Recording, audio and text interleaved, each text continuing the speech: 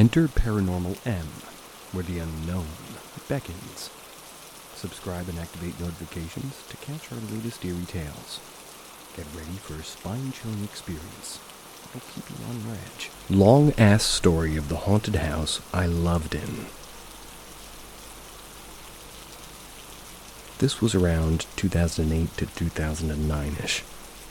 I lived in a haunted house at an early age, though despite this, my memory remains fresh of most of these encounters. We were there for a year, so I was pretty damn young at the time. I lived with my older brother, older than me by 3 years, younger sister, younger by 3 years, so still just a little baby at the time, my mother and my father as well. The house looked overgrown. Thin vines grew in the walls. Large bushes in front of the windows. It was fenced in the front with a large gate circling the backyard. The hauntings started pretty quickly. My mom would hear heavy boots stomp up the stairs despite nobody being there. She'd also hear my grandmother singing to my sister, despite my grandmother dying just months earlier. Whilst on the topic of my grandmother, my mother saw a massive pile of ladybugs. They were covering the entire car. It was just days after Grandma passed. My grandmother, despite being tough and drunk 70% of the time, always liked ladybugs. There was also the time that she was in the backyard. It was during the afternoon and the weather was perfect for the summer. She was closing the large gate, and mind you, she's a big and very strong lady.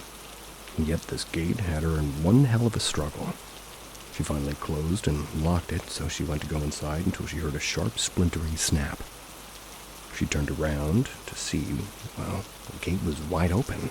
The lock was busted. It almost looked as if a bull had rammed into it. If the paranormal activity didn't stop at her.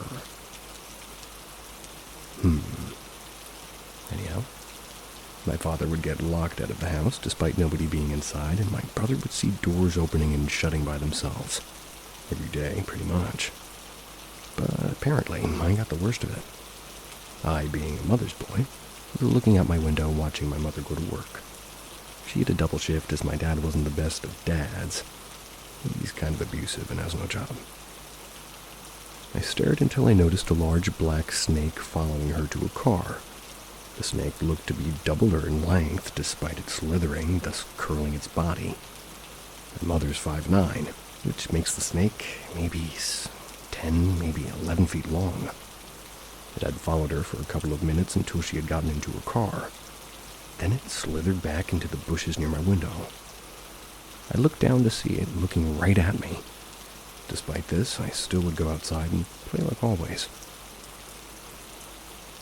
Playing in the backyard till dusk, my brother and I were doing our own thing on opposite sides. My brother loving sports, so he ran around throwing a football, whereas I played with one of my toy animals. The one toy in specific was a big T-Rex.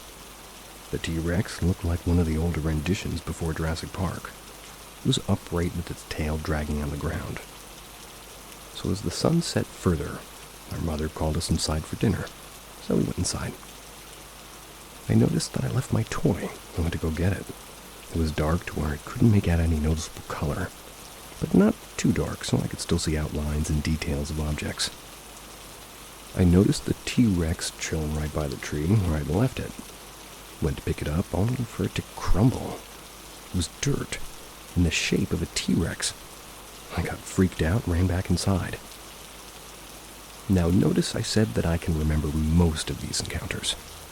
The reason I point this out is because my father said he'd often see me sitting in the corner of my room, or in front of like a blank screen. He'd ask me what I'm doing, and I'd simply say the old man told me to. Yeah, I have no recollection of this happening, but my father swears up and down that this happened. He would also have sleep paralysis episodes, often seeing shadow folk around the room whispering to each other. This last one was probably the most horrific. Waking up in the middle of the night, I heard footsteps. Luckily, my TV was on, so I still had light. Thinking it was my dad, I got up to go to him. But when I opened the bedroom door, there was an old man standing there. He looked down at me. He looked corpse-like. I freaked out, banged on my mother's bedroom door, and she opened it, and I hollered about how there was an ugly man in the house. She took it as somebody actually breaking in and picked me up with one hand. I had a bat in the other and basically ran around the house, turning every light on, cussing loud enough to worry some of the neighbors. Needless to say, we moved out as soon as we had the money. We stood in that house for almost 2 years.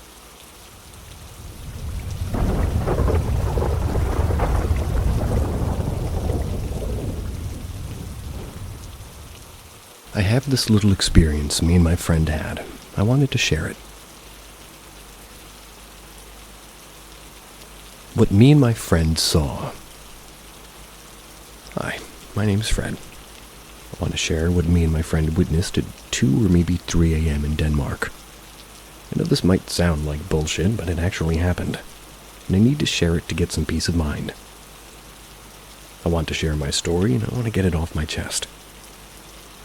My friend and I went into the wilderness of Denmark at around 2 a.m. We climbed up an observation tower and spotted one of the 2 lakes nearby. We decided we wanted to see them up close, so we descended from the tower and started walking through the rough terrain of the bog. Not far into the bog, I noticed a figure standing still. This is when things started to sort of get strange. At first, I thought it was just a sign about the bog, maybe in the shape of a cow. Nice. But when I looked again, the figure had changed. It now appeared to be the size of an average adult man, and its position had shifted. Naturally, both of us started to feel uneasy. We stopped and we stared. And believe it or not, the figure started moving. I signaled to my friend to duck, and we began discussing how to get out of the situation. While trying to figure out what to do, the figure kept changing position and getting closer, then moving farther away again. It was fast, quiet, and moved without a sound. It made strange noises that I can't even describe. When I finally saw it up close, I was horrified. It was the most terrifying thing I've ever seen. I wish I could forget it. Its skin was pale. Its body was horribly deformed too. Deformed to move normally. Too deformed to move normally. But somehow it still moved long, unnaturally thin arms and legs that bent in strange ways.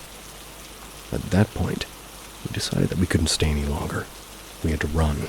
We looked again and the figure was gone. When we stood up, it suddenly rose about 3 meters away from us.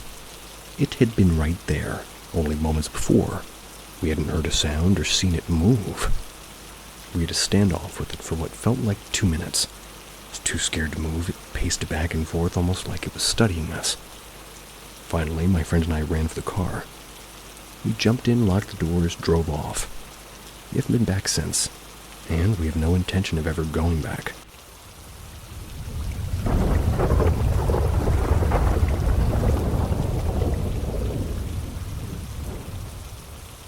Hot hand holding my leg while I slept.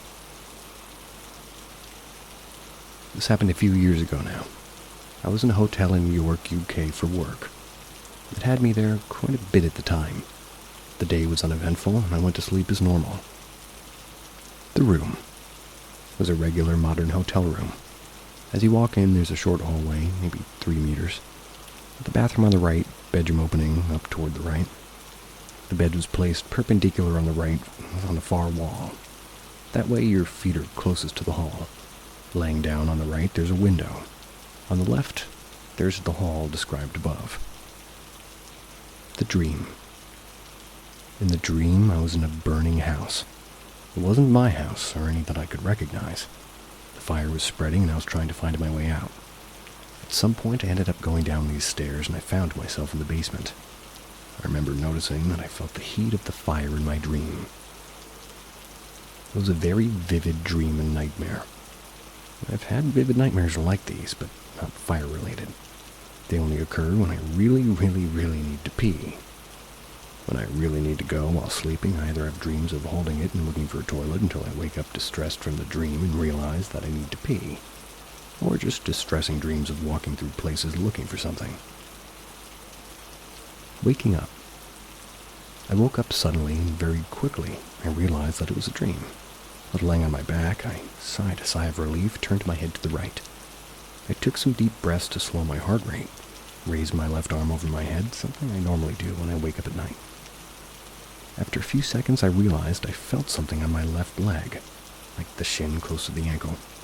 And as I lay there, focusing on what I'm feeling, I realized it felt like a hand, a very hot hand. I immediately pulled my leg back and I jumped out of the bed from the right side by the window. I turned on the light from the light switch on the side of the bed, and at this point, I was sure there was someone in the room. If there was someone on the left side of the bed, under the bed, or at the bottom of the bed, they were between me and the door. I also didn't want to stand between them and the door if they wanted to just run. I put on the most menacing voice. I shouted to get out of the room. Nothing. I repeated. Still nothing. I then very slowly walked around the bed and checked around all the corners. Well, I had my fist clenched, ready to defend myself. I looked at the bottom side of the bed, but the bed frame was one of the box frames that reached the ground, so nobody could really hide underneath it. At the point, I thought that they had gone to the bathroom. I slowly make my way there, but nothing. I checked everywhere again, but there was no one. I was so confused. I was certain I felt a hand. I was so certain I could bet my life on it. Immediate investigation. I calmed down and checked my leg. There was nothing there, no signs, no marks. The hand did feel very hot, but not burning hot. It didn't feel sharp or particularly painful. Thought about how my leg felt right before and after, but it wasn't numb or pins or needles or anything like that. I got dressed, went outside for a hotel for a cigarette. I was still thinking about it, thinking about what it could be. Started thinking of the dream and how these vivid dreams normally are associated with real physical feelings that I have. I eventually got to the paranormal. Could it be a spirit? Has something happened in this hotel? A fire? I went to reception. I asked the receptionist if there'd ever been a fire there. They looked at me weirdly and said, "No." I asked if anybody's reported anything weird happening at the hotel. They said no again. In hindsight, they probably posted on Reddit somewhere about this weird guest that they had asked them at 3 a.m. if there had been a fire at a hotel. Additional information. I am of a paranormal agnostic. I don't believe in a lot of the stuff. I still have to find concrete evidence of any interaction with the other world. That being said, I don't discount the possibility that it might be there. I've had other paranormal events, but I've subsequently debunked, e.g., I saw the shadow of someone on another road at night cycling, but went back and confirmed it was my shadow form, or rather from the headlights of passing cars creating elusive behavior. At the time I was walking by a playground, I saw a swing swinging by itself. No one was in sight, and upon investigating, those were the best bearings I've ever seen. One push and the swings kept going. Funny enough, I had to investigate this one day after. Well, I wanted to go check it out one night when we first saw it. My girlfriend pulled me away and said, "This is how horror movies start." All of this to say paranormal activity is not on my mind constantly. It's not something I want to seek. I've never had any unexplained phenomena before then or since.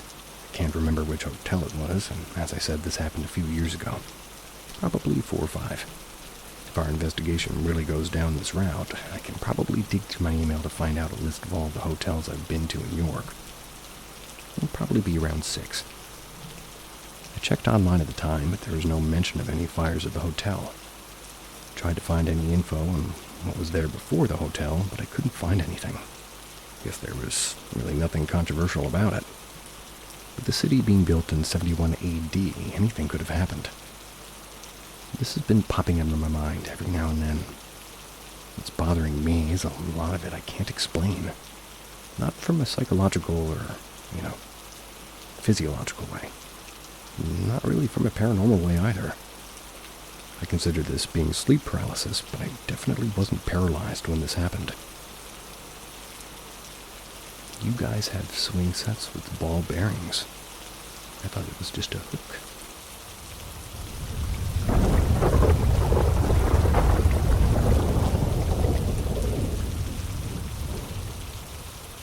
still don't know what I saw. I really don't know how to explain this, and it still terrifies me 2 to 3 years later. At the time, it was about mid-spring transitioning into summer.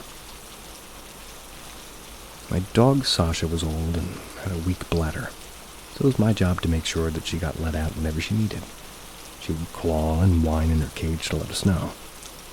Sadly, she passed in 2022. Back to the original point in the post, though. It was around 3 a.m., which most believe is the witching hour. Now I'm a skeptic about ghosts and spirits, but I do believe in the afterlife. I was just a few feet away from my back porch. Meanwhile, my dog was doing her business as her routine. And I heard her walking. This is like a pretty friendly neighborhood, by the way. Everybody looks out for each other, and we're all pretty acquainted. But no one's ever trespassed on their property, since we live on a hill and it's a dead end. We get a lot of privacy. They had just cleared out the field next to us for some new house being built. So when I saw it, I would say her, because it looked like a woman. But I couldn't tell because it was pitch black outside. I looked at my dog and then back up at the woman and I said, "Hello," and it just stood there, kind of looking at something. Maybe me, but I don't know. It was silent for a while and then it started screaming. It was screaming this god-awful. And then I had this gut-wrenching, blood-curdling scream. Then it began running at me at full speed. My dog wasn't heavy at all, and by then she had finished what she was doing, and immediately I scooped her up into my arms and ran inside. I shut and I locked the door behind me, put her back in her cage, ran straight to my bedroom, hiding underneath my covers. I went out there the next morning, but nothing was there. Not even a footprint. Still, a few years later, I don't really know what that was. Been looking for answers since then, and I thought this might be the place to go. I don't expect anybody to reply to this post, truly. Still can't go outside at night anymore past 1 a.m. without my sibling coming with me, or carrying a weapon of some sort. I've been scared since. Please, if anybody has any sort of answer, really, tell me.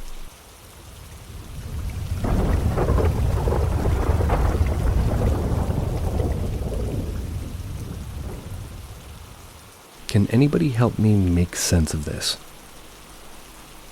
What did I see? So I've been contemplating putting this one on here for a couple of years now. Only my family and close friends know my story. I wanted to explain it fully without someone belittling my experience with the TLDR crap, thinking that they're funny. I've already posted this in Aliens, and I was advised to put it in here, so if you've already read it then, well, I apologize. It was 1997. I was 28, and my then boyfriend and I lived in a remote village in Lincolnshire, England. He had a job where he worked from 6 p.m. to 6 a.m. I was working in a bar, so I would take him to and from work. That way I could get myself to work with with the one car that we had shared. It's probably worth mentioning that the car was brand new. It had something crazy like 18 miles on the clock when we got it. I wanted something newer than the car that we had before, because I didn't like the idea of being stranded down a dark country lane if the old car decided to shit itself when I was driving alone. I don't know how many people know Lincolnshire, but most of it's rural with thin, winding roads, and the place is so flat you can see for miles. I used to drive to pick my ex up, and the views in spring when the mornings were getting lighter was, and still are, breathtaking. So imagine farmers' fields all around you with basic little roads snaking along the edges. The fields themselves were separated in rows, but not quite saplings, but trees. They were a couple of years old. Still thin and gangly, and at this particular time of year, were just starting to show hints of new leaves on the skinny branches. An absolutely beautiful drive in the lighter mornings, mainly because I was usually the only one on the road, so I could drive as slow as I liked to watch the sun coming up over the horizon. Okay, so I hope I've described the place enough to paint you at least a basic image. So here's the story. One morning I'm driving along the little road. It was about 5:30 a.m., the sun was just peeking out of the horizon and the sky was completely cloudless. I slowed down to watch it pretty much often did this, not really paying much attention to the trees as they were in a row that ran down the side of the field. So they were never in the way of the view. In my peripheral, I thought I saw something moving alongside the skinny trees. I stopped the car completely. I was thinking it might be a deer, something interesting like that. I waited for a few seconds and nothing happened. So I was just about to restart the car when I saw two of the, quote-unquote trees. They were walking, out of the lineup. And I say trees, but I don't have a clue what they actually were. Remember, this is a long time before the internet and the Slender Man and all the tales and superstitions like that. I was literally frozen to the spot with fear. Two tall things just walked out of the line of trees and started walking over to me. I was about 50, maybe 60 yards away from them. The only thing that I could describe them as were oversized stick insects. They had 2 long legs and 2 long arms that almost touched the ground. And I'd say the tallest one might have been 12 feet tall easily. The smaller one maybe 10. They walked in a fluid motion as if they were wading through treacle.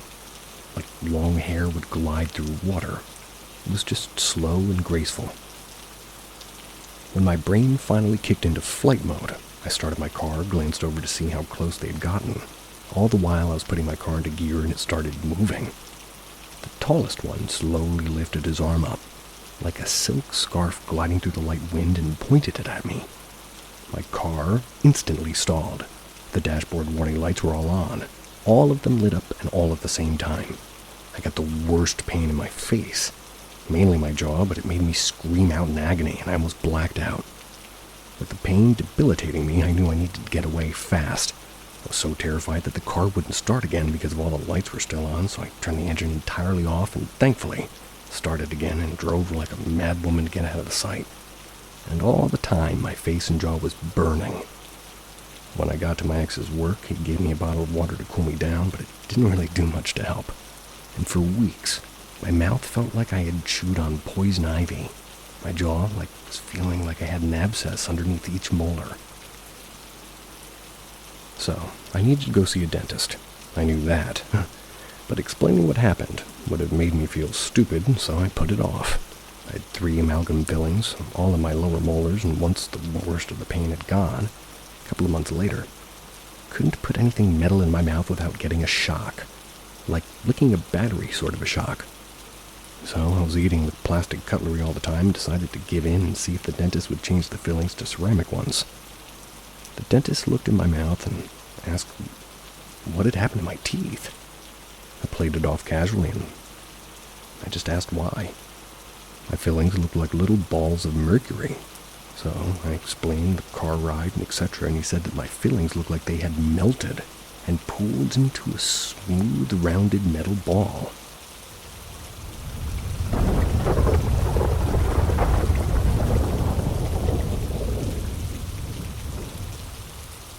Is Adams Hall haunted? Currently, I reside in the ERAU Daytona Beach campus in Adams Hall, and there's been some strange things happening. I'm not one to believe in ghosts or demons or anything of the sort.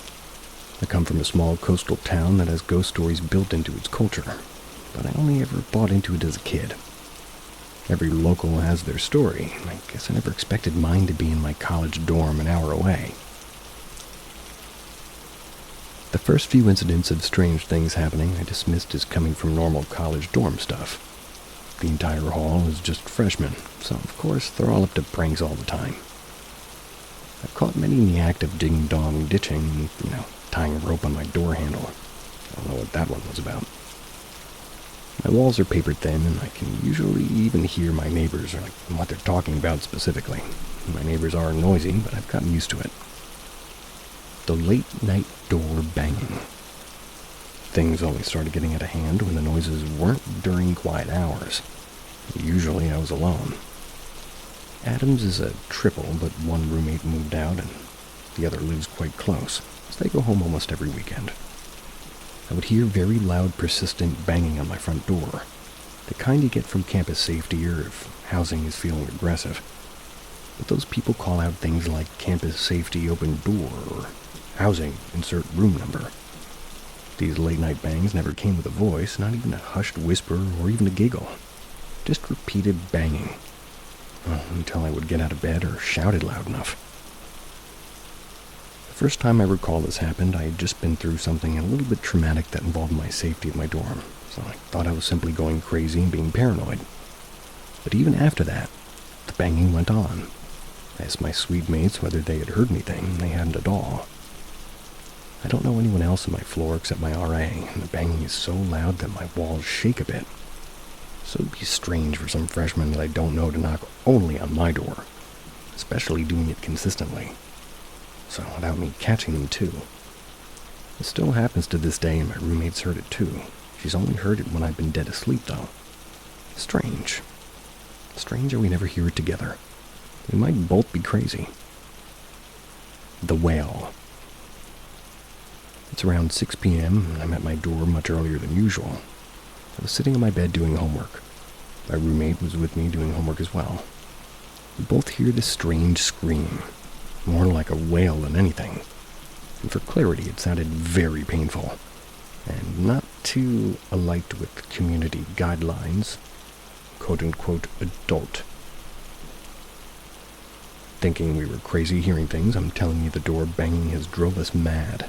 We made sure to confirm the other heard it as well. We rushed to pop our heads out the door, fearing whoever made that noise was hurt. As we look into the empty hallway, wondering what the hell made that noise, one of our neighbors 4 doors down pops her head out. She asks if we heard the wail. We say, yeah, it was right next door. She replies, what? I swear it was right next to mine. Another neighbor in the other direction pops his out of the door and asks the same thing. The interaction that followed was the same as well. We all mumbled about how weird it was, slowly sank back into our rooms. My roommate and I, a little bit freaked out since we know that we're not imagining things now. The handle shake. Back at my hometown, I live smack dab next to the train tracks. It gets a little bit annoying when the trains go by with a particularly large load, as the walls and items and desks will be shaking for a good 10 minutes sometimes. My bathroom was connected to my bedroom, and the door handle was a bit loose. Just never really thought to tighten it. So when a train would go by, it would shake and it would speed up and slow down with the rhythm of the wheels on the tracks. That sounds very different from when my sister, whose bedroom is connected to the same bathroom, would bump into it or lock it. Very different. So fast forward to an hour ago. Sitting on my floor, I'm by myself. It's Saturday, I'm watching YouTube, and I'm playing Minecraft. Duh. I hear the door handle to the bathroom jiggle up and down, paired with some giggling. My immediate thought was, oh, my roommates are just playing around again. Let me join in and scare them. I walk to the door. The handle's still jiggling. I grab the handle and I yank open the door to pop my head out and surprise them. But there was no one, and no one was in that little room that connects to the suite by the bathroom. There's also nothing in there but a hung towel and some toilet paper on a shelf. Was the noise at the door? I could have sworn it wasn't after all. The door handle continued to shake until I grabbed it and opened it. I checked the front door. Nothing. I shake the front door handle just to see if I can mimic the sound, hoping this is some weird prank. It's got a completely different pitch and sound to it. I turn back, knock on my suite mate's door, and ask if they had shaken my door handle. Well, they'd said no, and in fact nobody had been in there for a good 2 hours. One was up in the lofted bed, and the other was at their desk working on a project. We also hadn't heard their door handle jiggle, so it's not likely the building just shook for no reason. Earthquakes aren't a thing here. That door can't be accessed from the hallway, only from the rooms. What the hell has been causing this? If I was the only one experiencing this, that would be one thing. But my neighbors and roommates have stuff too. Is Adams Hall known to be haunted? I've just never heard about it. Is there any historical significance in this area that would possibly put this building in such a predicament? Did me and my friend both see the same thing? To give a bit of backstory, I lived in a small village on the Great Orme. Landudno. What? I live in a small village on the Great Orme. O-R-M-E. Landudno. L-L-A-N-D-U-D-N-O. That's where I spent most of my childhood. The Great Orme is somewhat known for its connection to spirituality. I'd never really experienced anything before this, only bumps and knocks in the night, and sometimes feeling eyes watching me as I took the wash in from the line at night. However, there's always this lingering feeling about the orm. Cold, eerie feeling, but also the warmth of comfort at the same time. I was around 16 years old when my friend, let's call her Beth, was staying over for the night. It was pretty late at night, maybe 11:30 p.m., and we were talking in my bedroom. That's when we heard the sound of a tennis ball bouncing against the road from outside my window. Curious as to who would be out this late at night, we pulled back the curtains and peered over the windowsill. The street was long and very narrow, with rows of attached houses. The road was dimly lit by pale yellow streetlights. My eyes scanned the streets until they met an older lady who was walking her dog. More curiosity was not satisfied as now. I had more questions. I looked at my friend who had the same expression as I did, then back to the woman who hadn't noticed us. This woman was visibly old, light gray hair, hunched over posture, staggering a little when she walked, dated clothes. The lady was slowly throwing the ball like a small distance, then stopping at her little dog, and it would fetch it back for her. She walked past my window, very slowly, mind you, before she started bouncing about 7 feet in the air down the street. Yes, bouncing. Imagine throwing a ball into the ground. The way the ball would bounce, travel in a direction, while still in the air, hit the ground and repeat. This is exactly what the woman was doing. We were completely gobsmacked. Eyes locked in terror, staring at this unexplainable sight. We watched as she bounced toward the end of the street, her dog running beside her. It wasn't until her body language said that she was turning around to repeat the same thing back down the street towards us that we simultaneously retreated back to behind a certain curtain. We paused, processing what we both saw in silence, then looked at each other, confirming that we both witnessed what the other saw, but still without saying a word. Not knowing exactly what to do with this information, we decided to explain what we saw to my mom. We briefly told the story. The lady was walking her dog, and then we saw her bouncing at an inhuman height. My mom stopped us and separated us into different rooms. First, she sat with my friend, leaving me to twiddle my thumbs, questioning her motive.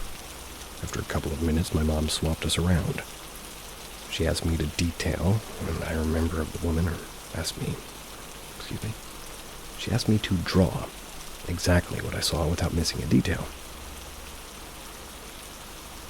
Not only her, but her dog as well. I followed her request. Then she brought us back together to compare our drawings in attempts to catch us out in a lie. However, to her surprise, the pictures were identical down to the details. Different angles and drawing styles, sure, but the details are undoubtedly the same. My mom didn't have much to say apart from look away or turn around if we ever saw her again. She was relieved to hear that the woman didn't notice us watching her from the window. My mom never saw that woman again, and to this day I still can't explain what she and her friends saw that night. My nan has confirmed the story for me. No one apart from this story has any reason to lie about it. There's been a line of very spiritually awake females in my family, my mom included. I'm not sure if that could mean anything. However, it doesn't explain why a friend witnessed it too. If anybody might have some explanation or theory, I'd love to hear them. If anybody has any questions, I'd be happy to pass them on as my mom to see, so maybe she could answer something. I just gotta say, the tactic your grandma had was kinda cop-like, but kind of cool. Smart.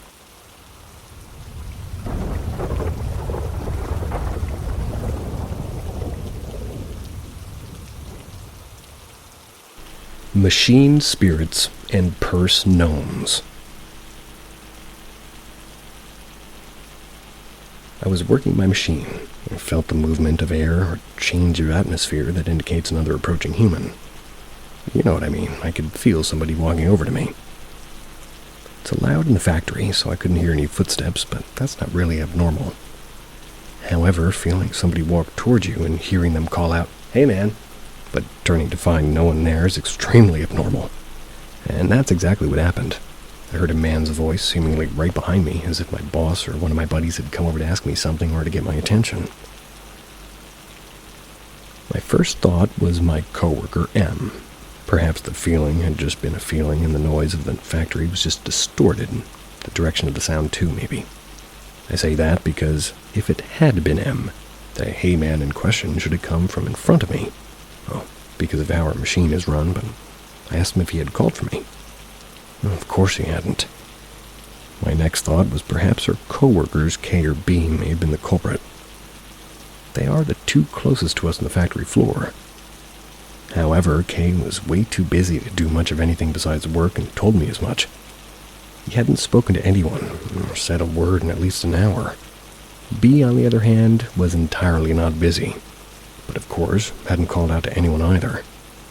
But a voice is a voice, and as I said, the factory is loud. Could have been any number of things. It's not so easy to explain away things that are heard by more than, just me. So fast forward a month or two. Em and I are standing side by side listening to one of our supervisors say their piece in a pseudo-department meeting. There's only 5 people standing in a rough and fairly tight circle. Supervisor is talking and explaining some new rules and regulations. That's when I hear someone whisper, "Hey," right next to my ear.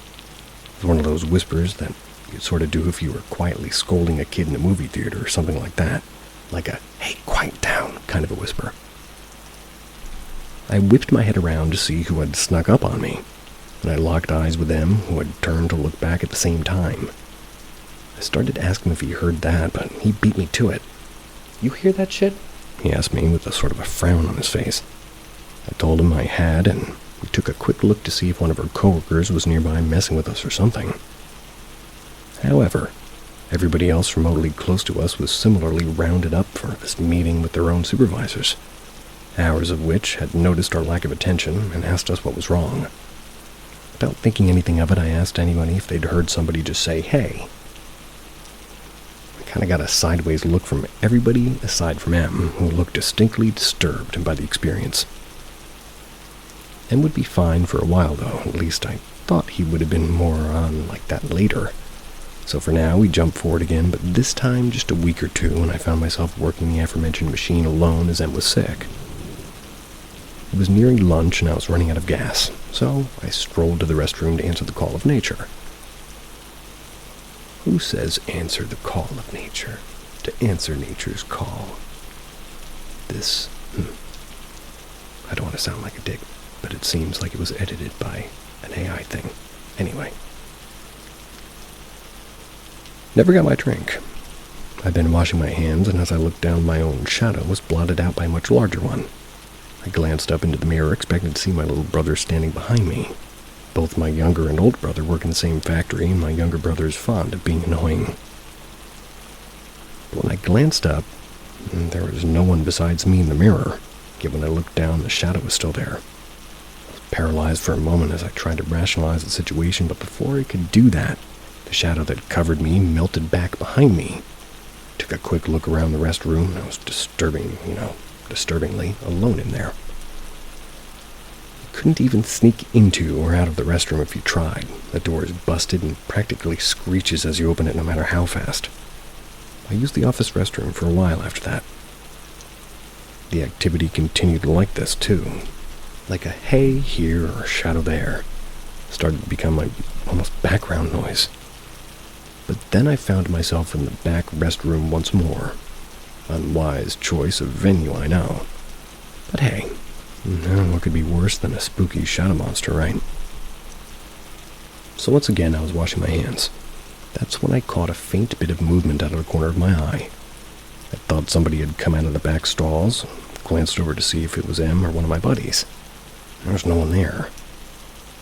I thought I'd just imagined it, or at worst it was just another misplaced shadow. But when I looked back down to finish washing my hands, I could see the dark shape of someone against the wall behind me in the shiny steel of the faucet. I looked up again and I was staring at the reflection for a moment. Then I got a little bit braver. I raised my eye to look at the mirror. There was someone there, leaning back against the wall. It looked like they had their arms crossed, but no features. Just the general shape of a person. But like I was looking at them through frosted glass while they were backlit. I panicked completely after a moment of staring at this thing, and my legs seemingly went into autopilot. I literally ran from the bathroom. I ran all the way back to my line, and I had to physically sit down and collect myself before I could explain what had happened to M. I finished telling my story, and that's when he looked me in the eyes and said, "So I'm not crazy then," before telling me that he had been seeing and hearing things around the factory as well.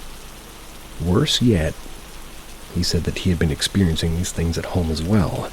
He recounted an experience he had just a few nights prior when he had been up late and thought his son, mid to late 20s, had come out into their living room to deal with his own insomnia.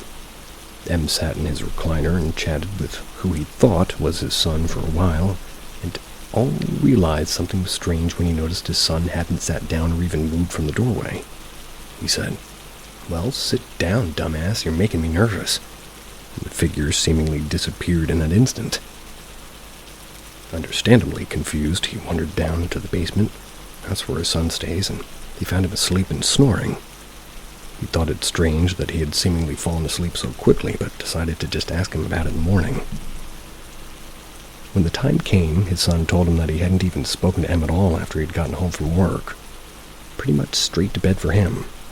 Now, obviously, I can't speak for the validity of any of M's experiences, but according to him, he hadn't even been a believer of such things until these incidents started at the factory. And I know M to be a very practical, down-to-earth man. He's too old for nonsense, and he'll tell you that. So I'm not hesitant to, really believe him. After our conversation, things seemed to get worse for both of us. More voices and more shadows. But then it seemed to escalate just like last week on the 21st of June, 2024. I'd been working my machine, and the current process required me to be looking down. So all I see is the piece I'm working on and the ground below it. So I'm halfway through the process when I see a pair of old beat-up boots on a well-known brand. It was featuring a tree in a distinct brown coloring. I'm aware yet unsure of the promotion rules. Oh, okay, so he's wearing Timberlands. Now, someone standing behind me while I finish this process is not abnormal. It's just good safety practice to let somebody finish the task that they're doing to avoid loss of awareness. But I did note that I didn't recognize the boots I was looking at. They weren't M's and not W's skate shoes for sure. Not my boss. So who? I finished the piece, I pulled it from the machine, the boots and the jean-clad legs attached to them remained there behind me right up until the millisecond I turned around to talk to the owner. There was absolutely no way somebody could have been gone anywhere in that tiny amount of time. So, it's literally as long as it takes to look behind you, not even a second. I was absolutely freaked by this. I actually had to call my partner at home and have her talk me down from a panic attack. But the rest of the day passed without incident until I got home.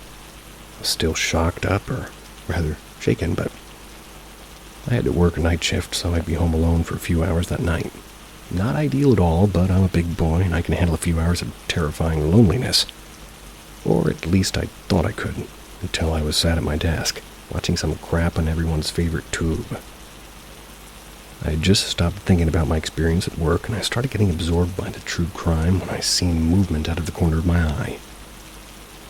She had left her purse at home sitting on a chair beside my desk. And it was moving. It had been leaned over on its side where she'd left it. But I sat here where I'm currently typing all of this and watched as the purse straightened upward, and it was then very slowly and deliberately opened by an unseen hand. It looked as though someone were carefully taking a peek inside. Before it could gain enough sense to react, it just flopped back on its side as if nothing had even happened. I stared at the bag for at least 10 minutes. I was just dumbstruck. That was before I finally snatched it and threw it into her closet before texting her and telling her about, my purse gnome. Or her purse gnome. Finally, we arrive at my latest experience. Again at work, but this time very different to what I've been dealing with. I was making a change with the material I was using. I was away from the foot pedal, which was the only way to activate the machine to start a process. The machine will not start unless somebody steps on that pedal, which is specifically designed to not be activated by accident. You have to put your foot in sort of an arc-shaped protective barrier to actually step on the pedal. It's basically with a hole in it. Yet halfway through my material change, I heard the pedal click and the machine sprang to life. Now, I wasn't at any risk of real harm. The machine isn't really that dangerous, and changing materials with the machine on is completely within operating procedure. In fact, it's required for proper feeding of material. Yet nobody wants their machine activating while they're messing with it, especially when it's seemingly doing it by itself. My first thought was malfunction. I've been working on this janky machine for over a year, and despite being a piece of crap, it's never activated itself or done anything remotely similar. Tried everything I could think of, repeating my motions exactly as I had before, and couldn't make it happen again. As I sat there racking my brain trying to figure it out, I remembered I'd heard the click of a foot pedal. There hadn't been a malfunction or anything of the kind. My machine had been activated exactly as intended with the foot pedal as it was designed. It just wasn't my foot that had stepped on that pedal. I feel the need to reiterate as always that although my word means only as much as you allow it to, I share these experiences not as stories or embellished tall tales, but as my own memories as best as I can recall with as much accuracy as my human brain can muster. I share them in hopes of finding answers, camaraderie, and comfort in knowing that at least I'm not the only one to experience some spooky things in life.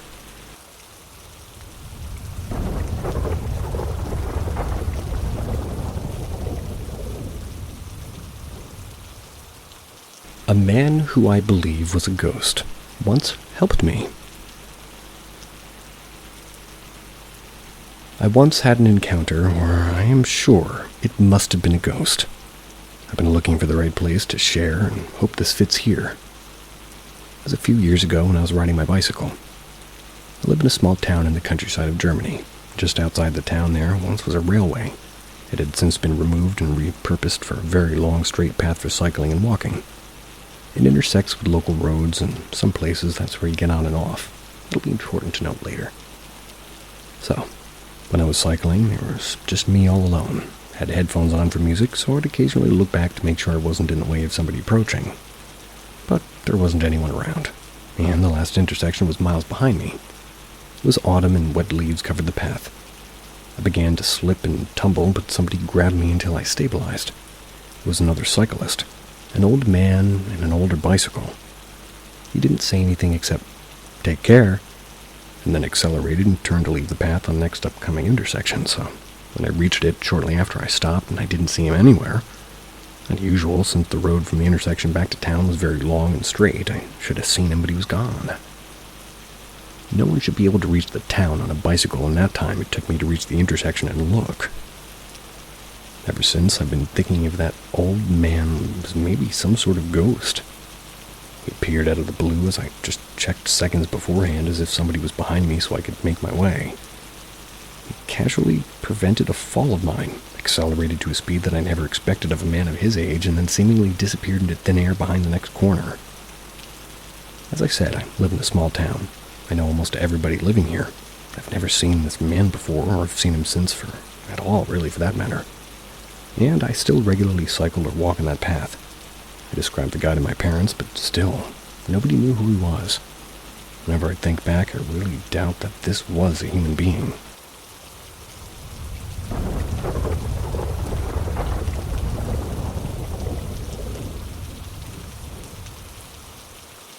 "17-year experience, and looking for help." For about the past 17 years, I've been having experiences on and off. It's always the same 4 things over and over again.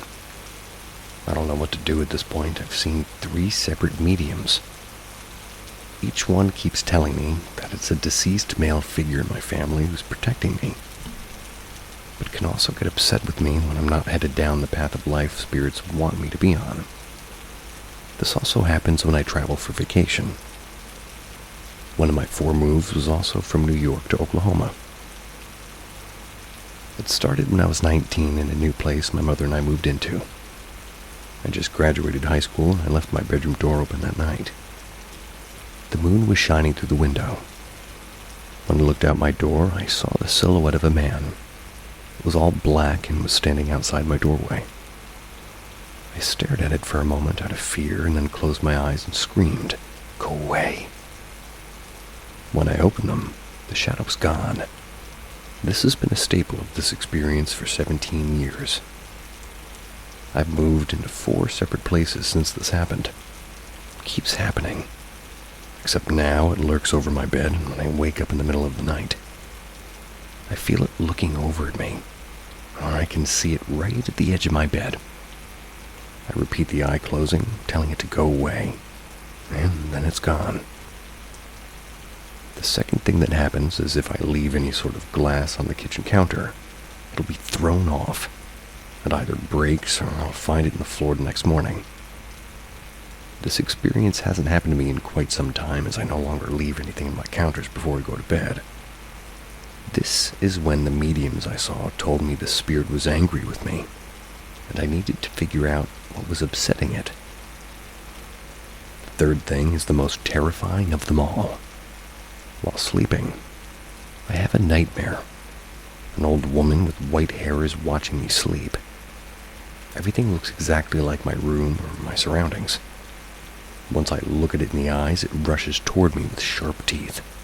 I normally wake up right after, throwing a punch or just kicking at it. Thankfully, I've never been hit or kicked anyone else while I was sharing a bed. The fourth and final thing happened while I was sleeping again. This one is the newest happening. While asleep, I'll be woken up by either the sensation of a sharp fingernail scratching the bottom of my foot or almost something that feels like a rat biting my foot. Once I'm fully awake, the feeling's gone. Nothing's there or around my bed either. I've had my new home inspected twice now by an exterminator for rats and mice. They haven't found any evidence of them. I've also asked my primary care doctor and psychiatrist to help me with these situations. My doctor tells me that it's maybe just a vitamin deficiency to start taking a multivitamin. Nice advice. And my shrink has done some tests and sent me to 3 separate sleep studies. Nothing in my brain waves while sleeping suggests this is my dreams creating these. I come here seeking advice on if there's anything I can do as I'm getting older. I can feel it in my heart. When these experiences are occurring, I may not be able to calm my heart down one day. That is actually somewhat terrifying in a different way.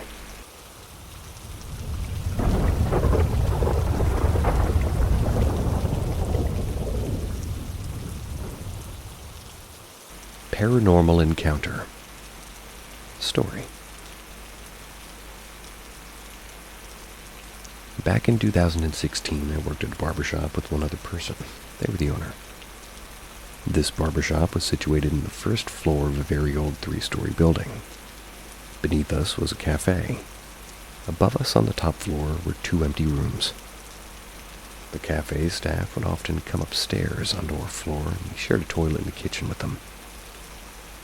So it really wasn't out of the ordinary for people to be walking up and down the stairs constantly, coming back and forth to the toilet. But one Saturday afternoon at around 3 p.m., we had just finished work at the barbershop. My boss had to leave quickly, so he told me to lock up, which was usually the case as I'd lock up most days. As he left, I had locked the barbershop door and walked down the corridor to use the toilet before leaving the drive home. I'm in the middle of a piss, and suddenly I hear loud footsteps walking down the corridor. I'm hearing them from the barbershop. It's like past the toilet where I was, down into the kitchen, and that was at the back of the building. These steps were no more than 5, maybe 8 feet away at any moment. I immediately assumed that it was somebody from the cafe downstairs. So I called out to tell them that I hadn't shut the toilet door and to warn them just in case they were going to come into the toilet. At this point, the person walking down the corridor decided to walk straight past the toilet door and down into the kitchen. I found this odd for 2 reasons. One, because I didn't hear them come up the stairs from the cafe to begin with. And these stairs were incredibly loud and creaky. It'd be impossible to not hear somebody walking up them even if they tried their hardest to be quiet. Secondly, They ignored me when I called out to warn them that I was in the toilet. So I flushed the chain, and I could still hear the person rummaging around the kitchen, even over the sound of the toilet flushing. And this is kind of how close I was to them. This was not a distant sound.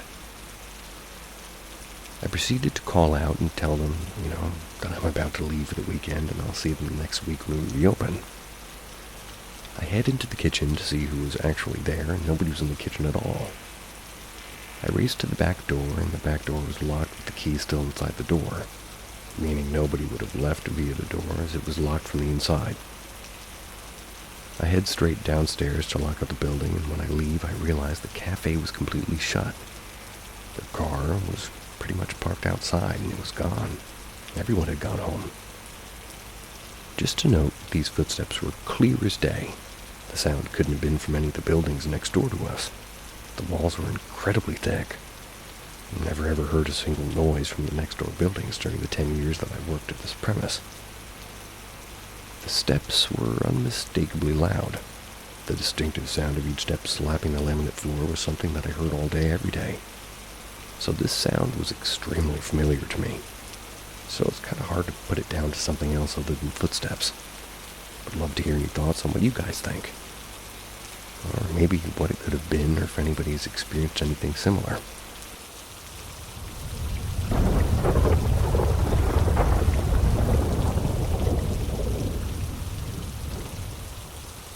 Dying father visits son's dream to warn him that he's dying. So a friend of mine is a massive skeptic. He's not interested in paranormal and doesn't believe spirituality stuff. He's straight as a die. D-I. Straight as an arrow. But years ago, before mobile phones, he was on holiday in Mexico, and he's from the UK. He had a dream about his father where his dad visited him and says that he's dying. His dad told him that his vision is completely gone and that he's dying, but he's okay. His father wasn't sick prior to this. My friend wakes up the next morning with a message from reception of the hotel. It was to say that his mother had called and he needed to contact her urgently. So he rings his mother. She explains that his father had died a few hours ago and also said that prior to his death he completely lost his vision. Fast forward a few years. His house is crazily haunted, and over the years he told me some chilling stories. I believe he has a kind of gift where he can connect with the dead. Emoji that has a thinking expression. For some reason I couldn't leave that one out.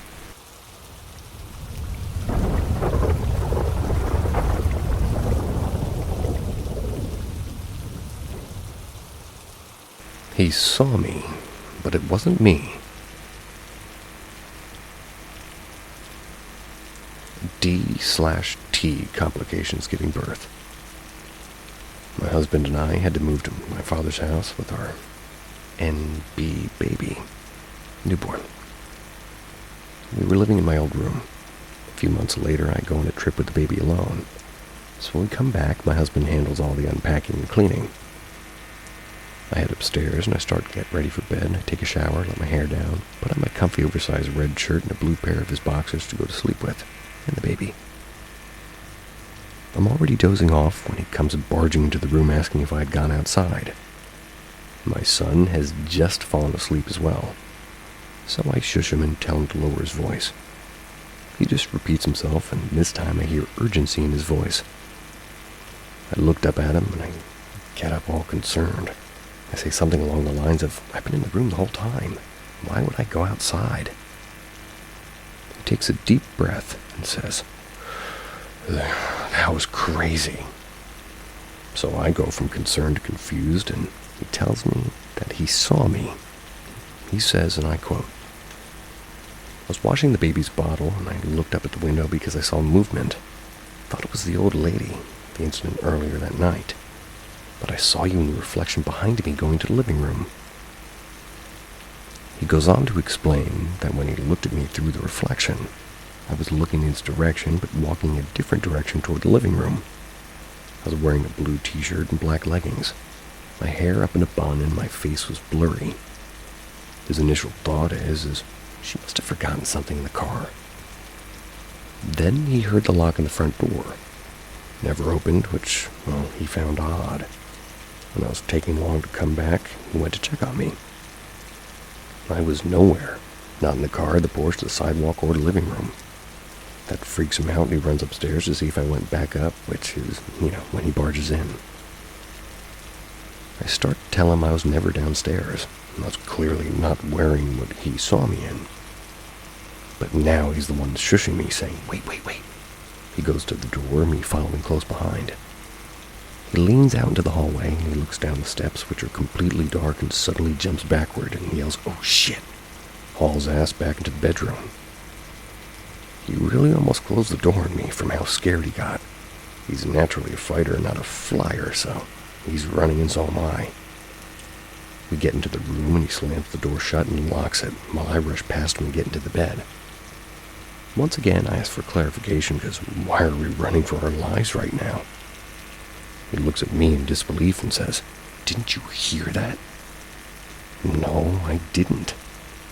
So I asked what he heard, and he says, "There was something running up the steps full speed just now." Nope, no thank you.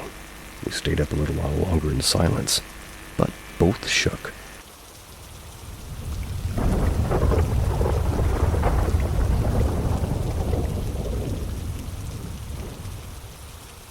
I keep hearing heavy breathing in my room.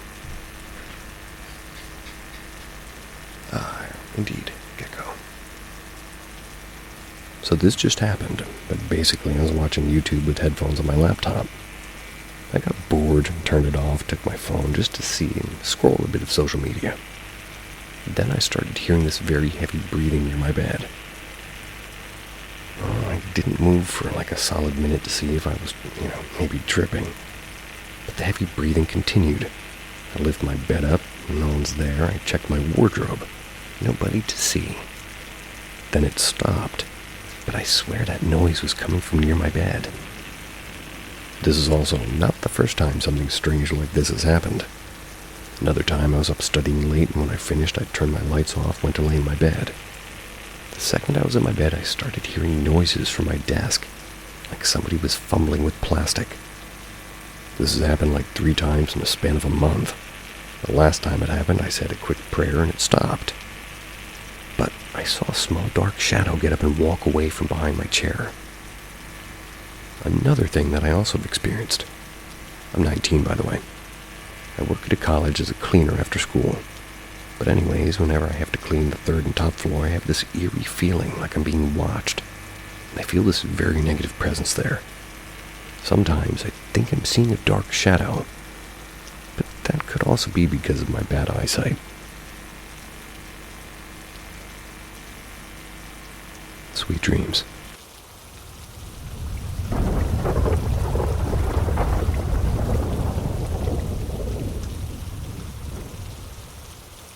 I keep hearing heavy breathing in my room. Indeed, gecko. So this just happened, but basically I was watching YouTube with headphones on my laptop. I got bored and turned it off, took my phone just to see and scroll a bit of social media. Then I started hearing this very heavy breathing near my bed. I didn't move for like a solid minute to see if I was, maybe tripping. But the heavy breathing continued. I lift my bed up, no one's there. I checked my wardrobe. Nobody to see. Then it stopped, but I swear that noise was coming from near my bed. This is also not the first time something strange like this has happened. Another time I was up studying late, and when I finished I turned my lights off, went to lay in my bed. The second I was in my bed I started hearing noises from my desk, like somebody was fumbling with plastic. This has happened like 3 times in the span of a month. The last time it happened I said a quick prayer and it stopped. But I saw a small dark shadow get up and walk away from behind my chair. Another thing that I also have experienced. I'm 19, by the way. I work at a college as a cleaner after school. But anyways, whenever I have to clean the 3rd and top floor, I have this eerie feeling like I'm being watched. and I feel this very negative presence there.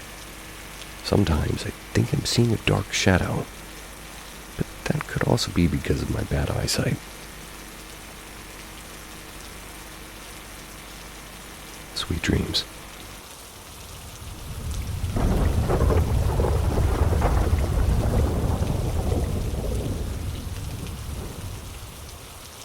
Welcome to Paranormal M, your gateway to the eerie and unexplained. Subscribe and hit the bell to never miss our spine-chilling tales. Get ready for mysteries that will haunt your imagination. My house that I've lived in for 8 years is haunted. I've lived in this house for about 8 years now. My family bought it. We're in a small city in Ontario, Canada. The house is just a typical house built in the 70s. The first day we moved in, I remember feeling a strange vibe in the house. Didn't really put much thought into it. When we toured the house before buying it, I never got any strange vibes at all.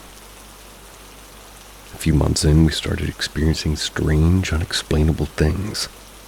Papers moving to other spots in the house when nobody's in my home. My grandmother died and her death certificate moved to a completely different table one day when we were out. It's only 2 of us that live here. It wasn't either of us that moved it. We both frequently see shadows moving in the corners of our eyes. If we were cooking in the kitchen, it would feel as if you're being watched, enough to make you turn around and look. Footsteps, the usual haunted house things. About 2 years in, my father got up in the night and went downstairs. His room is right across from mine, and I can see straight into the doorway from my bed. I saw a white, clouded figure walk into the room, and suddenly the door slammed shut. It scared the shit out of me. I yelled at him for slamming the door, and a minute later my dad walked up the stairs and asked me why I shut his door, and why I was yelling at him. I explained to him I just watched somebody walk into his room, slam the door, and it wasn't me. I thought it was him that walked into the room. Not to mention my dad's door is on a weird angle, and it's not really possible for the door to be blown shut. The door won't even stay halfway open without putting a sock in front of it. It just falls open and sits against the wall. You have to physically close the door for it to close. 4 years in, I was sleeping one night.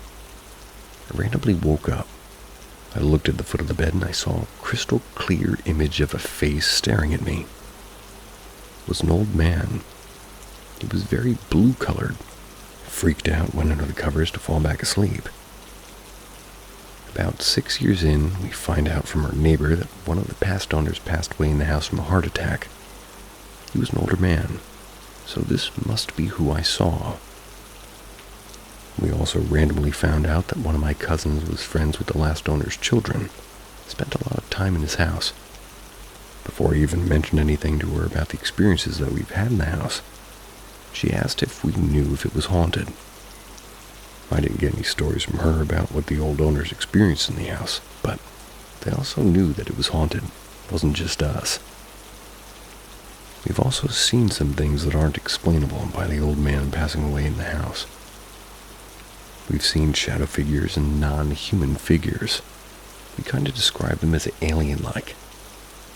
Besides the creepy haunted vibes we get in the strange shadow figures that we've seen, the old man ghost doesn't present to me as being harmful. He's just here. He checks in on things and he wanders around. There's a few rooms in particular that always have a strange energy. One is in the basement. The other is in the sitting room that we have. The basement is just one large room. It's not a typical creepy basement. It's a finished basement. My cat is also extremely attached to the basement. It's empty and there's nothing down there that should draw her to it. There has been times where we've seen her battling at the air as if something's playing with her, but nothing's there. We've tried renting out the basement to tenants and it never really works out. All of them leave after a few months. My sister once lived down there for a few months and had some very, very bizarre experiences that I don't really want to add to this post. It's getting quite lengthy already. But feel free to DM if you want those stories. Anyone that goes down there admits there's a strange vibe. I want to make this basement in my bedroom, but I'm kind of afraid. All the strange shadow figures and non-human entities we've seen have been in the basement. Usually while we're doing laundry we've seen them, or the past tenants have seen them there, but I just wonder what exactly that is. I'm comfortable having the old man ghost with us, but the non-human entities is what scares me.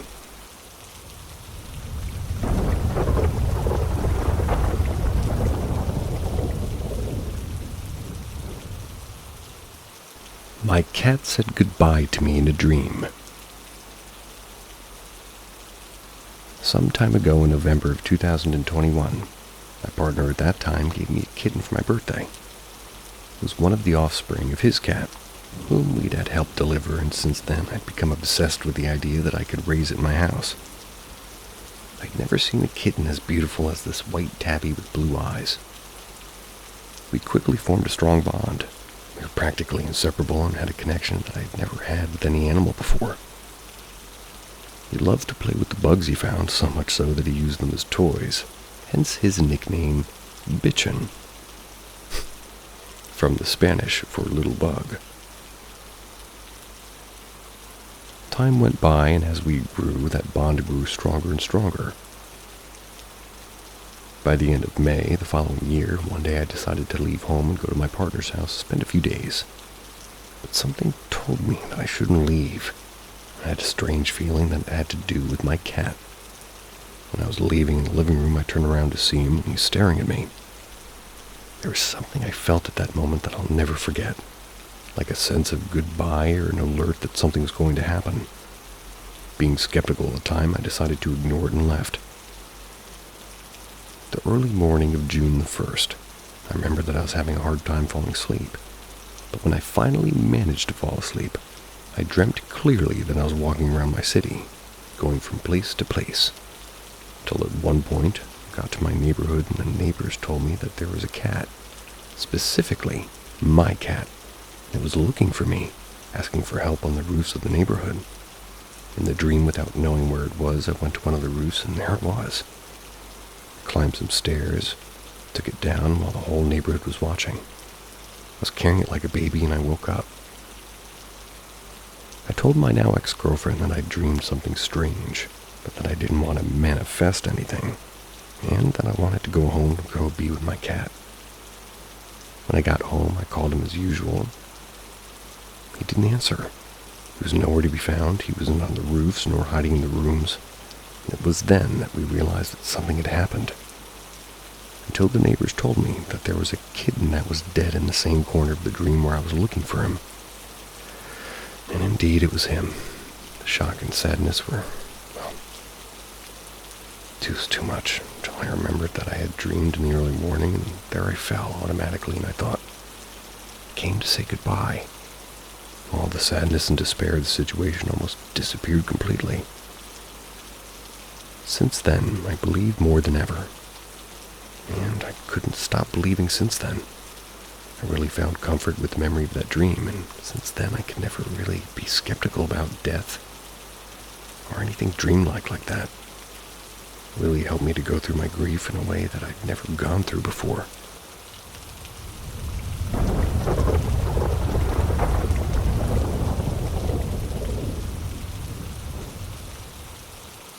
Not sure if this was paranormal or not. I have no idea what it was. To start, I don't know if you guys consider this paranormal or not. It's definitely unexplained. I may try to go back to this place and take pictures around the same time the event from last night occurred to see if anything shows up. It's seriously a bunch of cornfields, so I don't really know what it could have been. So, we, being my husband and kids, had something kind of strange happen last night on our way home. We live out in the country and we're kind of just taking the back way home from town to go most things like groceries, pharmacy, gas stations. It's about 10 or 15 minutes from our house. We were about 5 minutes from home and only had a few turns left. The road we were on had cornfields on both sides, and occasionally there's breaks for houses and driveways. I had the bright lights on, and I was looking straight ahead when something sort of caught my eye on the left side of the road.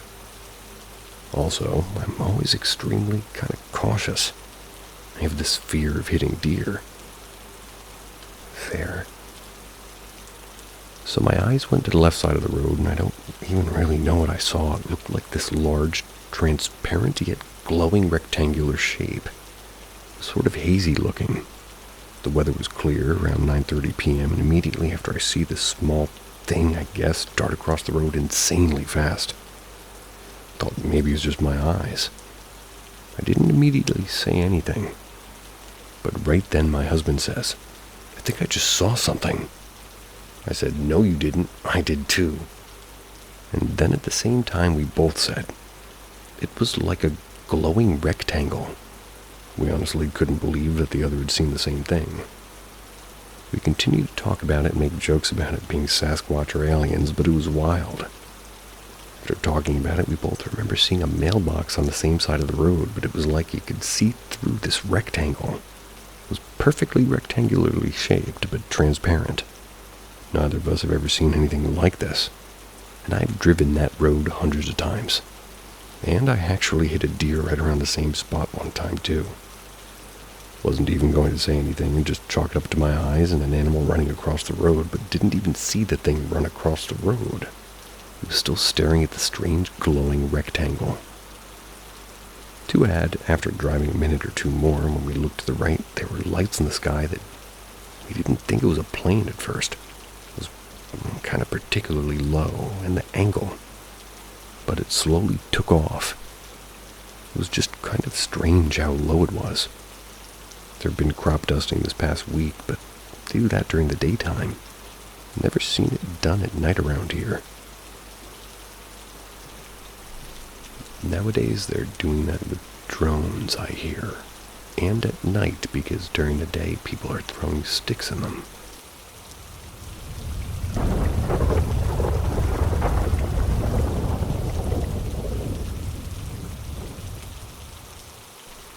Bringing some semblance. So to start off, I live in a paranormal hot zone. Kinda off in the countryside. I worked at Domino's for a while, and I was a delivery driver. So I have a few stories from just driving around delivering pizza. So I was a couple of months into the job, memorized the whole city. All the back roads too. When I tell you I've never seen this house before, that it came from nowhere, I mean it. It was a really nice house down a back road I'd been down quite a few times that day already. Only when delivering to this place did I notice it. Old, yet well kept. Nice big oak out in front, rose bushes and other flowers everywhere. The place gave off its own energy. You could clearly feel it. It was interesting. I go up to the door and I knock. Elderly woman opened the door, nice sweet-looking lady with an elderly guy standing behind her. However, it didn't seem all too happy that I was there. I went ahead and greeted them both. "Hello, ma'am. Hello, sir." And as soon as I said that, they looked confused and the energy of the place turned sour. She suddenly seemed exhausted. She asked what I was talking about, and she lives alone. I gestured towards where the old man was standing. He was gone. She looked at me like I was crazy, so I described him as well as I could. When I was done, I looked around the room, standing behind her smiling. That was while she was both horrified and confused. She said that I described her ex-husband to a T, that the house was in his in his name, I'm assuming, before he passed. He had left the place to her, and she had always thought that she could feel him still there. She asked if he looked happy. I told her that he's smiling. Didn't tell her that he was smiling like a madman. She was relieved and said that she appreciated the honesty. But he never smiled, unless he was up to something horrible. I regretfully had to tell her that I had to go, but I wrote my number on the box. I told her if it gets bad, to call me. I'll do what I can. Cool for a pizza guy. So a week or so passed, I get a call from her saying that she would like me to help her. I go over with my friend who has an exorcism kit, and we cleanse the house in 3 different ways to cover all the bases. We then carved runes. We carved these into the foundation to keep them from coming back. In the end, the house's energy became much lighter. I went back a couple of months ago, and she had her daughter living there, and she's kind of a spiritualist, so she's been keeping things even calmer. I introduced myself, and we had a long conversation about what happened. I learned the ex-husband was abusive in every way, along with some other things that made him dark. The elderly woman came out after she talked, came out after the talk. She was getting around much better, and the garden looked even better, because she can actually do it herself. They both thanked me. I taught the daughter how to maintain everything, and left them with some stuff to clean the house every now and then.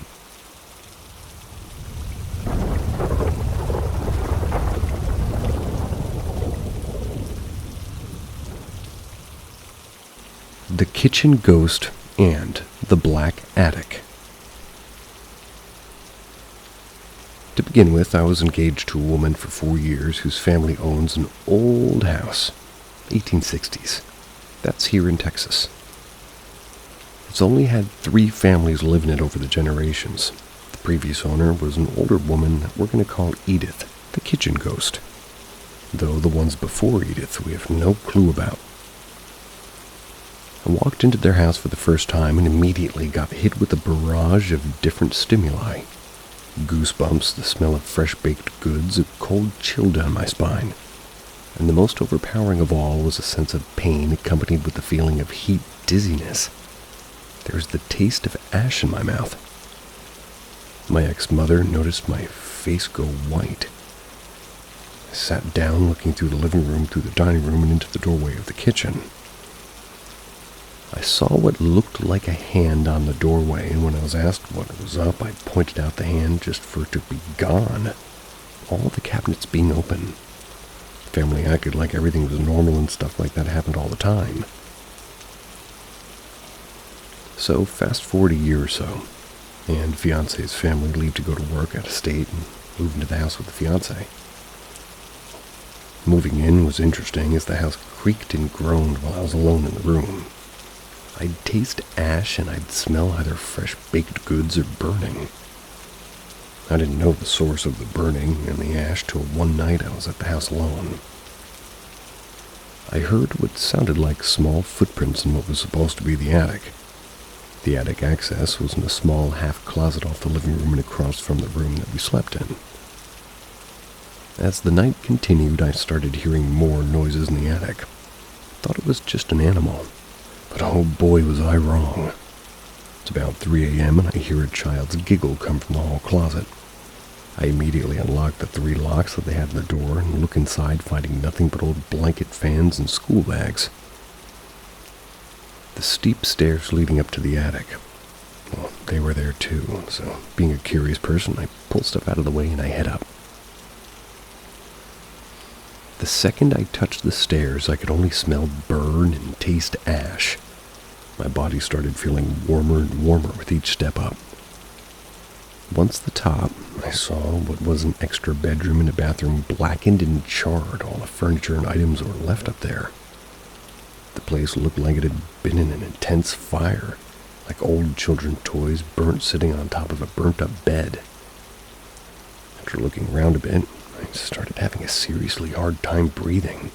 I was turning to leave and I see a small white face almost featureless in the stairway. I blink and it's gone. I head to the stairs and I hear giggles and running behind me. I stumble down the stairs fast and slam the door as I feel something hit against it. That was right before I got it latched. I went to sit down, catch my breath, and slowly but surely the ash taste was replaced with sweet, and the smell began to change from burning to fresh cookies. After catching my breath, I head to the kitchen for a drink, and when I turn around from the fridge, the cabinets are all open. The dishes in the cabinet sounded like they were shaking against each other before stopping. That's as I hear the stovetop burners click on. I start to back out of the kitchen, turning as I see an old woman sitting in the living room, smiling before she disappears. After telling the family that they said that I should have stayed out of the attic and I need to be more careful. After all, the family went out to work out of state and I came back to the house and tried cleaning it out for the, negative side of things, but it still persists.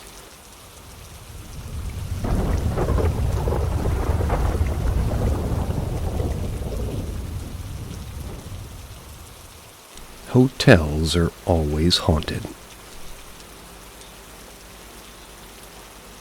Back in 2023, I worked at a Best Western Plus. It's situated in a small Texas town near to a massive flea market. This place was built within the last 15 years, so still a relatively new building. But Lord, has there been some incidents. One of the most interesting happened in room 301, years before I worked there. But the story keeps being told to every new hiree. A nice couple mid-30s checks in late middle of winter during hunting season. Now, at that hotel, they had long-term stay, months at a time, that can be booked. Just so happens a couple of brothers had rented room 303 next door to the nice couple who checked in just hours before they got back from their weekly hunt. After they get to their room, the brothers begin fighting and a gunshot goes off, prompting the manager to rush to call the cops and check things out. Well, right after getting off the phone, 2 ambulances pull up outside. Then the medics come in rushing upstairs past the confused manager and the front desk worker. After they get upstairs, the police arrive asking the manager where the emergency is and who called for the ambulance. The cops go upstairs telling the manager to wait until they come down with answers. 45 minutes and they come down telling the manager that they have 2 stretchers coming down and to clear the lobby. Another 45 to an hour, they come down with 2 stretchers, zipped up body bags on top, and the younger brother in handcuffs and sporting a fresh black eye and bleeding nose after him and the stretchers leave the lobby, and the husband from 301 comes down with one of the police escorting him, tears in his eyes. The younger brother in a fit of rage, who killed his older brother with a shot through the heart. Fortunately, his rifle was high caliber and built for long range with piercing bullets for stopping power. And that bullet tore through the brother and the wall, then the wife's head. Where I come in is years later, night shift. I work the front desk occasionally, and I hear strange sounds, and I get complaints from the 3rd floor. Usually 301 or 303 about odd things happening. TVs turning off, and the smell of gun smoke and rotting meat, and the sound of a woman screaming. Sounds of a man banging on a wall. Well, winter arrives and I get iced and the owner comps me a week's stay. And that's in room 301. I get to the room after my brother brings me a few things and my dog and start sitting in, but I hear a faucet turn and the water run in the bathroom. Then the TV flickers on by itself. I think it's the normal hotel weird bullshit. Then I hear yelling from the other side of the wall at 303. I know that we don't have anybody but me and my manager on the 3rd floor, and we're in the opposite end of the hall. No way it was her and her husband. I then hear a thud against the wall, and I smell gun smoke. I got up using my master key card and went to 303, but the room was empty. Hell, the heater and AC wasn't even turned on. But as I go to leave, I hear from 301 through the wall the sound of a woman sobbing then screaming as the lights began to flicker. I immediately ran out into 301, but still nothing, no TV, no AC, nothing on to explain it. That night, after I forced myself to sleep in that room, I was down at the front desk when I see movement out of the corner of my eye. I look over to see a woman shrouded in shadows, standing in the window for a moment before I blinked and she poofs away. After that, I'd see movement out of the corner of my eye, nearly hear thuds against the glass window. Then the 4th day, while I'm off, I hear a deafening sound. It's like a gunshot from 303 rushing to check it. But once again, nothing but an empty room. Called my manager to ask if she had heard it, but nobody, including her husband, her son, and the people in 203 heard a thing. Thankfully, I was allowed to move down to 108 for the rest of the week, but after that, I'd always see movement out of the corner of my eyes. Occasionally, it would be a man instead, like a big burly wearing camo overalls, but usually it would be the woman wearing a nice dress standing there unmoving, standing where I can't even see her. Before I left the job, I told my story to my replacement. Freaked him out. He only lasted about a month as the night clerk before, saying the activity was too much to handle. I still do hear the occasional story of that place. including a few new ghostly faces after some other tragic deaths happening. But those aren't my stories to tell, unfortunately.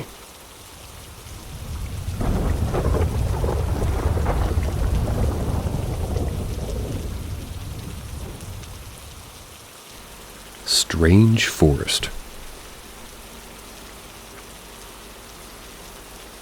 Out in the countryside of Texas, my grandparents owned an 8-acre lot backed up to a heavily wooded area, and the creek bed was running along the back fence. One summer's eve around my 8th birthday, my entire family had gathered for a cookout. Me and my cousin Max were always running around together that day, and that was no different.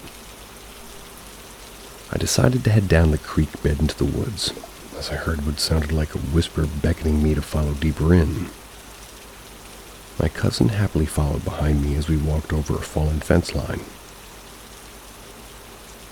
My cousin remembers vividly seeing a woman appear in front of me as I stepped over the last of the fencing.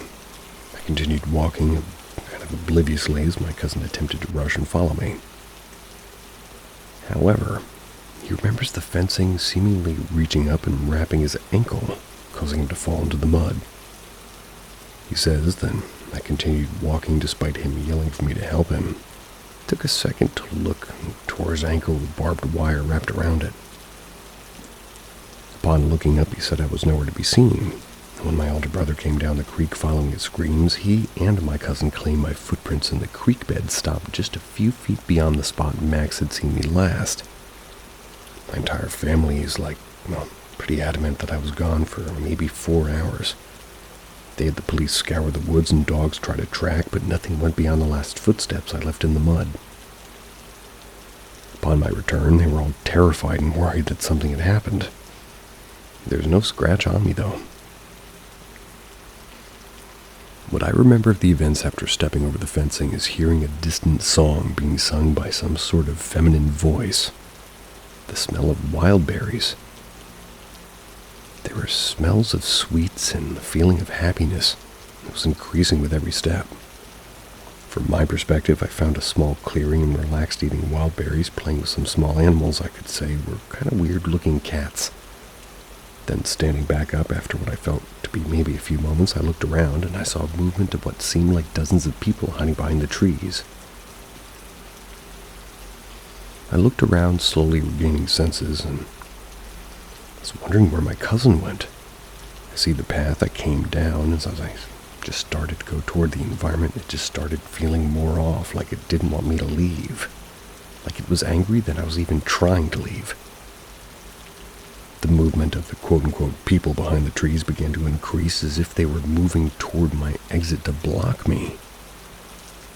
I broke out running, managed to get out of the clearing, jumping over the fence line before noticing how dark it seemed now. I was rushing up inside the house where I was caught by my grandpa and grilled for answers as to where I'd been and who the woman my cousin saw leading off with me, and why I didn't stop and help my cousin and what actually happened in the 4 hours I was gone. Seems fair.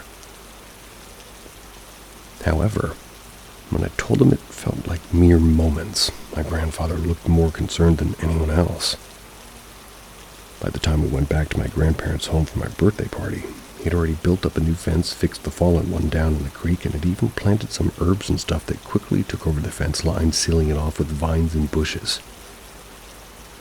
I've been back to their place once in the last few years. The new owners tore the fence and greenery out, opening the creek again. As I went to drive off, I looked down the creek, seeing a little girl coming up the property, and a strange woman in a hood standing just beyond where the fence used to be, smiling at me.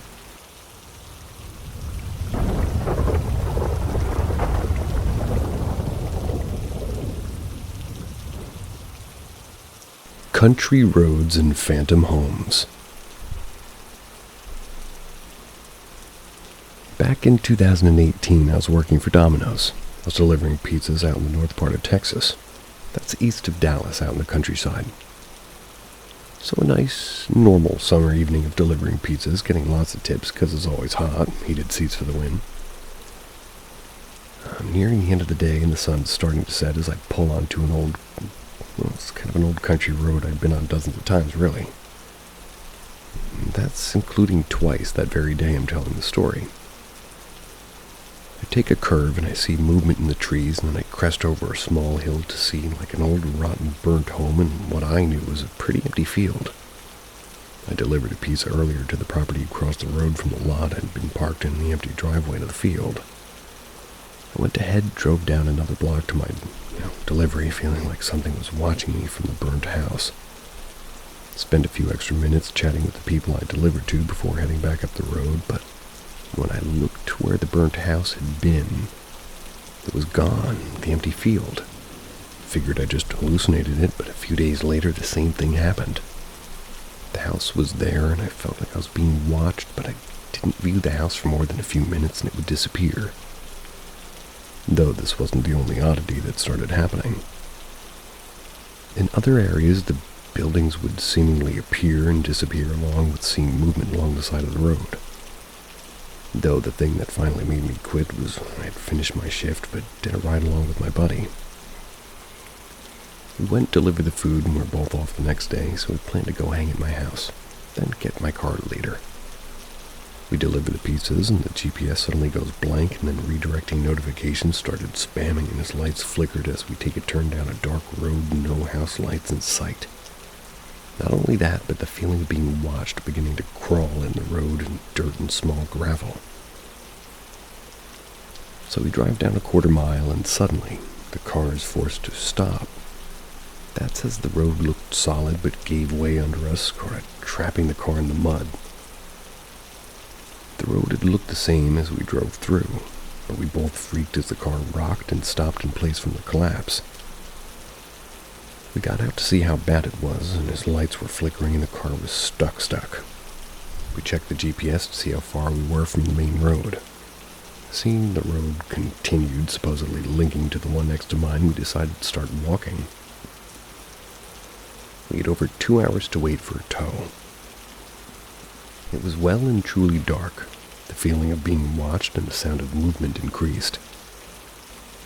We both kept our phone flashlights on, one pointed toward the backwards and, one forward and the other backwards. We felt that we weren't safe. My buddy jumped, saying that he saw something bolt across the road behind us. I then heard noises in front of us, seeing 3 sets of eyes glowing just beyond the light of my phone. The eyes were lower to the ground, but as I took a step back, bumping into my buddy, they got higher up, being at human height. My buddy jumped again, bumping into me as he started running toward the eyes, but when I looked at him and then back, the eyes were gone. We ran the rest of the way down the road, but came to find out it was blocked out by a big fence with multiple no trespassing, and trespassers will be shot. We don't call 911 signs posted on it. We both were scared shitless, knowing we'd either have to go back the way we came or risk the quarter-mile property of a person who clearly doesn't like people in his property, and potentially get a shot. We chose to go back, and oh boy, the sounds and feelings of not being alone was heavy. The feeling of something breathing down the back of our necks as we ran back to the car. When we got back close enough, my buddy remote started the car to make the lights turn on, but kept glitching and flashing. As we got to the car, I heard the sound of a truck backing down the road toward us. The tow truck had arrived and their lights flicking on strong, flooding the road with light. And in the brief moment I looked back, I saw 3 humanoids, very gaunt and feral-looking gray skin. But as quick as I saw them, they bolted into the trees. We proceeded to run to the front of the tow, and was waiting in the light of the headlights as they load my buddy's car into the flatbed. They made the comment that we had to run through some barbed wire, scratching the hell out of the car, but we know that we hadn't, and those scratches weren't there before we left the car behind to walk. We don't know exactly what happened, just know that we refused to go anywhere near the road ever again. If anybody noticed my voice sounds weird, it's just because I have 102 fever. Bear with me. Next story.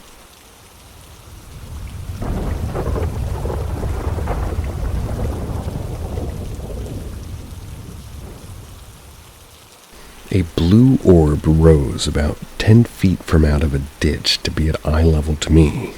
Anybody know what it might be? Many years ago, when me and my brother, I was about 12 at the time, he was younger, when we were kids, we were out late at night for some reason or another. I can't really remember why. We're pretty pretty far over the fields, and obviously making our way back to the house because we were about to climb into a ditch that would let us cross a hedgerow that was a common shortcut that we would use. I remember being in front, approaching it with him slightly behind, when I had seen a blue ball or a light lift out from the ditch and slowly float toward me.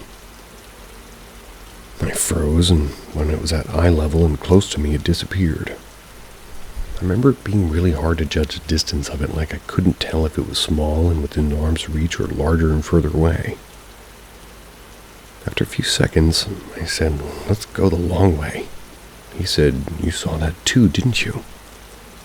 I was told that one night last year, my father, who's in his late 50s, came to the house early one night, and apparently he was white as a ghost. He told us he had seen something similar coming in over the fields and down the earth bank behind the barns. And it was going towards him before he said that it was like burning up. And tonight, while I was driving past the house, I'd seen a light on one of the fields up against the hedgerow and assumed it was local lads out lamping. So I turned round, drove over there. Even using the spotlights in the Jeep, there's no footprints or marks in the snow, no sign anyone was here. Which made me think, was it the same thing? It was some type of bright blue light, and does anybody know what it could be?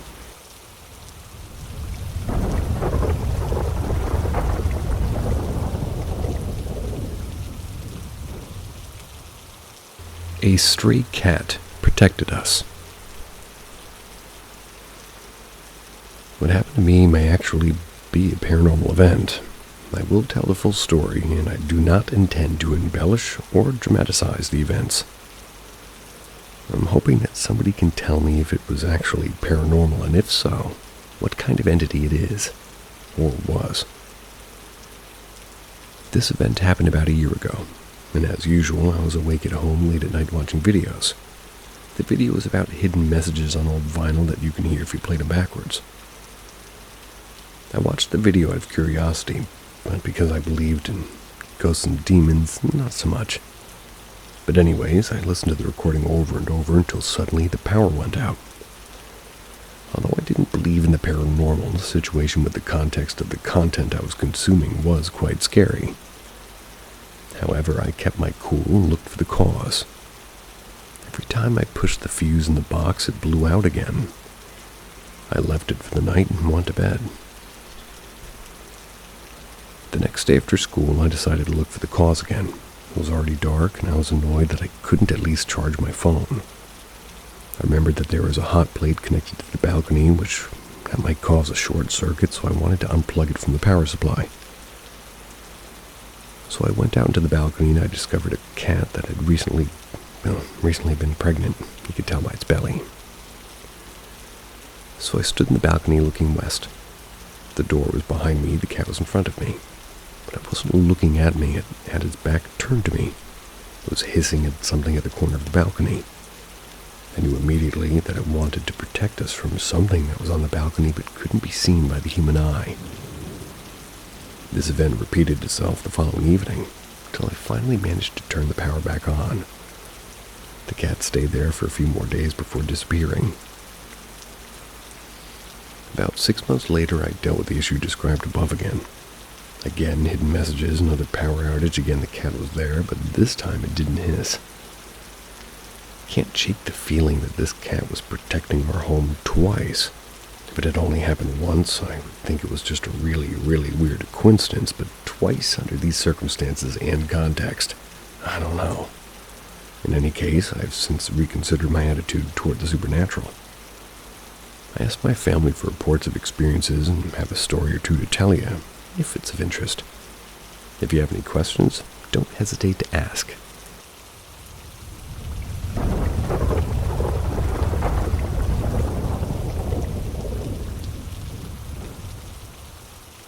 My family shared the same dream. We've lost my uncle, the brother of my father, about 3 years ago by suicide. He had a wife, my aunt, and 4 daughters, my cousins. Nobody knows the background of his suicide, not even his direct family. At least they told us so. He was found in the attic by his youngest daughter. The time after his funeral was emotionally challenging for most of us.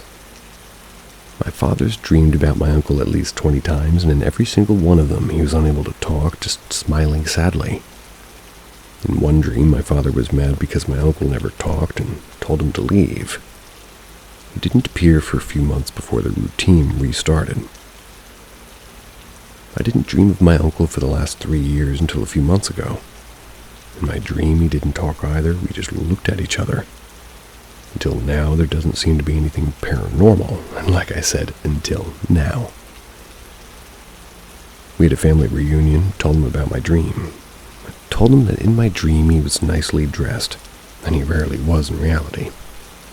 He had some white shirt, fancy pants, and a dark necktie. Many of my family members stared at me for a few seconds, and at least 4 more people told me that they had the exact same dream. A non-talking uncle dressed to attend a wedding. The detail of his clothing's to it pretty similar to be a coincidence in my opinion. This isn't a crazy ghost story, but remarkable for sure. Maybe somebody knows the backgrounds of these occurrences.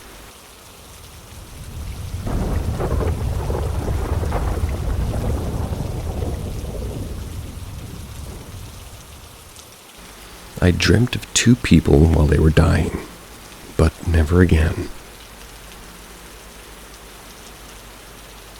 I'm a palliative care nurse. I took care of elderly person A for a long time, and I would say that our relationship was close while remaining professional. A few months before person A died, we talked about life-prolonging measures.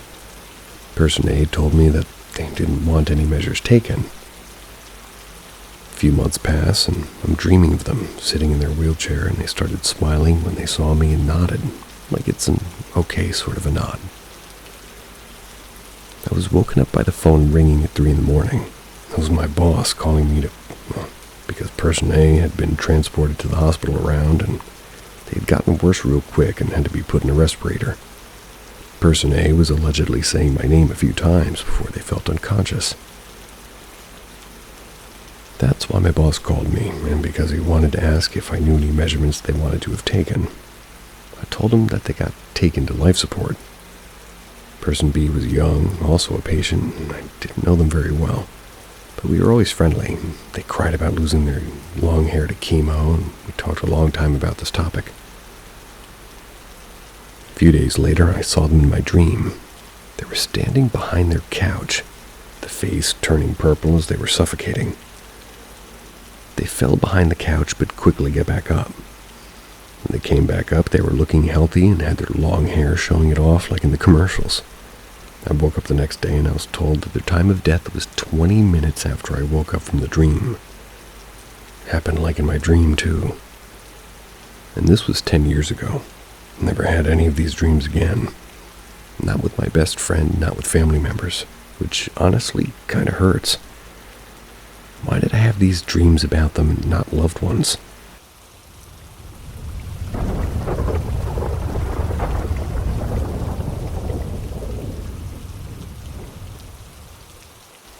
I have a few stories to share with you all.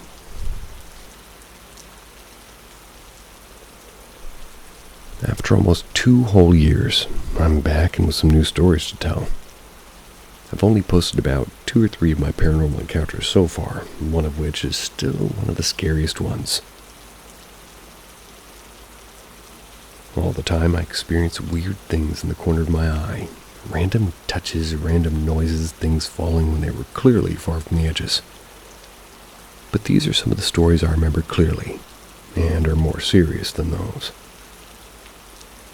Story number 1. I was sitting with my friend a few years back. We were at his house messing around with 2 walkie-talkies. Note that his house is a bit farther away from the city than I live in, but not very far. Me and him were being funny, and I had just talked about some weird stories I've heard about the Navajo people, like evil shape-shifting witches kind of stuff. That's what I'm going to call them at least. I usually am a very cautious person, and I don't speak in the name, at least out loud. Though I spoke the name in telling some of the stories, I never thought that some consequences would come from it. We kept on chatting throughout the night, and after winding down a bit, we heard something from the walkie-talkies. We didn't realize at first, but it was our own voices being played back. Me and him were frightened by it, but later on my buddy told me that he had done it for some function on the walkie-talkie. Years later, he told me that he had lied to make me and himself feel a bit better. There was and is no such function on those walkie-talkies, and so the mystery still stands. The hell was it? Was it some person messing with us, or was it something paranormal? Story number 2. I remember posting this story somewhere, and I swear on my life, but I can't find it anywhere, so I'm going to post it here once again. A few years ago, before my grandmother had passed away, I had been sitting on the toilet looking down when I saw a shadow in my somewhat direct vision. I wasn't focused on it, but it was right next to my focused vision, not in the peripheral and close enough to make out distinct features of it. It looked like a larger head of a cat. By the way, my grandmother's cat died years ago. It makes sense because there's a towel rack right above the toilet and the lights right above that in the ceiling. So I looked up, saw nothing. I got done with my business as I felt far from it. At this point, I wasn't fazed by random stuff like that as much. I walked out of the bathroom and sat down in a recliner with my grandma to my left. Her new puppy wanted outside, so she got up and let him out. Walked with him, closing the door behind her. Good 5 seconds after the puppy was out, I heard a collar shaking. It couldn't have been the puppy because it was just way too clear. It was clearly a dog collar, and after a bit of listening, I heard some ruffling as if some animal was laying down on the couch before it started to have deep breathing like it was sleeping.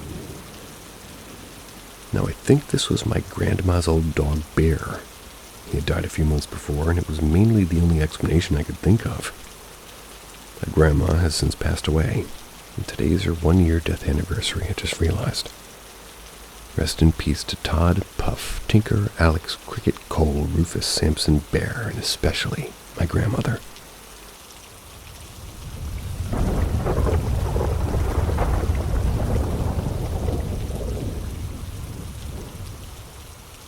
I wasn't sure where else to post this. I swear that there's some form of, like, a wolf man or a dog man or a werewolf shapeshifter skinwalker, whatever you want to call it, living in my home province. I've heard them, and I swear I've seen them. I grew up out in the rural country community, where the closest kids were about 10 minutes walk away. We always had wildlife living in our backyard, from bears to coyotes, owls, foxes, even skunks and porcupines. I was very familiar as my father was a hunter and taught us the sounds and tracks and even the awful smells of the life around us. Thanks, Dad. I'm 20 now, and I live in a large town on the outskirts of the city. I remember the first signs starting around the age of 14 or 15.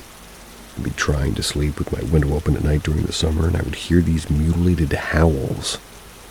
Never heard the likes of these before. And that would terrify me into slamming shut my window, closing my blinds, and locking what I could around the home, and I would spend time outdoors or walking home from the bus stop and see massive paw prints or something barefoot like human prints on the sandy gravel roads. There were these moments of awful stench. My mother would always claim it to be just the coons in the compost bins again. There's no way, way less time out there due to feeling watched and safe. I didn't know what else to do. My dad left my mom, and my stepfather was sort of a city man who thought I was simply scared to be out because I'm a girl. There was one event 3 years ago. That's when I was 17. We had a family friend who had a camp 40 minutes out in the middle of nowhere.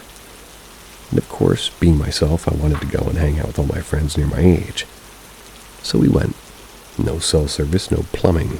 All electricity was solar-powered, outhouse, and all the camp was on a lake. Sounds kind of nice. None of my friends were there, and all the adults went down 3 camps, offered drinks, and I was stuck with all the kids 13 and under. Free babysitting.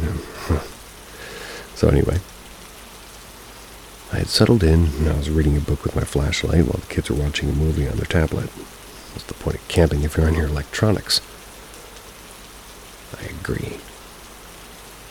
I heard the sound of somebody in the driveway, the footsteps on the gravel. Got up from my book and I went to see if it was on one of the adults in the group, but as soon as I stuck my head out the door, I noticed an awful rotten stench when the sound stopped. There was no one there. I swear I'd never felt so chilled as I did in that moment. The hair on my neck was raised and I slammed the door shut loudly and locked it. Thy night, when the adults were back, we paired up. We went to the outhouse before bed, and of course, myself and the family friend were the last two out there. I had done what needed doing and was waiting for my friend. That's when the twigs snapped and the chills were back. I saw movement. A large, dark, almost black dog-like shape was off in the tree line. I froze, and it was darting around so fast I wouldn't have believed the speed of it if I hadn't seen it. My friend came out of the outhouse, and the latch snapped my attention from it to her. She was concerned about how pale I was, but when I tried to point it out, it was gone. Poof! I went inside, and all throughout the night, and I could hear howling and barks and sounds from outside. It reminded me of the whole laughter sound from hyenas, but every so often there was this awful, deep, choppy howl of a sound no coyote could make. It wasn't the scream of a dying rabbit or laughter from a fox. It was not natural. It was twisted. I tell this because about a month ago I was with my boyfriend for a late-night drive along the coast and off in the distance from the city. While he was driving, we were talking. We both saw something massive. It was dark, almost black in color, dog-like in structure, and there was an awfully unforgettable smell in the air. We both were shouting and sped off away from it. I convinced him it was just a black bear, but there was no way. It was far too large and thin for a bear in late summer. I know it was that thing, but any time I tell someone about it, I'm told I'm crazy. I'm just hearing coyotes, and we don't have wolves in our province. There is a dog man in my province.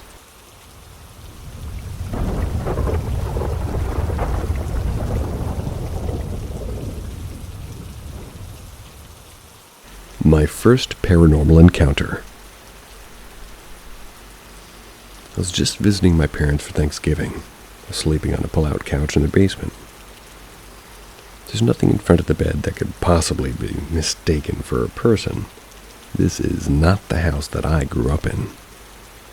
The previous owner did die in the house, of a stroke, I believe. And last night I woke up at around 5 a.m. and looked to see what time it was. I had no clue why I woke up, but I noticed something was at the foot of my bed.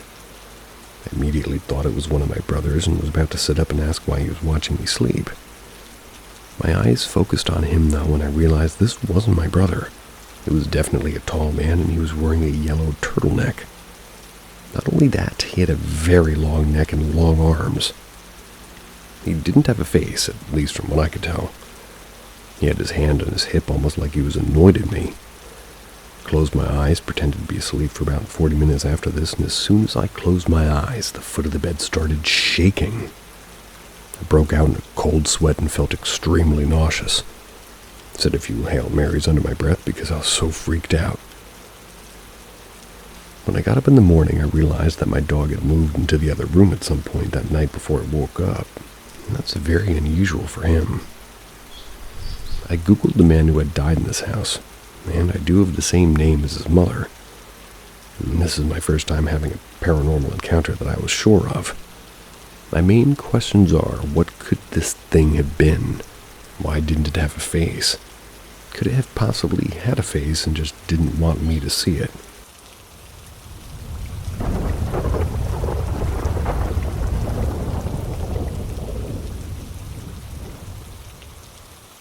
Whistles at night.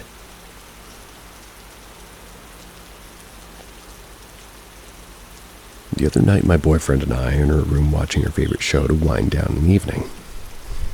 Suddenly, my boyfriend pauses the show and asks me if I heard something. I hear what sounds to be kids playing outside, which would be pretty on point as it was Friday night. Then we hear two distinct whistles come from our roommate's room. We both freeze and just look at each other in disbelief of what we heard. The energy in our room became very unwelcoming and aggressive, and we were both frozen in fear. Finally, he musters the courage to go and investigate. So we're trying to find the cause to this whistle to try to debunk it. We're also pretty huge Ghost Adventure fans, so we begin an audio recording on his phone. As he was walking into our roommate's room, he whispers, "It's this room," marking where he was at the house, and not even 2 seconds later we captured what sounded like a man's grunt.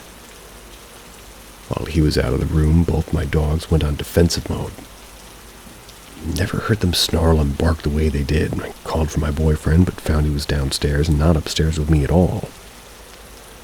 I had told our roommate of this story the following day and asked me what time this occurred at. I told him it was about 9, maybe 10 p.m., and he had told me that around 3 a.m. he had heard 3 knocks at the door and something calling his name. I thought it was me calling him, and at that point he noped upstairs to his room to go to bed. I also feel like I need to mention that we've always had some form of activity in our house.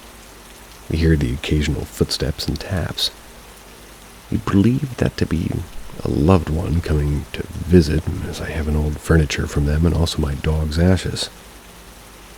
My dogs sometimes look up and track something that we can't see or will appear to be playing with another dog. I've never really been alerted that intensely to anything in our home before. We're pretty spooked as we're noticing something's beginning to affect us. Yesterday, we went out shopping and I had a horrible headache the moment I stepped out of the house. Went away as soon as we came back home. My boyfriend's temper is very short and will snap at something as small as the blanket not covering him right. Last night, I had a sudden, rage come over me. I snapped at him over something he didn't do and really couldn't control. When I'm home, my energy is drained and I'm exhausted and sleeping more than I normally am. We've noticed that when we're away from home, it feels like a weight's been lifted off our chest. Not sure what to do about any of this.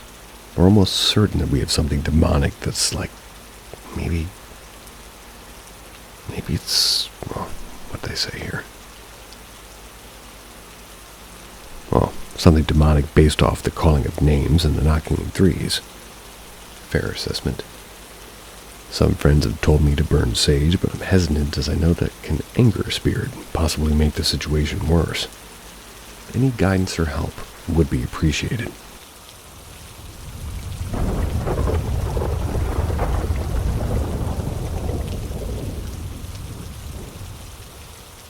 Phantom Steps. Our family home at the time was a 2-story home with a walkout basement where my room was. The house was situated on 40 acres sitting in maybe a quarter-mile deep into the woods there. 18 years ago, I was 16 and my mom and I were chatting in the kitchen around 2 in the afternoon. Everything was completely normal until I walked out of the kitchen by the closed door leading to the basement. I heard footsteps coming up the stairs, and the sound of a full-grown man wearing boots kind of steps. In that 5 seconds of footsteps, my brain told me my dad must be home early from work. Until the steps made it nearly to the closed door, and I hear that noise completely fall all the way down the steps in a devastating manner, even shaking the floor beneath me. My mom and I were 8 or 10 feet from each other, and in that moment we locked eyes in complete shock. I instantly whipped the door open and looked down the stairs to check on my dad. No one was there. I opened the door fast enough where I should have saw someone laying at the bottom of the staircase hurt. Run downstairs, look around confused as hell, checking the 2 large rooms and the bathroom. Nothing and no one. I run back upstairs, tell my mom, freaked the hell out that no one's down there. My mom calls my dad to see where his whereabouts are. He was still at work. She was so scared, and my dad knew it. He rushed home within 5 minutes and went through the whole house with a gun in his hand. Never forget my 2 buddies telling me when they'd spent the night, they'd hear footsteps going up and down the stairs in the middle of the night. I dismissed it, thinking that they were messing with me. Things didn't make sense until 2 months after the incident. We found out that the previous owner that built the house committed suicide in the property. And this is the only supernatural thing I've ever experienced in my life.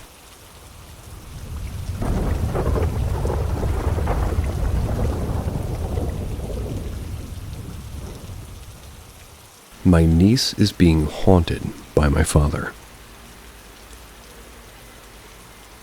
Title's a bit disingenuous. He's not really my father, never did the things a father should have done, but he did damage only father could do. So I'm going to change some names to protect the people, my niece's nephews, and I need to keep what happened to whom vague since people can look things up. So my father died when I was 13 years old. He had lost all parental rights to me and my siblings after he went to prison for trying to kill one of us. Good. I formerly was the youngest of 4, but we later discovered I had one extra older brother and a younger sister. My siblings and I have vastly different feelings on our father. My eldest brother, Derek, who took on most of the physical abuse from my father, used to hate him. But as physically abusive as my father was, he was also a master of manipulation and eventually convinced my brother that he had changed and become the father he always wanted, as long as my brother never disagreed with him or said no to him. My older sister, for some unknown reason, has this strange, almost contrarian love for her father, like she thinks she's better and smarter than all of us because she's forgiven him and she never really held his bad actions against him in the first place. My brother Jacob and I both saw our father for who he was, and neither of us grieved when he died. We figured that would have been the end of it, till a few months ago. My youngest niece Harper is constantly sick. She was like a preemie and always seemed to get sick throughout the years. So recently, I came over to watch her while my sister attended a parent-teacher conference and my nephew Jace was at work. I put Harper in bed and went downstairs for some dinner, and I heard a loud scream from upstairs. I ran up, found her room messed up and her crying in her bed, and she kept screaming about the shaggy man.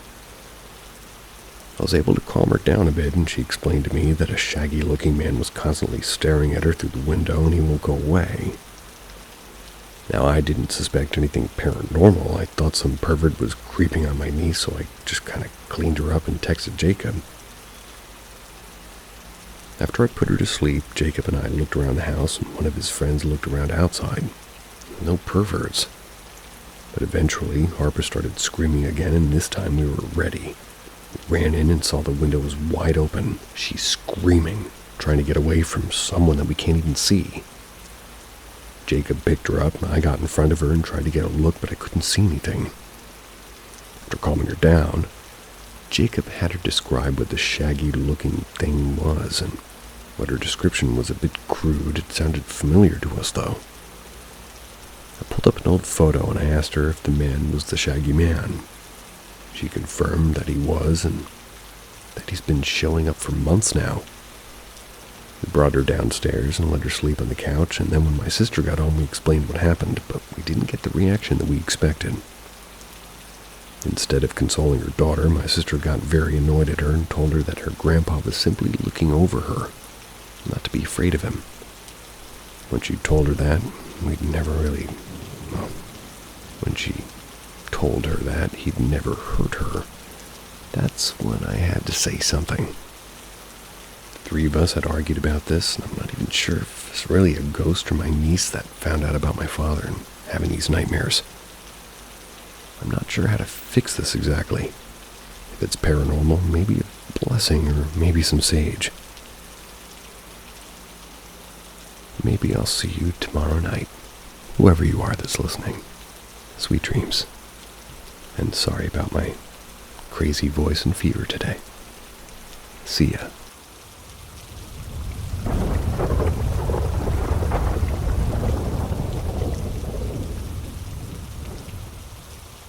Step into the shadows with Paranormal M, where every story unveils a new mystery.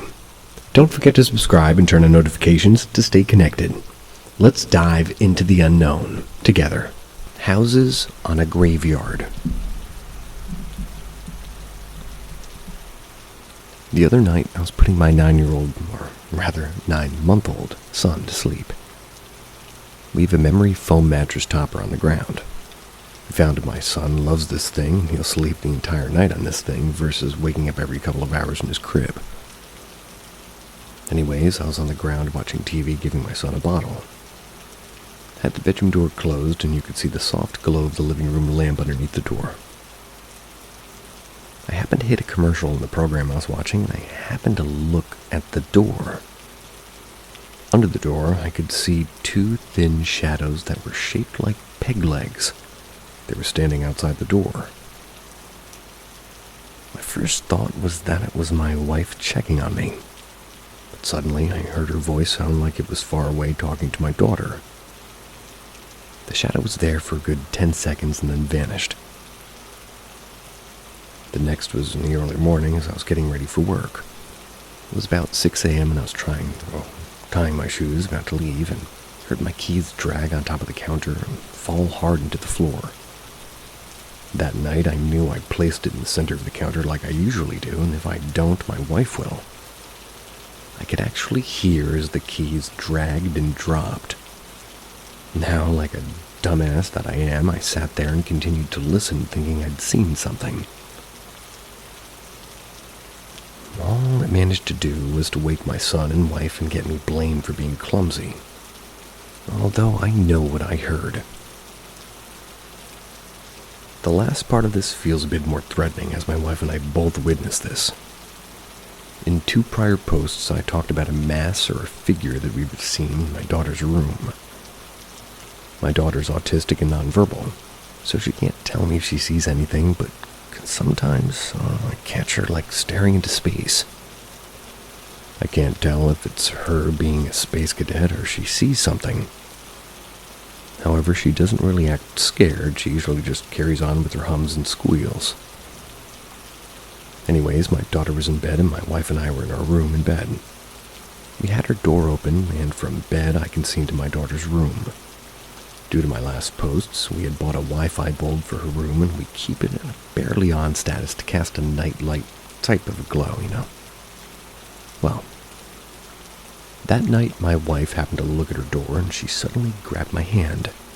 I looked up at her, and she's staring at my daughter's room.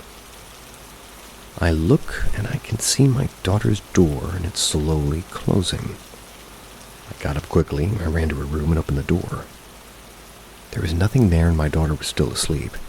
I asked my wife what she saw, and she said that she saw a black floating mass. It zoomed across the door, and after it zipped by, the door started to close. My wife was visibly shaken. One night, me and my wife were in bed. I want to say it was maybe 12:30 at night. My daughter usually stays up to ridiculous times, and so after my wife and I finally get to unwind, she usually goes to sleep, and I'll stay up and play games, or I'll watch a series. I've always been a night owl, after all. This particular night, we were both watching a series, and I was looking at my phone, looking for information on something, and my wife looks at the door. The door jerked for a good foot and a half open. I didn't see it happen. It happened so fast. All I saw was that the door was more open than the last time I looked at it. My wife said it was really fast, like easy to say that she didn't sleep much that night. The second experience that shook her happened midday, and it happened in the same place where I've had a couple of experiences. The master closet. One day I came home from work, and my wife seemed a little bit nervous. She didn't come running to me or anything, but I knew something was off. So the usual pleasantries of welcoming me home happened, and she looked at me and she said that she saw it again. I was confused what she meant. She told me she was hanging the clean laundry on hangers when the whole time she said she felt an uneasy feeling, like she was being watched. She looked around and saw nothing and finished her task. She said that she turned off the light, and what looked like a dark shadow person was standing in the back of the closet. She didn't see any features, just a silhouette, and it didn't move. She goes to turn on the light because it scared her so badly, and it was gone. She turned the lights on and off to see if it would come back, and it didn't reappear. I asked her, "Are you sure it's not her own paranoia, considering I've seen the same thing in the same spot?" She was confident on what she saw. So I've been trying to be careful on whom I tell the experiences of the house to. To whom I tell, most tell me LSD is a hell of a drug. I get it, but sometimes I struggle with what we see or anything that we experience. It's hard to refute anything when there's a whole Facebook page based on the experiences that the community's experienced. But we did find somebody who does believe us. It's refreshing being able to tell our story without judgment. For people who've read past updates, the tenant was feeling cold in certain areas of the house. I made the realization that in all the areas she stated she felt cold. Well, those are also the areas where me and my wife and I have had our experiences. It was cool and scary at the same time, but a later conversation told me that I don't know everything that everyone around me, being my tenants and wife, are experiencing in the two houses. The other night I was talking to my wife, and one thing that bugs me is when I want proof that my eye and mind isn't just messing with me. Like, yes, I am a horror movie and show fan and me being under a lot of stress, but I just want to make sure I'm not going crazy myself. I presented the idea of putting cameras in the house, and my wife absolutely refuses. She says in her mind she's fine, that we're thinking that we're just experiencing things. However, if we were to have proof, she couldn't live here anymore. I'm not sure I understand the logic, but I also understand that we don't have the money to move. Plus, she doesn't want her children to feel like they have no privacy. So I will respect her wishes, but I really want to do this right now. Starting to realize she's more nervous about what's going on in this house than what she's letting me see. And I guess she hasn't told me everything. While I was talking to her, I asked if you had seen anything that's significant, meaning anything that couldn't be explained away.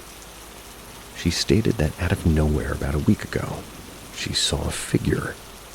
Kind of laughed and said, again, huh? And she shook her head and said, no, I saw a little girl. She told me the story that she was in the kitchen making lunch for the kids. She could hear the kids in the background playing. She said that she felt a tug on the back of her shirt. She turned around expecting to see my daughter trying to sign for something that she wanted. Since my daughter's nonverbal, we've been kind of teaching her sign language. Instead, she saw a black figure a little bit taller than my daughter that went by her. I asked if you saw any details, and she said the only detail she saw was that it looked like it had long hair. This makes me think that it's multiple things here. If you look on that Facebook page made for the experiences in our community, it seems to happen to a couple of others too. I know it seems I'm stretching, maybe, looking for validation of what we see or hear anywhere, and who knows, maybe I am. Seems interesting, though, and oddly comforting that we aren't the only ones. The next night, my wife was in bed. I was sitting in a recliner next to the bed. We both heard heavy footsteps that sounded like they were coming to us. And what was weird is it sounded like boots in gravel or dirt. It came up that maybe it could be our dog who sleeps in the kennel at night, digging into her bedding and somehow got the plastic underside. But that explanation just doesn't really satisfy. Like it sounded like a heel-toe of somebody walking. So we may have a logical explanation. I think it's something worth noting. The final experience of this update was with me and my daughter. As any parent knows, toddlers follow you everywhere. My daughter's no exception. She always follows me as soon as I'm getting home. Well, it was late in the evening, and I was headed to the restroom, and my daughter, of course, wants to follow me. I made it into the bedroom, which didn't have any lights on, and my daughter squeals behind me. So I grab her and I pick her up. Now, in our master, our toilet has its own small room that's attached to the main bathroom. On the side, there's a tub and a shower. Above the tub is one of those frosted windows, those ones that let in light, but you can't see any details in or out. I had made it to the door of the main bathroom, and I saw through a slightly open door a figure. It looked like it was in front of the window. Oh, my daughter just points at this figure. She doesn't seem scared, but as soon as she did this, it disappeared. I opened the door all the way to make sure there wasn't someone there, and my daughter just squealed and signs more. I'm not sure if that was a sign for help or more. In sign language, the gestures are very similar. She hasn't mastered the difference between the two and so far, so she only recognizes 3 signs but only understands how to do quote-unquote more. I decided to use the kids' bathroom after that. Most things have just stopped other than the random noise at night, and usually the dog or cat gets blamed for it. However, I'm really just starting to notice that things are coming in waves. We have a period where nothing happens for a few weeks, and then it ramps back up with the oddities. We're at the ramp-up part now. Started in the middle of last week. We heard footsteps in my living room while my wife and I were in my master in bed. We usually leave the door open because my daughter plops in her bed in the middle of the night. It was loud enough for me to want to get up and investigate, and of course I saw nothing out of the ordinary.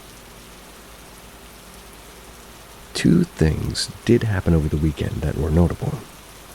The first was in the evening. Now, my 3-year-old daughter has new focuses.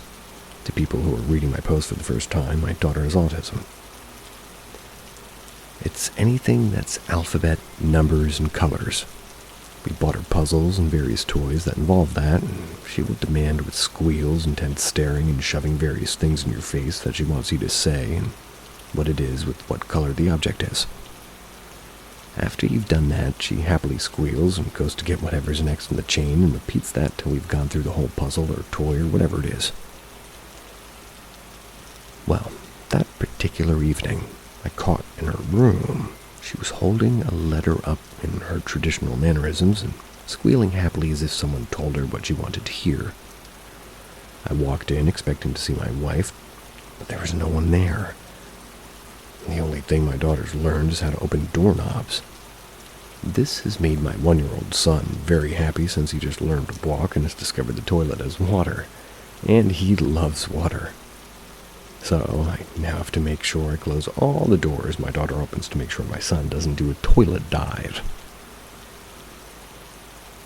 Well, one day, I was in the living room with my daughter playing with her. That was while my son was walking around. He wanders into the master, and suddenly I hear the doorknob open. I see light from the master bath start to show. 2 seconds later, I hear another knob within the master bath open.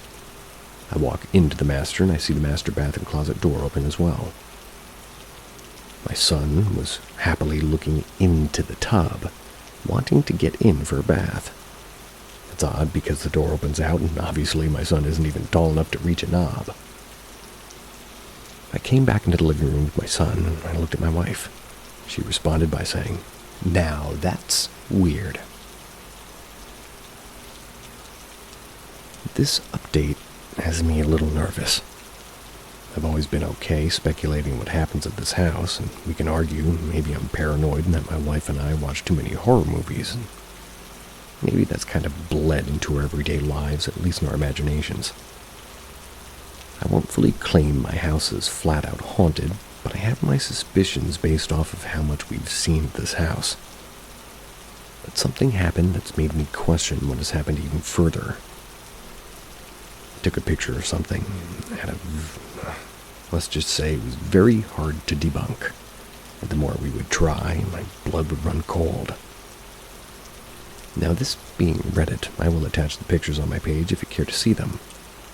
I do. I wish I could.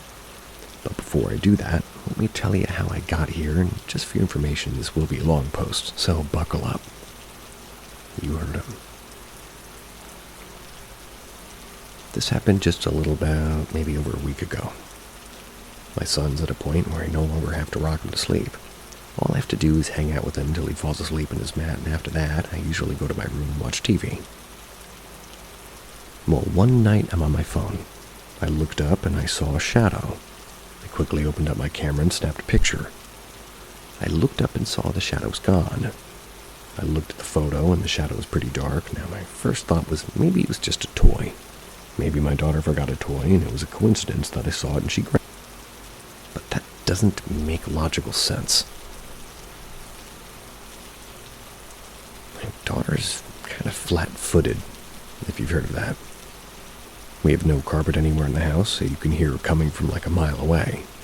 I eventually get up, open the door, and there's nothing in front of the door. A couple of days later, something about the photo just didn't sit right with me, and so I tried to debunk it. The one thing about it is that the shadow was really dark, so I went about trying to debunk it.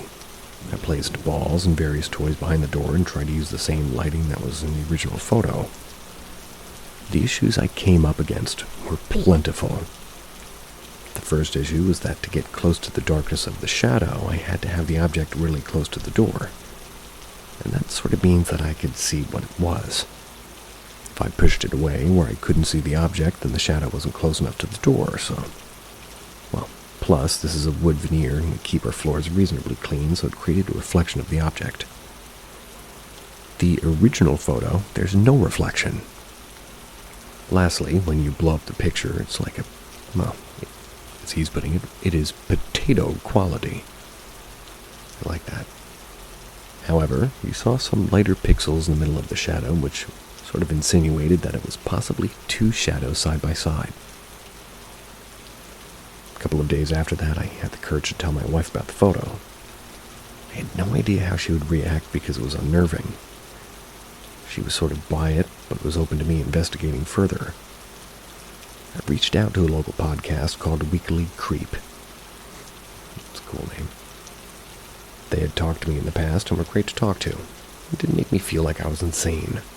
Told him about the photo, how I tried to debunk it. I sent him my quote-unquote control photo first to show my efforts, and then showed him the original photo. He agreed it was odd, and luckily didn't laugh me away. He said, "Yeah, this is odd. Let me blow it up on my computer and see if I can lighten it up." I agreed, and now I expected him to say, "Dude, you're paranoid as hell. This is your daughter's toy." And to be truthful, I was hoping he would tell me I was full of shit. I almost really would have welcomed it. Instead, when he came back, he shared with me the lightened up photo, and my blood ran cold. He did not say I was insane, nor did he say I was mistaken for what I thought. Instead, he agreed there was something very odd that showed up. This photo now shows what looks like two child-size old-style shoes standing at the door. My wife posted the lightened-up photo. It was on a popular Texas-based Facebook page, and it was surprising how many knew of this Black Hope Cemetery. Most people agreed that it looked like shoes at the door. A few thought it looked like an upside-down face looking under the door.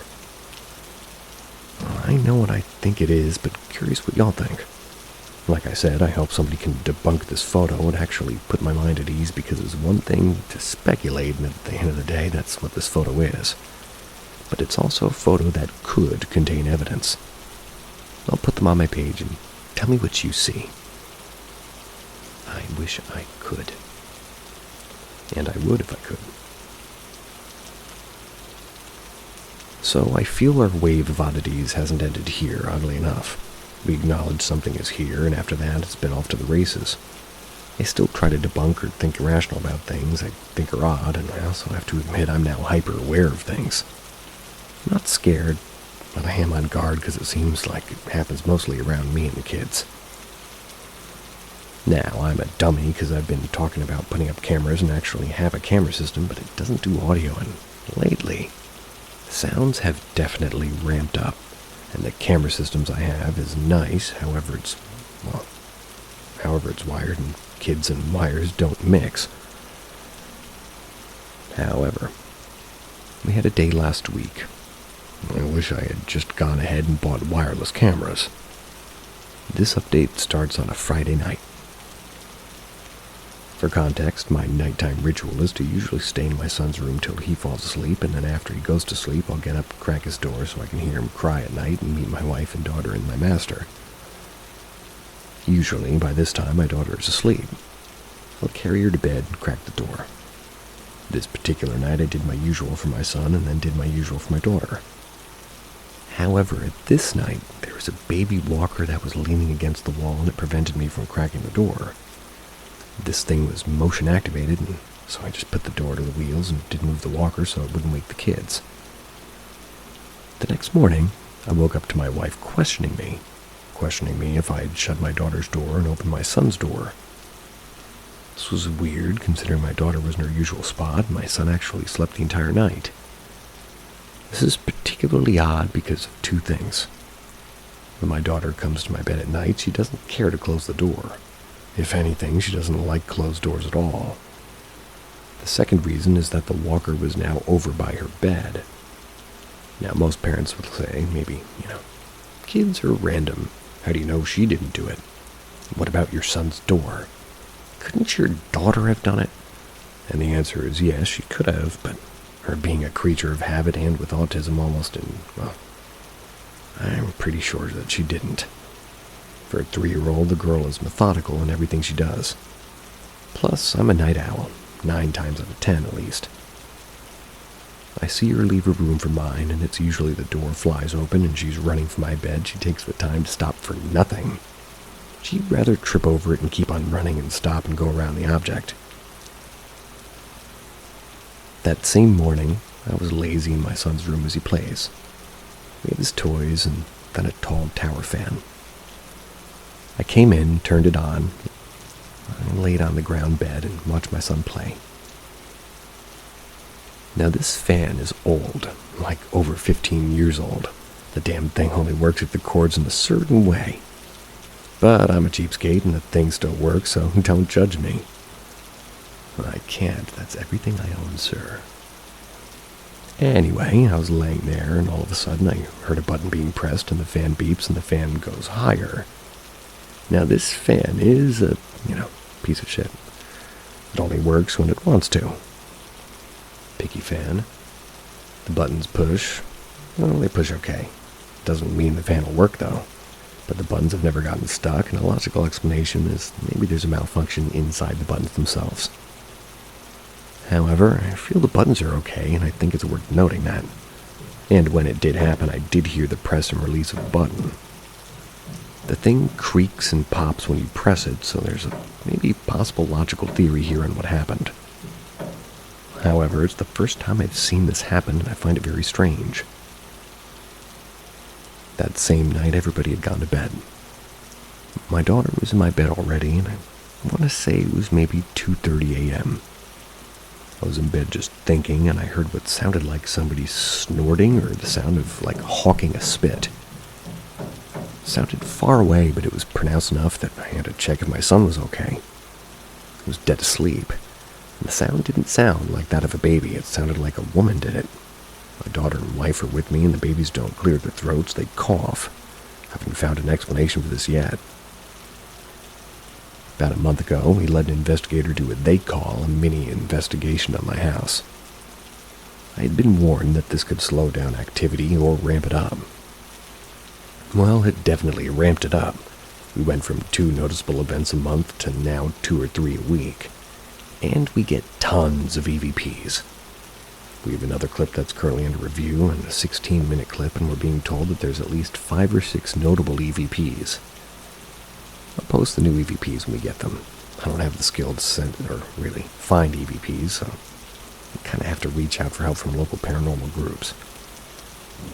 Also, whatever is here is getting bolder. Things are moving. We're hearing more footsteps and more noises, things I can't blame the dog or kids on. As you've seen in the past posts, or in this one post that I'm currently reading, I try and I be skeptical of the things around me. But lately, since things have ramped up, and I'm hearing all these EVPs, it kind of has me on edge. I'm always trying to question everything. I'm not sure if this is a good or a bad thing, but I'm dealing with it. Like I've said in past posts, we've never felt threatened, nor has really anybody else that's at least entered the house. But I'm always wondering, what's next? This past weekend, we had a very unusual experience. We had what feels weird for me saying, the usual activity. We had a baby bottle get dragged on the floor a little bit. We know this because this bottle that my year-old son likes annoyingly leaks. So it'll form a ring around the bottom. One night, once again, I was waiting for my son to sleep. I heard something move. I looked up to see nothing disturbed, and I disregarded it as maybe I kicked a toy or something.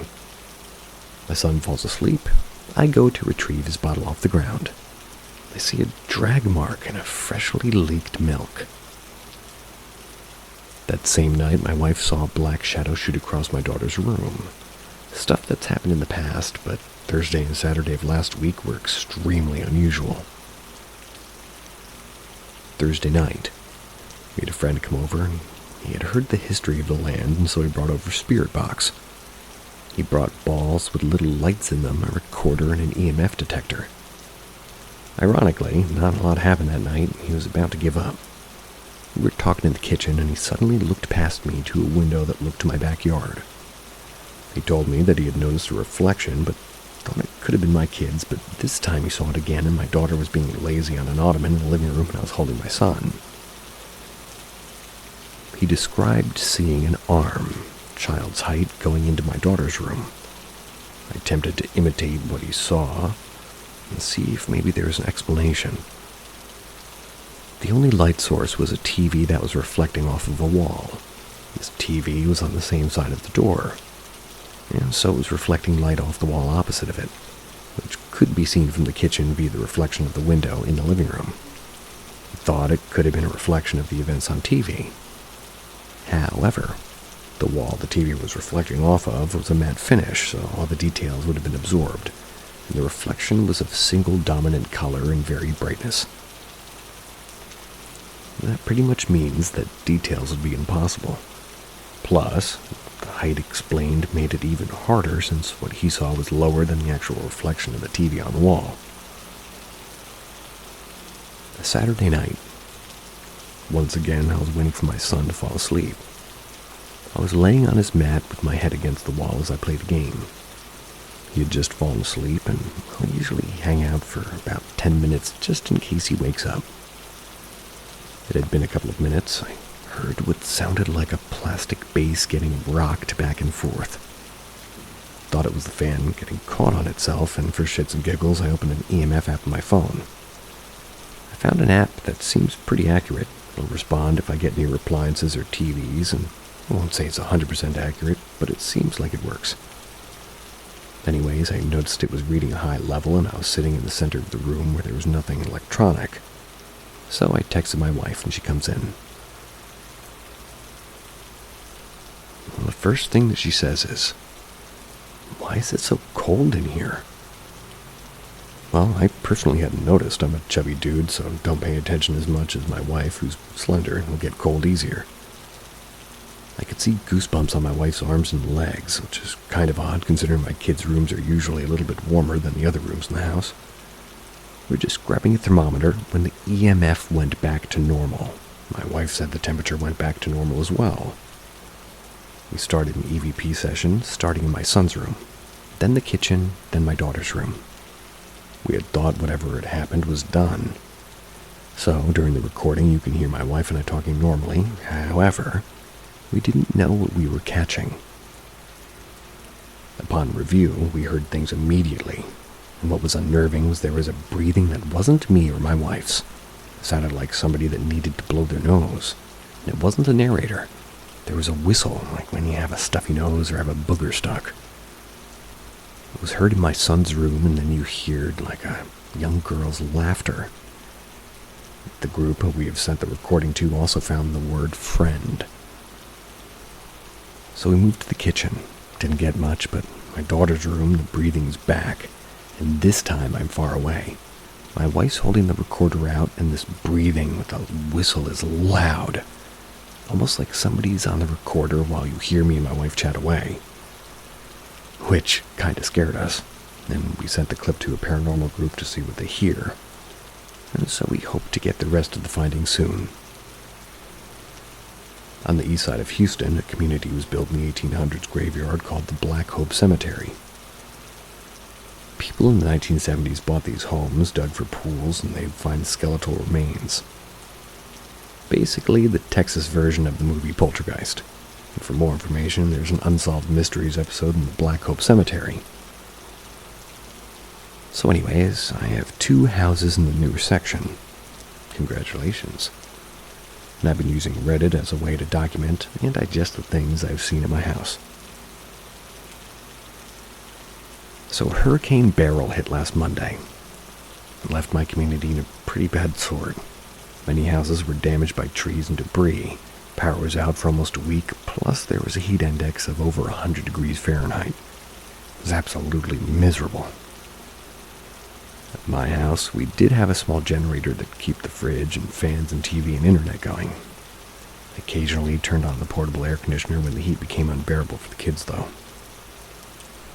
Due to what had happened and what we were dealing with, in the house kind of felt like an afterthought. We're exhausted every day after each day, keeping kids cool, trying to find gas for the generator, etc. We did try for one night and take advantage of no power to see if we could get spikes on an EMF meter. We're actually getting some pretty good spikes. We did try to get EVP, and we didn't really get anything to review it because we figured that the generator did no favors. However, that didn't stop whatever it is in our house from being noticed. On the second night of no power, I was going around the house locking doors, and now that I think of it, that's pretty useless when you have windows open, but anyway, I walked into the master, got my headlamp so I could refill the generator. I happened to look at the front door, and at the front door, there's a small window that was alongside the door. I saw a dark figure walk in front of it. It was such a solid-looking shadow that I thought somebody had broken in. I ran to the front of the house, and no one was there. Now, keep in mind the only lights that we had on were the lamps in the master being run by the generator. The rest of the house was dark, and the moonlight cast a soft glow on the rest of the windows. The second time came the weekend. Power just came on, and that night all energy drained from my wife and I. With a sigh of relief. That night, the kids were back in their room sleeping, and I just passed out. I woke up suddenly to what looked like a very tall and thin shadow on the wall. As soon as I saw it,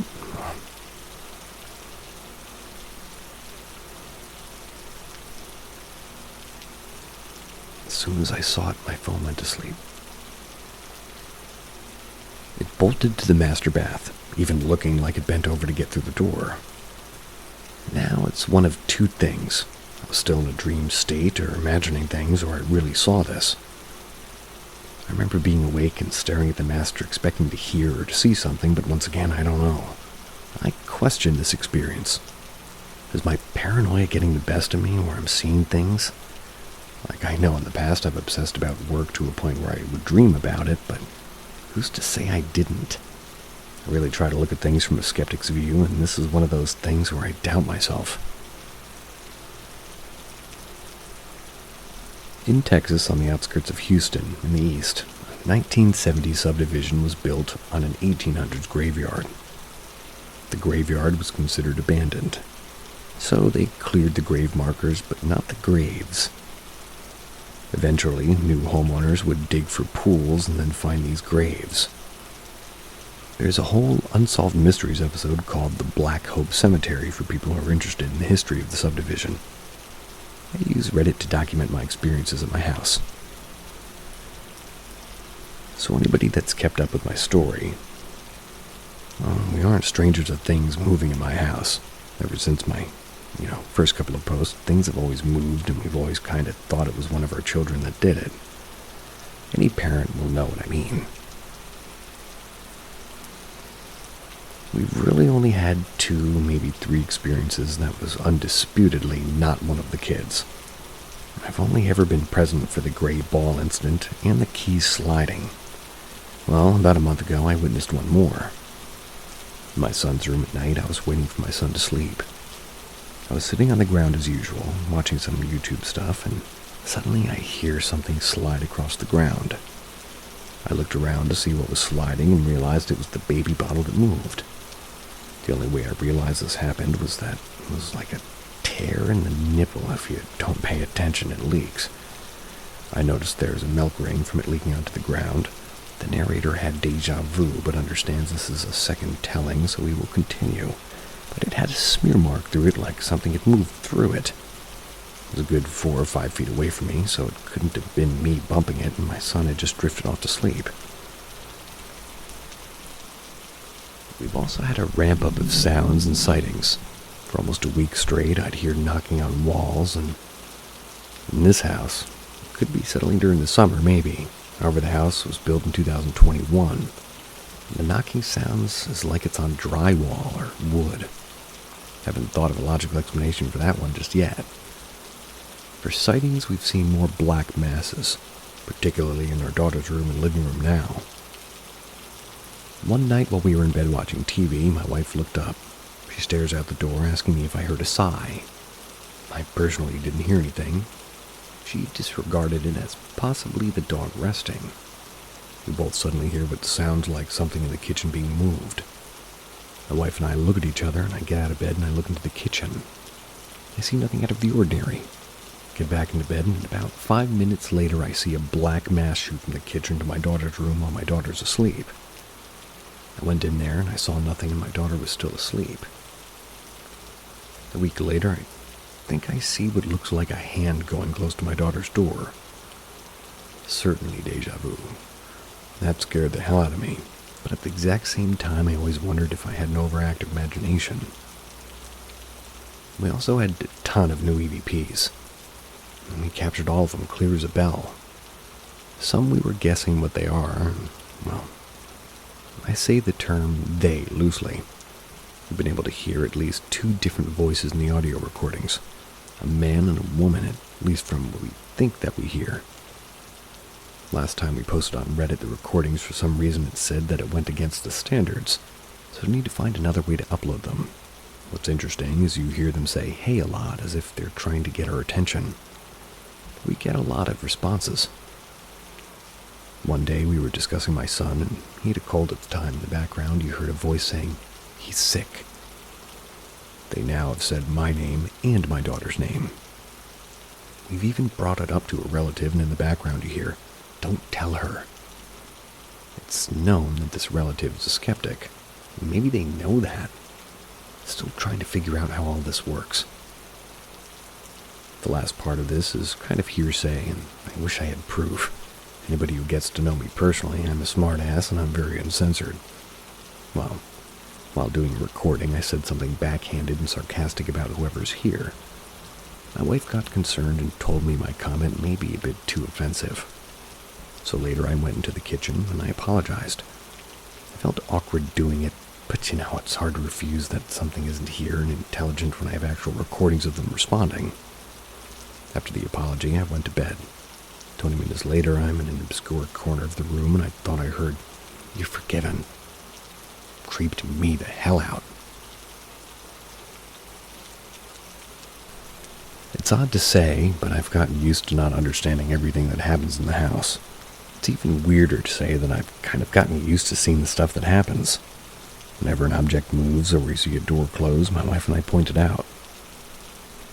However, we don't react like we used to a year ago. We started to get the constant activity. I guess it's sort of become our norm. At least, that's how we call it, or at least how you can say it. However, it hasn't stopped me trying to figure out how to learn more about whatever or whoever is at the house. Luckily, I've been in the AV automation industry for nearly 2 decades, and that helped me figure out how to do EVPs using the voice memo app and Audacity to go through the audio. I find the process oddly enjoyable, and it helps me that the house is pretty much always active, but I always want to know more. So I reached out to a paranormal group that's Houston-based. They seemed nice enough and got really excited that they learned that, where I was living. It always baffled me that my community is so well known in the Texas paranormal community. So anyways, I sent them the pictures and EVPs that I'd managed to get. They were impressed with my work. They said that they were aware of the history of my community and were also aware that paranormal investigators weren't exactly welcome in our community due to the way that some have harassed the area where, the first homes of the community were built, so the paranormal investigators in the area, people aren't very kind to them. The local group said that they wanted to investigate my house based on the evidence I provided, as well as help them move on. Now, I'm not a religious guy, and neither is my wife. I'm not looking to cast the entities out since they aren't really disrupting anything. But I'm also really not interested in keeping or trapping anything. So if that's something they do, cool. Give whatever it is a choice. I guess that was a choice the entities didn't want. So the group came to the house with a wagon of goodies. They have camcorders, thermocam, light-up cat balls, an orange device that measured temperatures and barometric pressure, voice recorders, a motion detector, and an EMF detector upon arriving.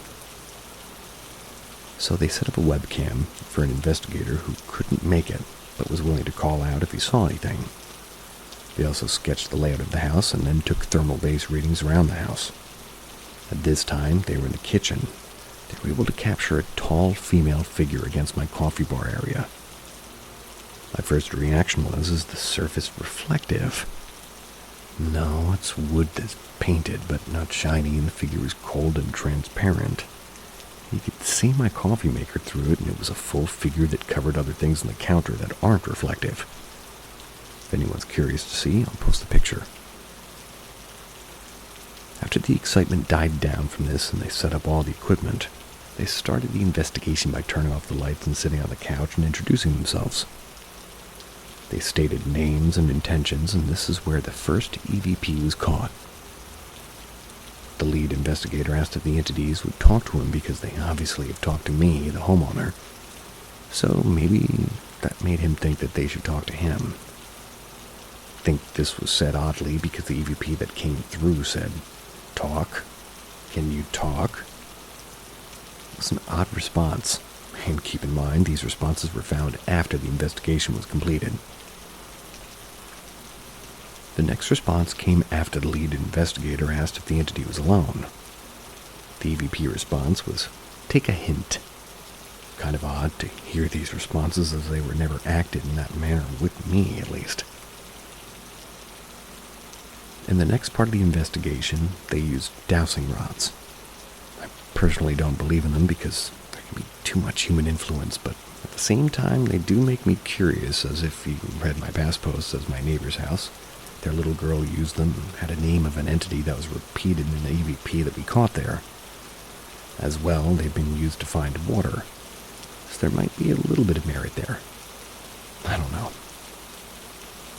A little, yeah.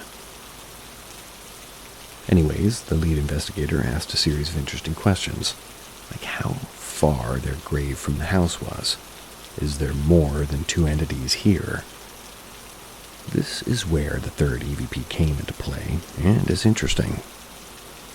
A new voice I've never heard before very clearly said, "Yes."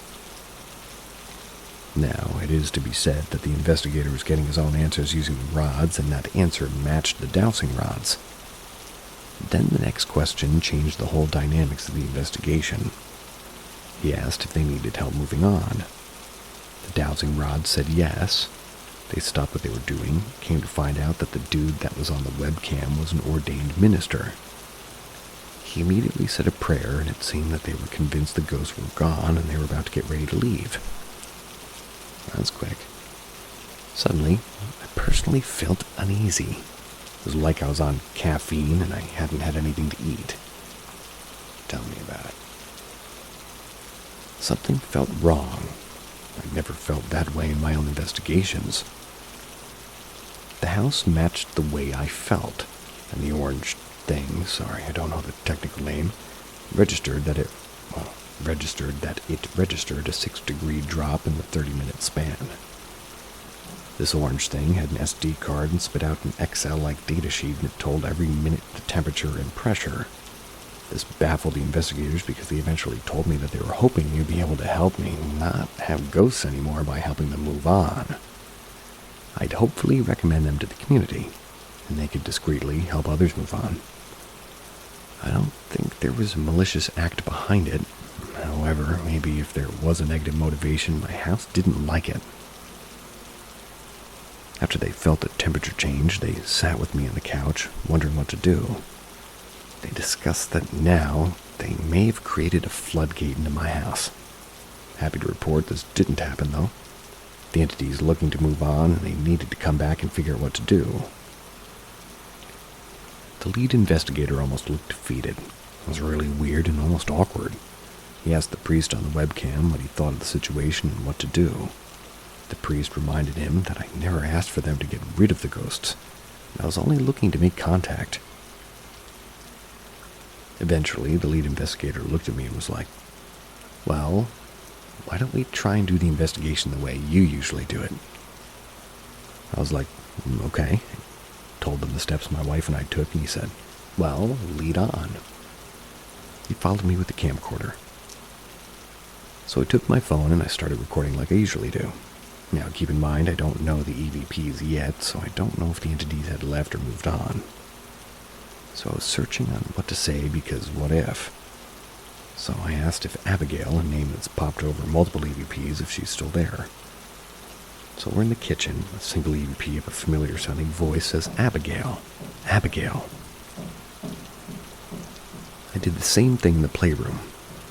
Felt odd, the fact that I had no idea what happened, and that really changed the questions I'd usually ask other than, are there new entities here? I used to just ask about the EVPs I'd caught in the past, and it gave me something to at least talk about. At this time, I caught another EVP that said my son's name.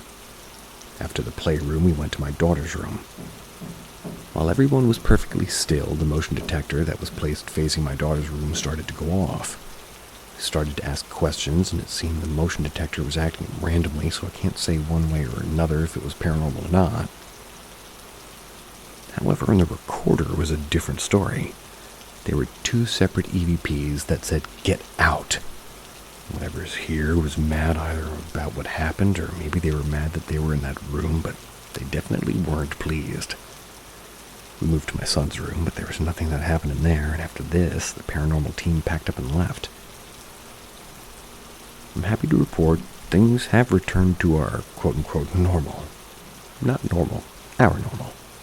The usual things that happen, and no more things out of the ordinary has happened, and the house feels normal. This was a weird night, not one that I was looking to repeat. If I do investigations, I think I'll invest in my own stuff and do it myself. So this update just has me straight up wondering if my sanity is there. To the outside looking in, some experiences are in your face, hard to deny or to debunk. Some are things you notice in passing and you scratch your head and you think that there maybe could be an explanation. You read my other posts, which I believe we just did. I do try and debunk what I see, and I try to think what would cause things before I would just blurt out and say it's paranormal or not. But what if you came up against a situation where it automatically can't be debunked? What if the situation that happens looks so black and white, but suddenly the evidence on what should be there isn't there? Gotta say, I had a situation that threw me for a complete loop. And the level of interaction or communication is absolutely crazy. The communication is so frequent I have a near full Google Drive of EVPs and various things captured. So we've discovered that my daughter's room is a great vantage point to be able to watch a TV program of my own choosing, be able to watch the kids in full view. They can go into the living room, watch TV, or go and play into my son's room, and they can play. Works great as you're trying to be an adult and trying to do some relaxing at the same time. Kind of rarely works that way, but I try. Anyways, this experience happens around my 3-year-old daughter, who's autistic. One of her things is lack of spatial awareness. She can get locked onto something and the world around her disappears. Now, when this happened, she was in the living room. My son, my wife, and I were in my daughter's room. I heard what sounded like a one of the playpen balls bounce. My wife heard the bounce too. I looked up and I saw a small white ball high in the air, right beside her. Why is this weird?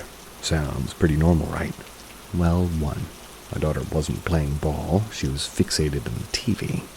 And I saw her fixation before the ball and after the ball. She never even paid attention to the ball, whether it was going up or down, although it was right beside her. Secondly, this was a playpen ball. They don't really bounce. And I heard the physical bounce, and that's when I looked up and this ball had to be a good 4 or 5 feet into the air. I can only do that if I threw it really hard, and I know my daughter doesn't have the arm strength to do that. Plus, when you do that, they dent and go nowhere. She's only 3 and she's very petite. Somebody with a good arm had to throw that ball at a good strength, and my small daughter was the only one in the room at the time. The next thing that happened is hearsay. Do you remember the paranormal group that investigated the house in my last post? Well, they video called to follow up and see how I'm doing. After all the pleasantries, they asked me if I'm still experiencing paranormal activity, and of course, this is my house, being what it is, I say yes. I saw their faces fall and one guy running off. They suddenly ask, "Did you hear that?" I didn't hear anything abnormal at the time. They claimed that as they asked me if paranormal activity was happening, they heard a voice come through their speakers say, "No, he's not."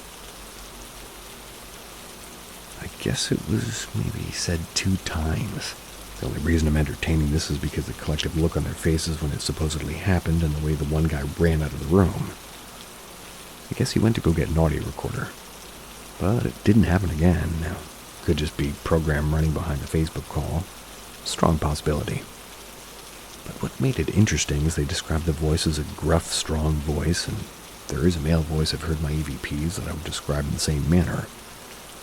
Is it the same voice? I don't know, and I really won't make that claim. But at least thought it was interesting and worth noting. Now, to shake things up at my house, we had a friend stay with us for a few weeks, and oddly, a lot of activity just stopped. It was really weird. I'm not crazy, I swear. I'm just used to the constant things that happen at this house. Anyways, after 2 weeks, we conduct our usual EVP sessions. We happen to get on a tangent during the session and start discussing this friend. When reviewing the audio during the time, we hear, "We hate her." This raises the questions, are they always here? And if they hate someone, what does that mean? Do they have the ability to say things through video calls? And if anything, these few experiences have left me with more questions than answers.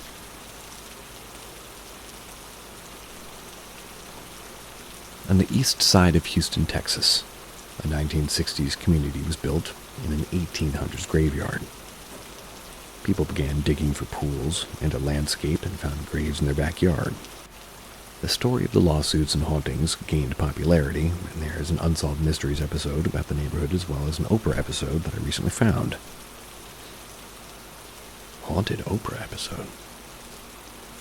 I live on what would have been the north side of the graveyard. I use Reddit to document and digest the things that happen at the house. Now, I have been documenting here for over a year now, and most who have read most of my updates know that I try to think logically for reasonable explanations or to try and debunk whatever I experience. One recent thing I came across was the skeptic of exploding head syndrome. It's when a person is almost in a trance-like state and they hear noises that sound real but are just phantom sounds in your head. Now, if I think about this, that explains maybe 30% of what I've heard in this house. However, it doesn't explain the shared experiences I've had with my family or the EVPs that we've captured. The reason I bring this up is due to a couple of experiences that happened the same day. One of them wasn't even in the house.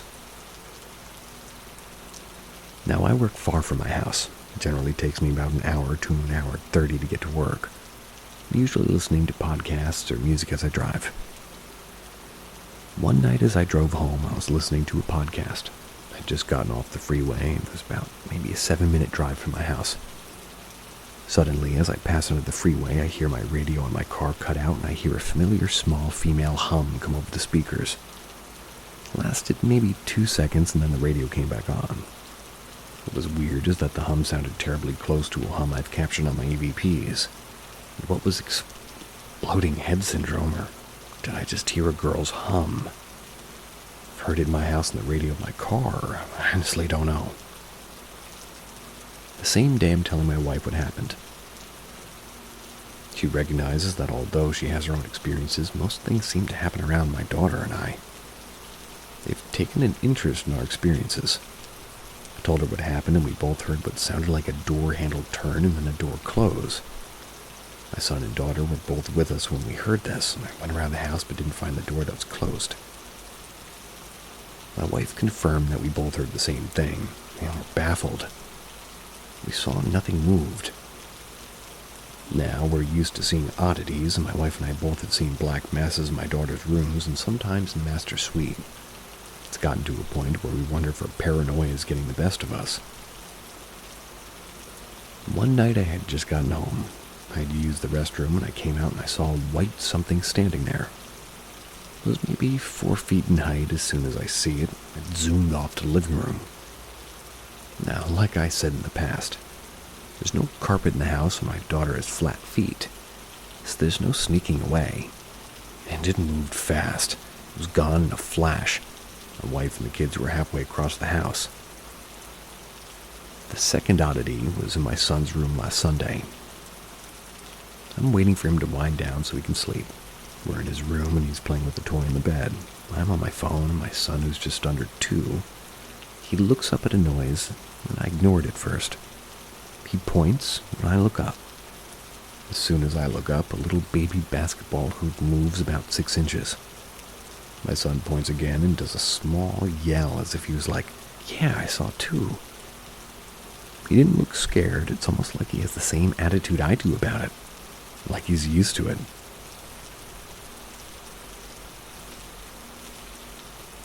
On the east side of Houston, Texas, a 1960s community was built on the 1800s graveyard.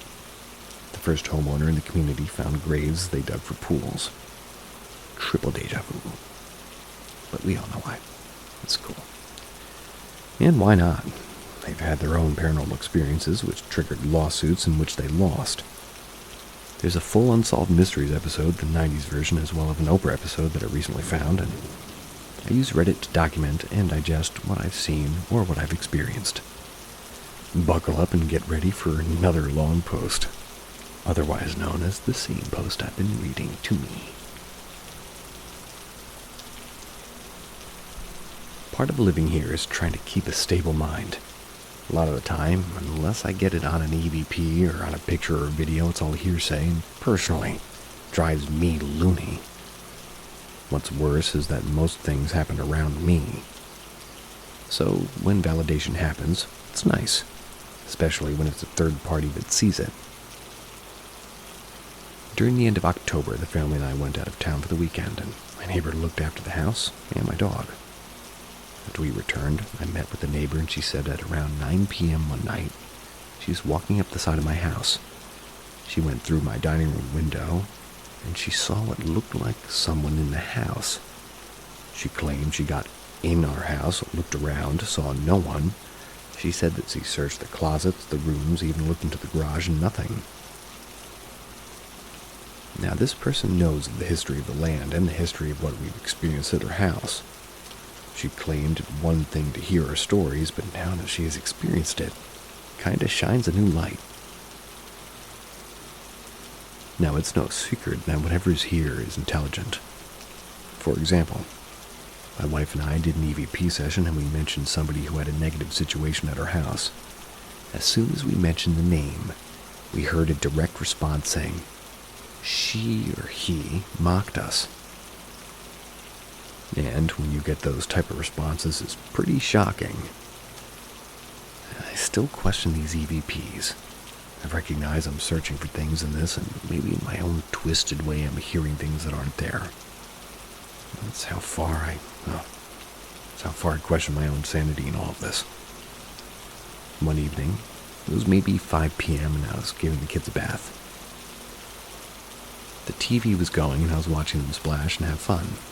Out of nowhere, I hear what sounds like a female voice calling my son's name, clear as a bell. It was loud enough where it was heard over the splashing and the TV. The validation was my son stopping his splashing. He looked at the door as if he was waiting to see who had said it. After a few seconds, I poked my head out of the bathroom and realized my wife was in the kitchen. Went back into the bathroom, went back to watching the kids again, and then I heard what sounded like 2 syllables.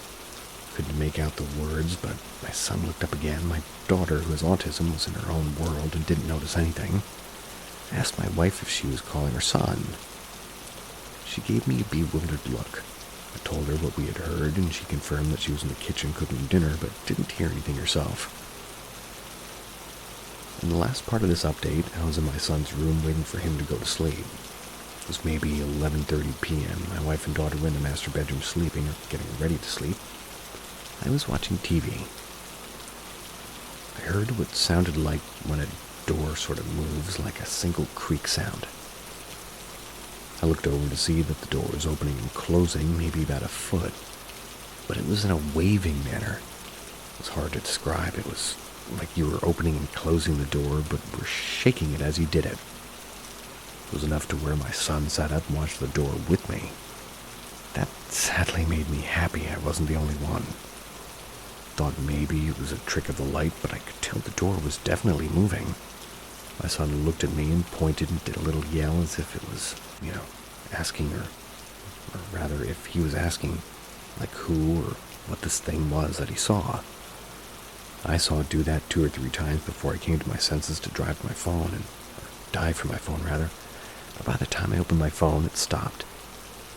My son was still pointing at the door and looking at me as if he were asking me what was happening. Just tried to calm him down and got him to sleep. I asked my wife just in case if my daughter got up or if she did check on me, but she said no. My daughter fell asleep pretty quickly. My wife had stayed in the bed. Things that happen like this make me wonder if that's why both kids struggle sleeping in their rooms. Now, to look at this from a skeptic's view, kids sleep with their parents all the time. This could be normal behavior. My daughter refuses to sleep in her bed for a full night, and my son wakes up at least 3 or 4 times a night and usually settles down if I sleep in the bed with him. And positive things are maybe in their part of the house, as most pictures and EVPs either happen there or in the kitchen. If it's not threatening to me, I'm sure for a 2 or 4-year-old it could be scary at least. Although for now, both of them don't act scared while being in the house.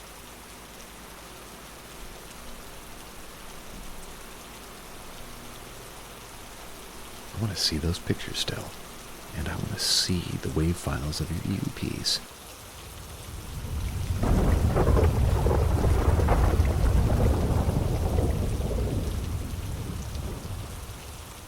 Woke up at the end of the bed.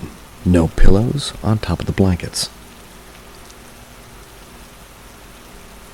In 2016, shortly after my husband and I moved to New Mexico, we experienced something extremely strange. We went to bed as usual, with me on the right side and him on the left. The next morning we woke up in a completely different position. Our heads were at the foot of the bed, on top of the covers without pillows. We were on the other side as well. Our bed was basically made as well, and as if we had never even gotten underneath the covers at all. I would never put my feet on the pillow. I'm a germaphobe. We had our sleep clothes on. We didn't drink or take drugs or anything of that nature either. And to be super clear, I always sleep with a pillow underneath my arm because of neck pain.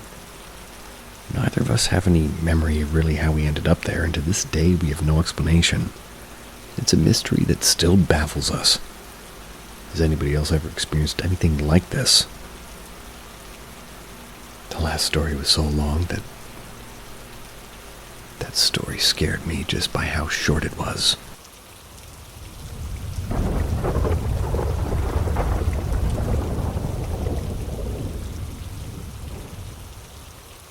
Experience from when I was a kid that I can't shake. When I was around 10 or 11, I had a friend whose house I would stay at frequently. There's one day in particular that my older sibling, my friend, and I decided to have a sleepover where we all slept on the couch.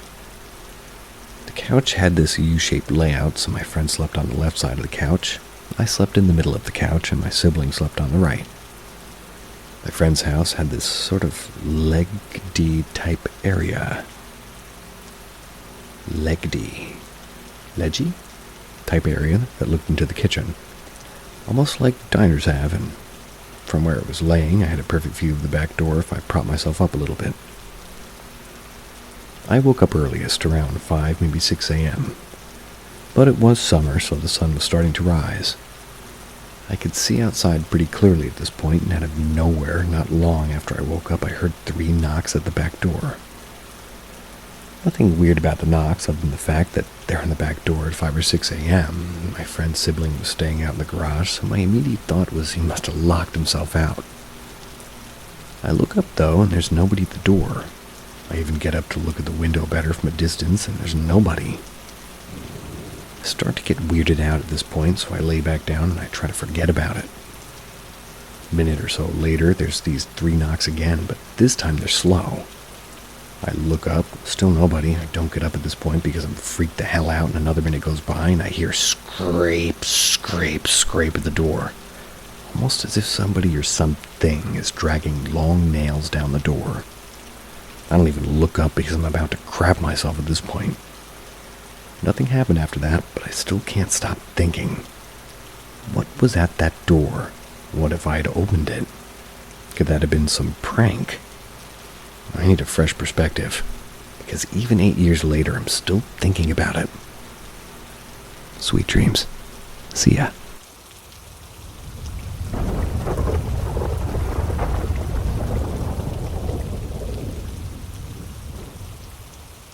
You've found Paranormal M, the home of captivating tales from the other side.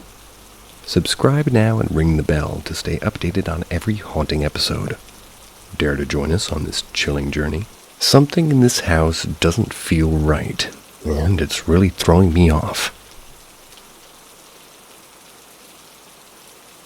A few days ago, I moved into a small apartment. It's in an older building. It's cheap, and I was excited to finally have a place of my own. But ever since I got here, something feels off. Or at least I think it does. I don't know if it's just the strangeness of living alone, but there are these little things that don't seem right. From the very first night, I noticed that one of the kitchen drawers always ends up slightly open. I didn't think much of it at first. Who worries about a drawer, right? Figured it was just loose or that I hadn't closed it properly myself. But each time I shut it, I'd later find it a little bit open again. Just a few inches, but enough to notice.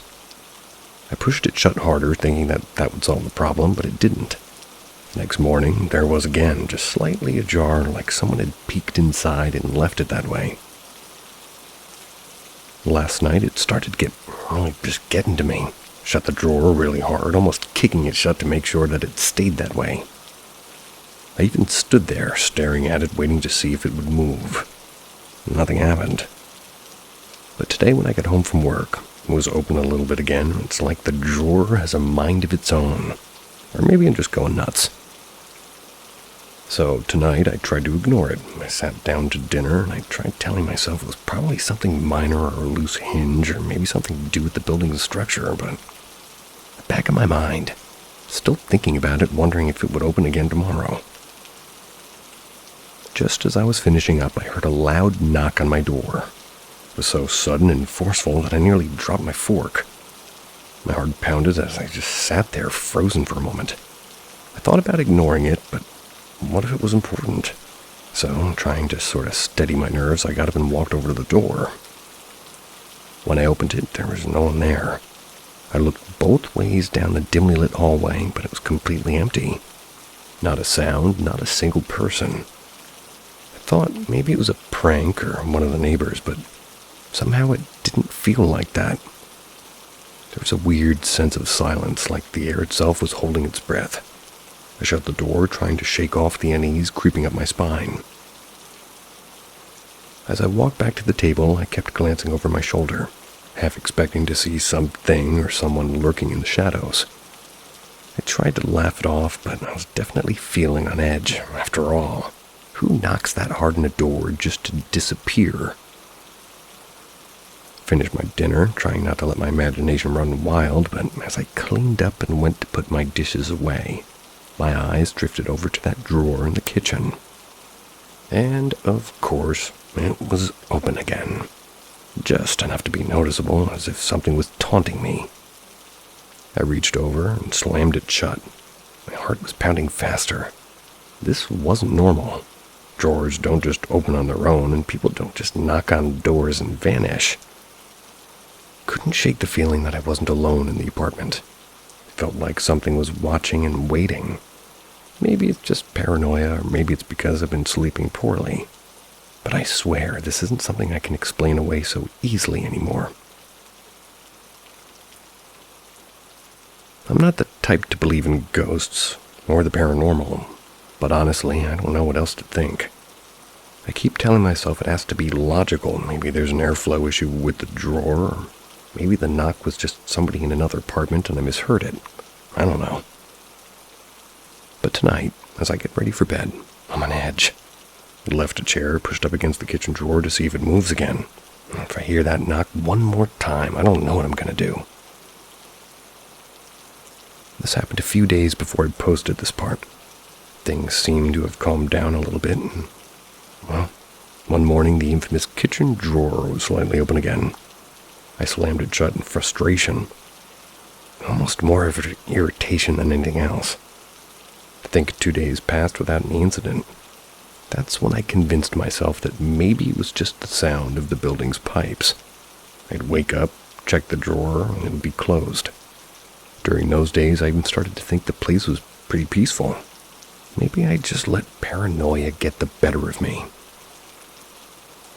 But then, the night before last, that feeling that something was off came back.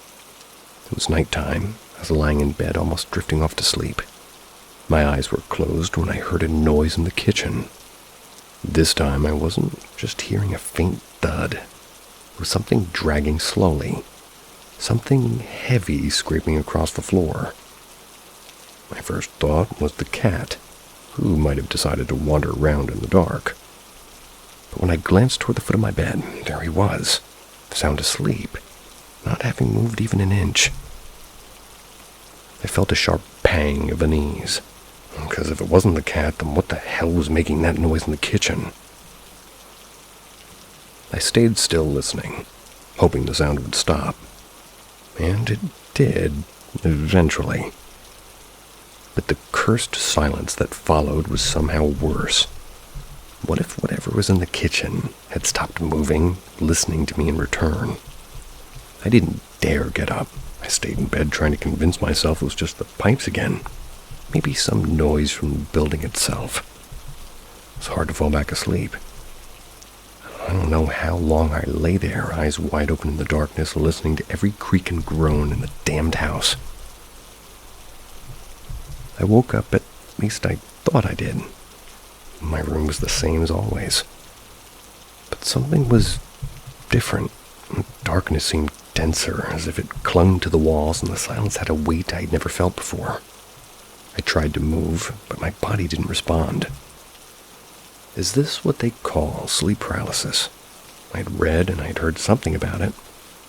Some from family members and others from the internet, where people wake up unable to move, trapped in their own bodies. Some speak of shadows or figures that watch them. Never thought it would happen to me. I remember that my breathing was shallow. The beats of my heart echoed in my ears. Mingling with the tick-tock of the wall clock, that monotonous sound began to be unbearable, as if the clock were mocking me. It was then that I saw her. The door to my room was ajar, letting in a strip of dim light from the hallway. At the edge, where the twilight and the light met, there was something. First, I thought it was my mind playing tricks on me, but no, it was real. A white figure, motionless, barely visible in the shadows. Her skin didn't seem like skin, but something dry and cracked like a broken plaster. At times it seemed to me that it moved slightly, as if her body pulsed to the rhythm of her own breathing. I remember that its skin was white, almost translucent. It was as if it had been torn from its body. It was covered in cracks, or maybe cuts, to be more precise.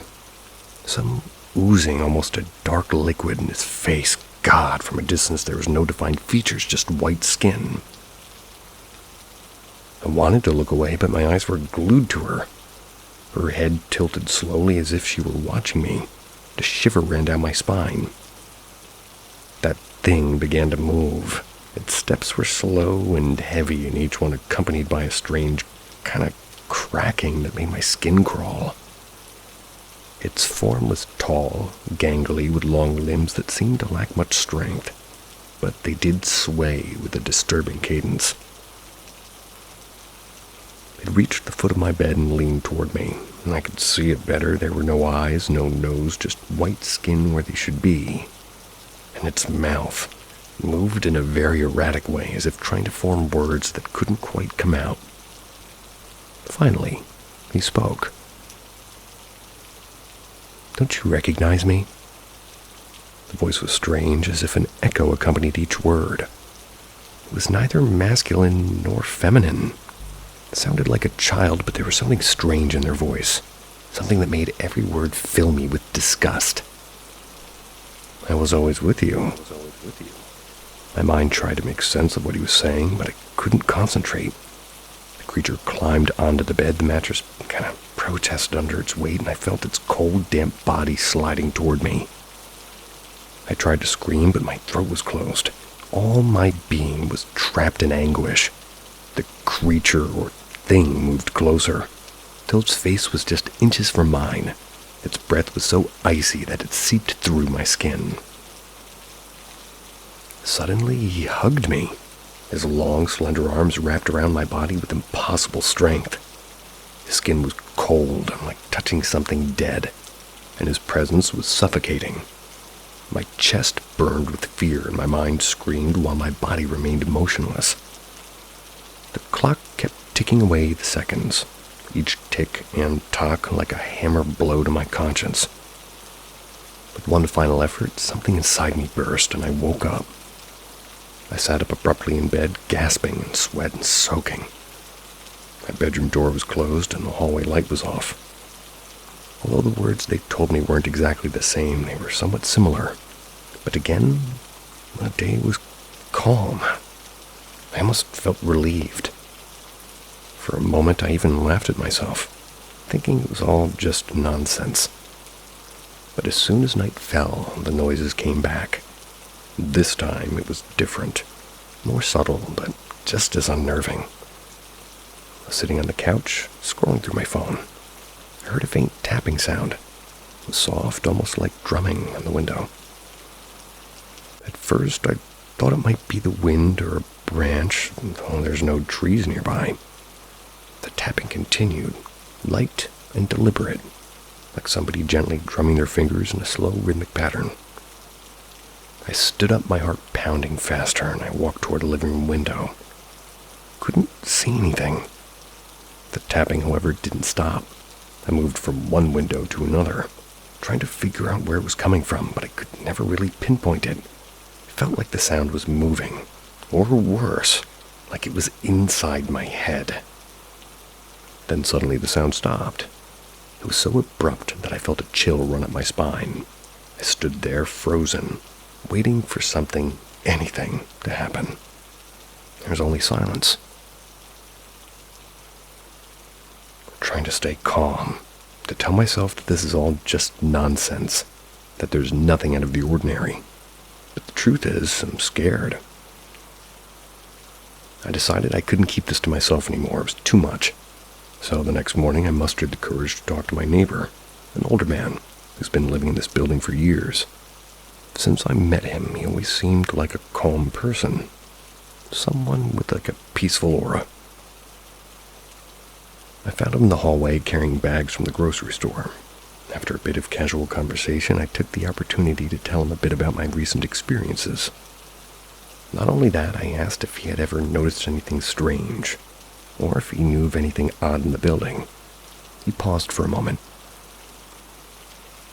"Well, now that you mention it," he said finally. "Sometimes at night I hear knocks on my door, and I do live upstairs, so I always thought it was just the wind. I don't think much of it." He continues as if, trying to downplay it, but... "Look, kid, don't overthink it.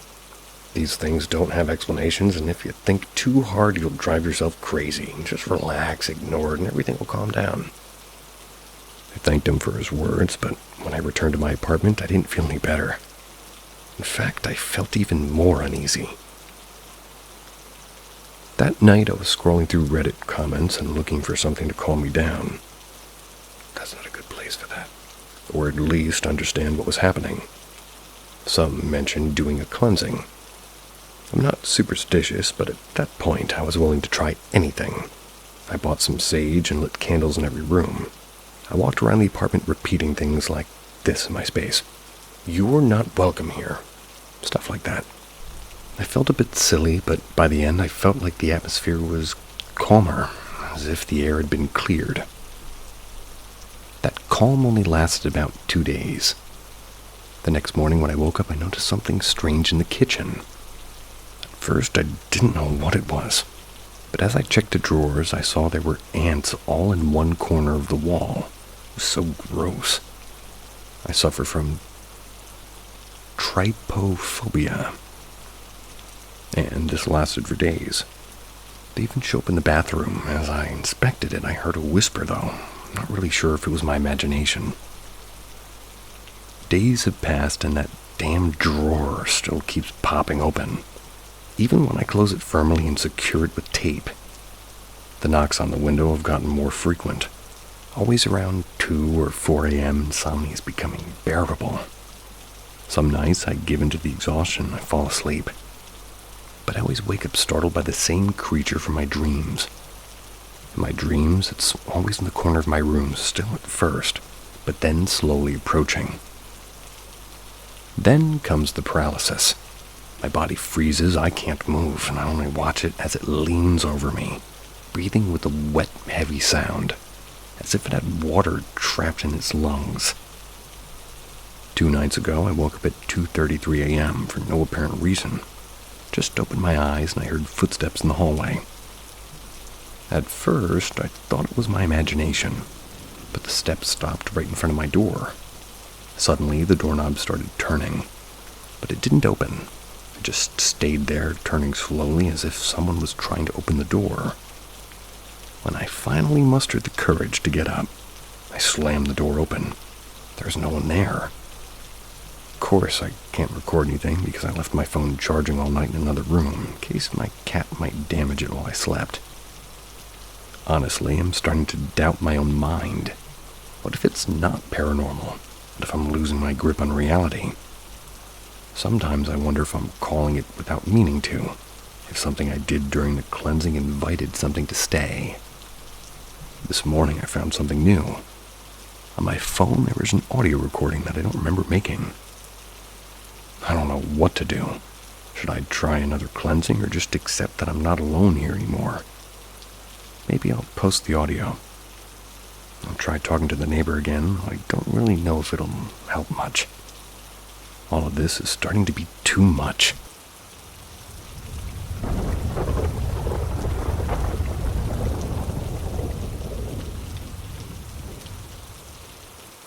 I looked into the eyes of something very evil and began to hear the loudest sounds I've ever heard.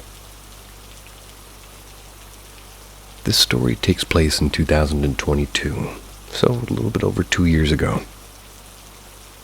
So I've always had sleep paralysis before, and I've never had seen anything before or had too much stuff happen. Sometimes I'm able to twitch my body slightly and wake up fully, and other times I just fall back asleep. But I can never close my eyes or have really complex thought.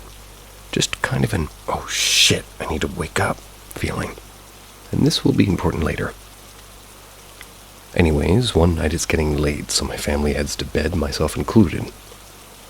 It's an otherwise normal night, and I head to bed with no issues. I'm on a semi-normal dream, and everything is ordinary, until I wake up. No jolt, no dramatic, just confusion up with a feeling of being watched and a dreadful I'm in danger feeling. It's like something's going to harm me.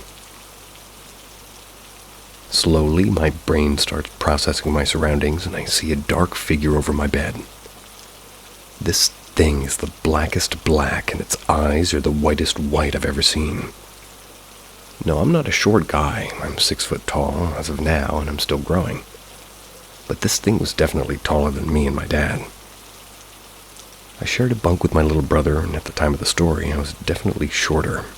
Even now, my head barely goes over the bed. This thing may have been like 6'5" to like 7 feet. That's because I could see its torso and shoulders.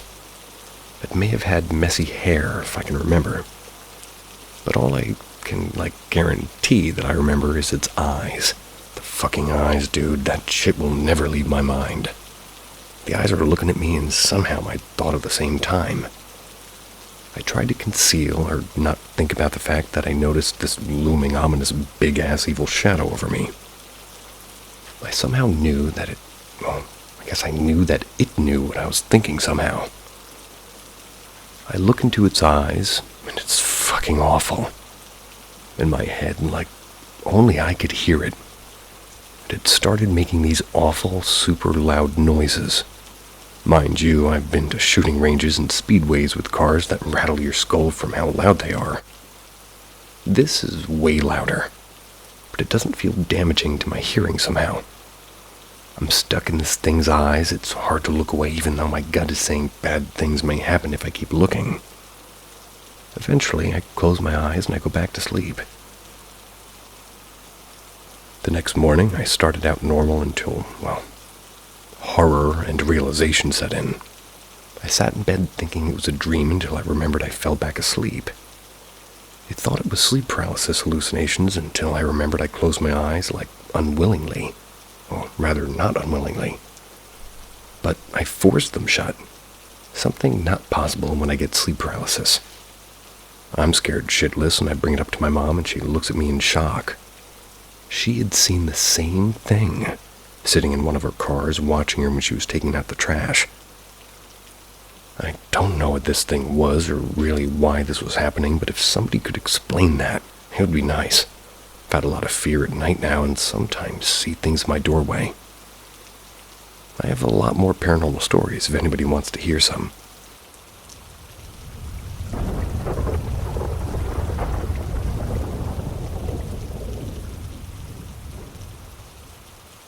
Cursed duplex in the Lakewood area.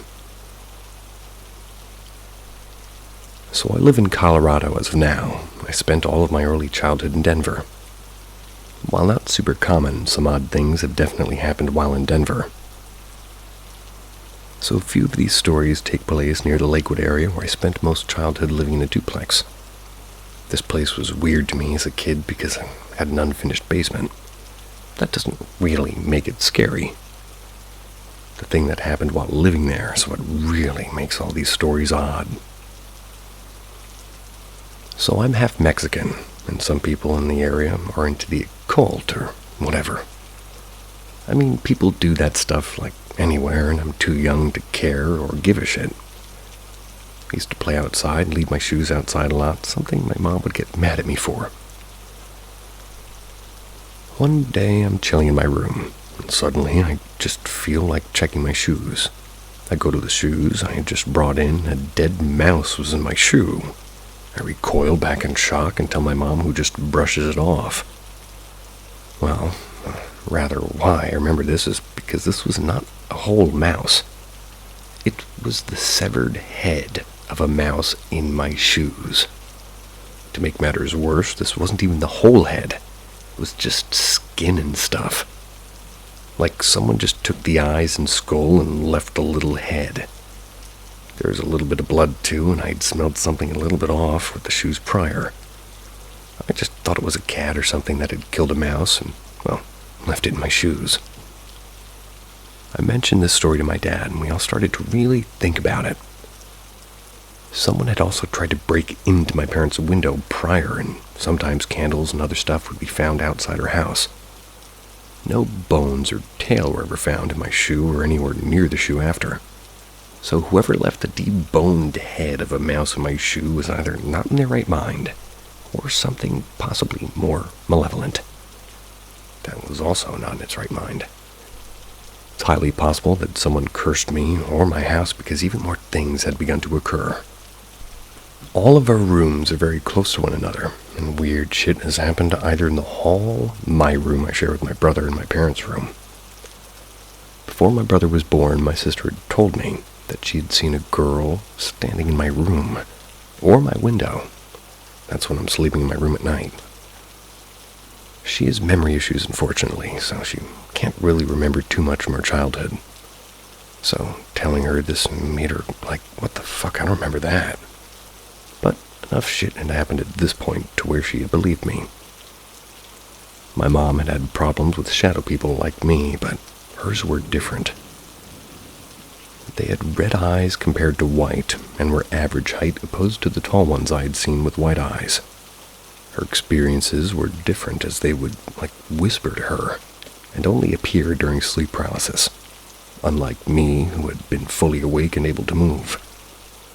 Hers would whisper to her and would move around and get in her ears with her fingers and lay on top of her. One time, she even told me that she had been SA'd by one, and she was dead serious too. She said it was an incubus. My dad has also seen some shadow people at this house, and his experiences were similar to my mom's, minus the SA. Lost socks also have been thrown into people's rooms while we've all been laying down, which really freaked my mom out because the sock, which was mine, had begun moving around in like a hopping and throwing manner. Security footage from inside showed objects leaping off of bookshelves to outside cameras, showing an odd-looking person like in a crouching, squatting position. That was until it just moved around and disappeared. Some of these later stories I used to have a security video of, and my dad was thinking of sending it to one of those scary video compilations. Sadly, this occurred around COVID, and we never got around to sending them. My dad probably deleted the video in question. Of course, I have more stories as I seem to attract weird shit happening to me. But if anything else new happens at this new house, I'll be sure to share it here. I have a lot more stories from my dad's childhood, and some of his stories from visiting Mexico, and my mom's childhood stories too. Plus, I know a lot of people in my high school, so I could ask them for stories. Maybe they have photos or something like that.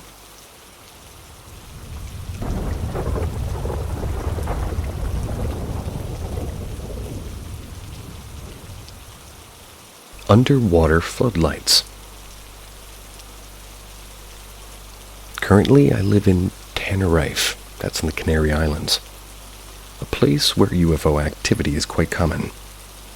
Over the years, various stories have been told, and there's even evidence of giant orbs around Mount Teide, a volcano and the highest mountain in Spain.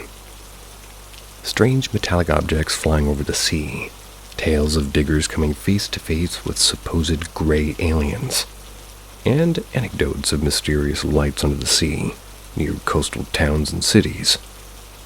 I want to talk about the latter. When I was 10, my whole family and I went on vacation to Ten Bell, a sort of resort area in the south of Tenerife. Sorry if I'm saying these names wrong. That's home to a dozen hotels, rental vacation homes, old tourist complexes, and even a very old, almost abandoned vacation development. To give you some context, at that time, Ten Bell was already near deserted. Despite once being a bustling place, the area is located in the most arid desert-like part of the island. My sister and I used to joke that it looked like the neighborhood from Strange Town from The Sims 2. That's because it was exactly that. A place in the middle of a dry, forgotten zone. Today, it still has little activity. There are tourists, but not like before. The place gives off desolate vibes, especially because many buildings are old and crumbling.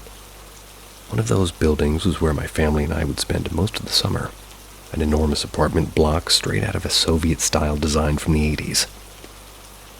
This building was next to a rocky beach and a small mountain, which was often climbed by British and German tourists. For some reason, they loved it. Trying to get it. From the balconies of our apartment, you could see the black volcanic rocks and the sea, a beautiful view. I shared a room with my sister and her boyfriend, so sometimes we stayed up late playing board games, or just goofing off. One of those nights, I remember going to bed early, since we had spent the whole day hiking and swimming in her apartment complex's private pool. I remember waking up to a strange light sweeping across her room repeatedly. Annoyed, I thought it might be my sister with her phone or her boyfriend messing around. The room was dark, and a breeze from the balcony made the silk curtains flutter, something refreshing in the summer. From my spot, I noticed my sister. Her boyfriend was standing on the balcony, staring at something. My sister clung tightly to him, which was unusual for her. She'd always been brave. The light swept through the room again, this time dimmer. At first, I thought it might be thieves with a flashlight checking balconies for witnesses, but then I realized how silly that idea was. So I got up and approached them to see what they were looking at. "What's going on?" I asked, kind of annoyed. My sister slowly turned, almost in shock. Her eyes were sharp like a deer watching a predator. "There's something strange in the sea."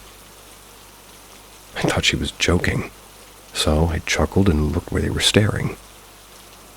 To my surprise, there was a pulsating light, like beacons flashing on and off randomly. I figured it was from a fishing boat, but the light wasn't coming from the surface, it was underwater. I could see the greenish-blue water and the shadows of large submerged rocks near the light source. "A submarine?" I asked. "It's right next to the shore, and the water isn't deep enough for one to navigate," her boyfriend replied, mesmerized by the light show. The light started to fade, slowly moving further out to sea. Moments later, a final burst of light shot upwards, creating a visible beam that extended into the sky. Then it vanished. Never saw it again. We spent hours talking about what really had happened, and I remember feeling scared, and I'd never experienced something so strange. But what frightened me the most was seeing my older sister's terrified expression. I knew that if she was scared, it had to be serious. To this day, at 24 years old, I still think about that night. It's burned into my memory. My sister's tried to forget, and she doesn't really want to think about it, or even hear it mentioned.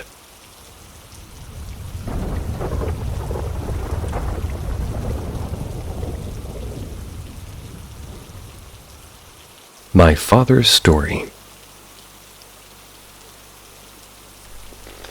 This is a story that my father has sworn to be legit. He's a very serious individual, so it seems out of character for him to lie about this. Back in the 1980s, my father in Peru was in his 20s. He wanted to gain some quick cash one night. He decided to taxi that night. Counterintuitive. He picked up a man and a woman, and they told him to drop them at a certain desolate area. The man sat in the back and the woman in the front. Once they arrived, the man took out a blade and placed it in front of my dad's neck, while the woman told him to give all of his personal belongings, including the keys to the car, to them. My dad cut himself by pushing the knife away from him. He then punched the woman and got out of the car. He fell, and that's when he swears by this. A man almost 7 foot tall in height asked him what was wrong and if he needed help. My dad told him what occurred, and the man went over, and I don't really recall if he either beat them up or they got scared. Well, he was tall and a muscular man. But in the end, they fled. My dad then got back in his car. The man who had saved him came out to the driver window and said, "You okay? Why would you be doing in a taxi around these locations? Now go home." My dad turned to get the keys from his right pocket, getting ready to thank the man. When he looked back, the man was completely gone. No trace of him whatsoever. He was in an area that was like a plain or like flatlands. That means there's no buildings or nothing around except the road. So this person should have been seen right away. My dad only turned away for a maximum of 3 seconds. I know this story sounds crazy, but he swears to its legitimacy and even gets shaky telling the story when he does it.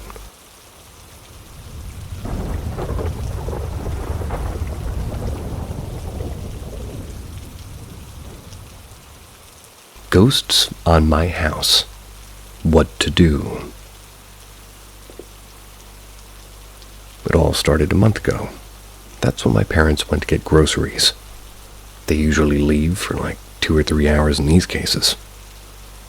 I decided to go take a bath, but as I got out of my room and through the kitchen, I saw a towel hanging on a chair being held by one of the corners. As I got closer, it fell. Thought it had been kind of creepy, but that all went down a few days later when we were all sleeping and I heard noises or stuff being moved around in the kitchen. Didn't have much thought, went to check who was there. No one. Last things that happened were in my room. I have a small closet, and I always close it because I'm scared of the stupid idea of someone watching me from the inside the closet. One night, I saw it slowly started to open, just enough as if someone was watching me. Then, the very next day, I felt someone pulling my blankets off of me. I got up, turned on the light, and then heard somebody trying to open my door, turning and moving it desperately. I didn't even fucking open it until it stopped. The last thing that happened was last night when I tried to open my door and I couldn't, as if someone was holding it from the other side. It took me 5 minutes to finally open it. Seems to happen to my whole house. An event slowly moved closer to my room. I have no idea what's happening, nor how to stop it.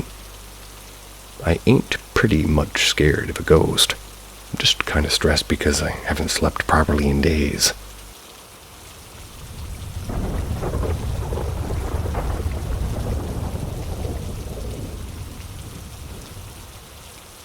More things keep happening. Friday I was left home alone. My parents went to buy groceries at the town nearby. They left at around 5 p.m. I decided to clean the house and make it nice and neat for when they were getting back. But when I was washing the dishes, I kept hearing someone running behind me. Not just tiny feet like a kid or a pet, more like if it was an adult running because it made the whole trailer shake a little bit. I've never been one to believe in ghosts, but I don't really know what to think of this. I've had to start using melatonin gummies to sleep, all the frickin' noises at night making me uneasy and freaking me out by now. I also usually work to very late hours, maybe 11 p.m. or 12 a.m. Leaves me to get home, my parents are asleep. Everything is quiet and calm. I've come to get used to this lately, but last night, I heard somebody talking to me with my mom's voice. Didn't even thought about anything weird because I was cooking something for me. Yep, at 12 a.m. I'm eating something. Damn straight. So I was looking around behind me, focusing on the stove. The conversation was just around how my day was, and I answered like normal. I then turned around to grab a spoon, and there's no one. I searched for Mom, and she's asleep. I don't want to think about it being ghosts or something else, so I've decided to schedule an appointment with a psychologist. Perhaps it's all in my mind. Currently, the appointment will take a little bit to arrive since it's until Friday.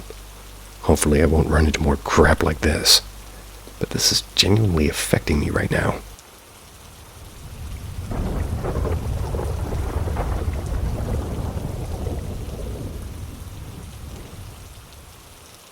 Old story, but I still remember the black shadow from when I was 12.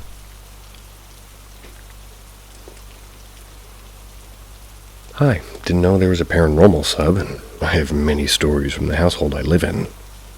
This one was from back in 2012, when I was 12. I got sick often, and one day I was home in bed. The dog was lying on the bed as well. I heard some footsteps coming up the stairs, and thought it was my dad. Well, since he was also home, I could see the stairs from the room I was in, and I saw a black shadow walk up the stairs and turn down the other hallway. Which was weird because that hallway was short. Thought I was seeing things. But I remember the dog saw the shadow too, and he seemed nervous. The shadow was pure black and didn't have any features, though the outline of it was more masculine, and it was around 5'9" or 10. I went downstairs and asked my dad if he just went upstairs. He said no. A few weeks later, I had a friend sleep over. The next morning, they said they saw a black shadow standing in the doorway of the room facing us. A few weeks later, I had another friend over, and they reported seeing the same shadow standing in the doorway. I always thought it was just the teen boy who committed suicide in the basement. Also, since then, my dad has passed in the house. So there have been 2 deaths in my house now.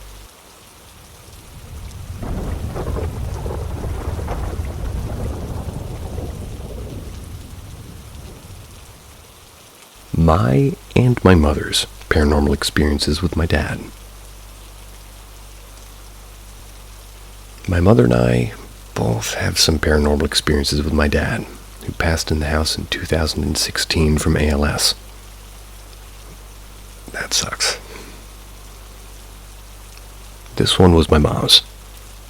A few weeks after he had died, I woke up to my mom crying and calling my aunt. It was probably around 12 or 1 a.m.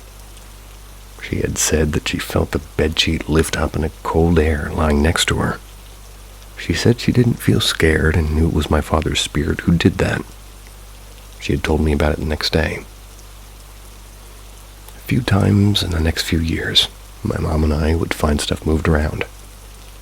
My mom's water bottle on the ground, my water glass in another room, the toilet seats lifting up. Is it just my mom and I living here, or is there's no reason to lift the toilet seat up? We both laughed it off, saying that it was my dad messing around and joking with us. There were also other times, for a few years, that the dog would stare into the room my dad died in, that living room downstairs. He does that while he's whining and barking. The dog would do that for like 30 minutes at a time. He would also stand in the corner of the wheelchair shower too and bark and whine. Once I was home alone in 2019, and I was in my room reading. It was quiet, probably around 9 p.m. I remember hearing my dad's voice call for me from downstairs. I wasn't sure where downstairs it was coming from, but I had a feeling it was a living room. I'm sorry to hear about your dad.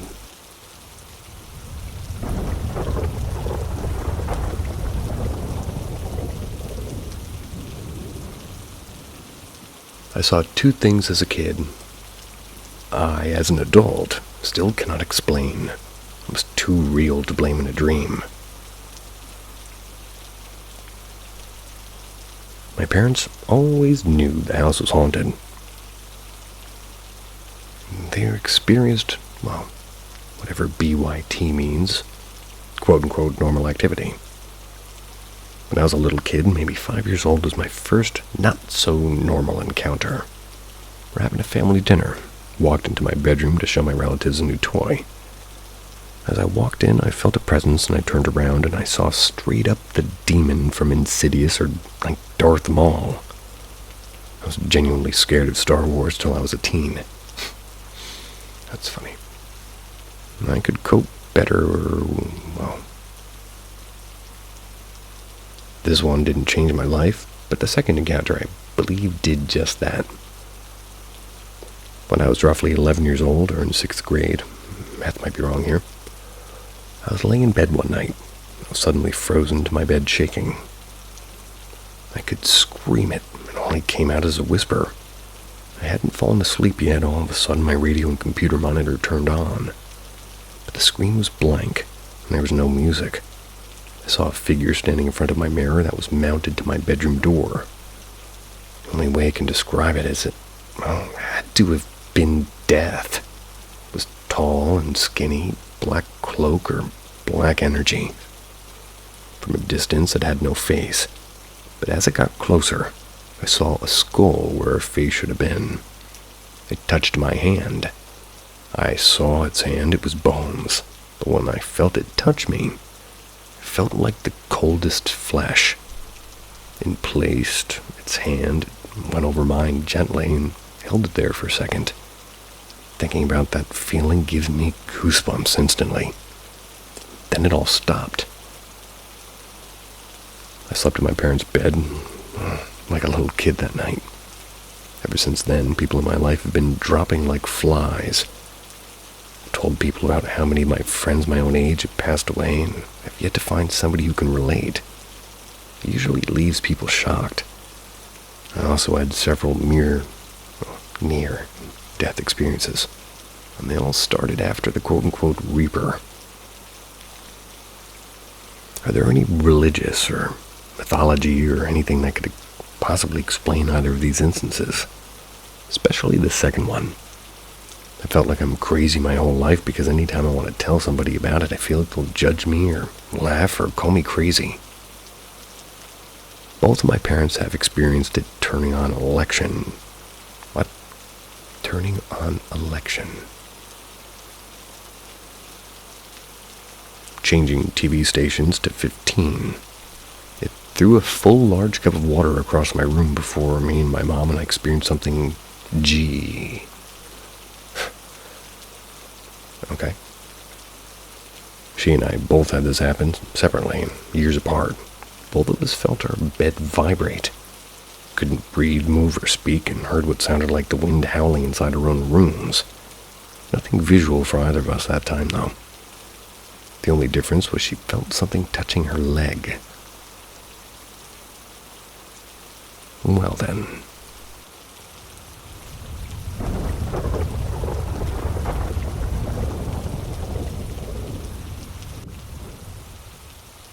My first ghost experience.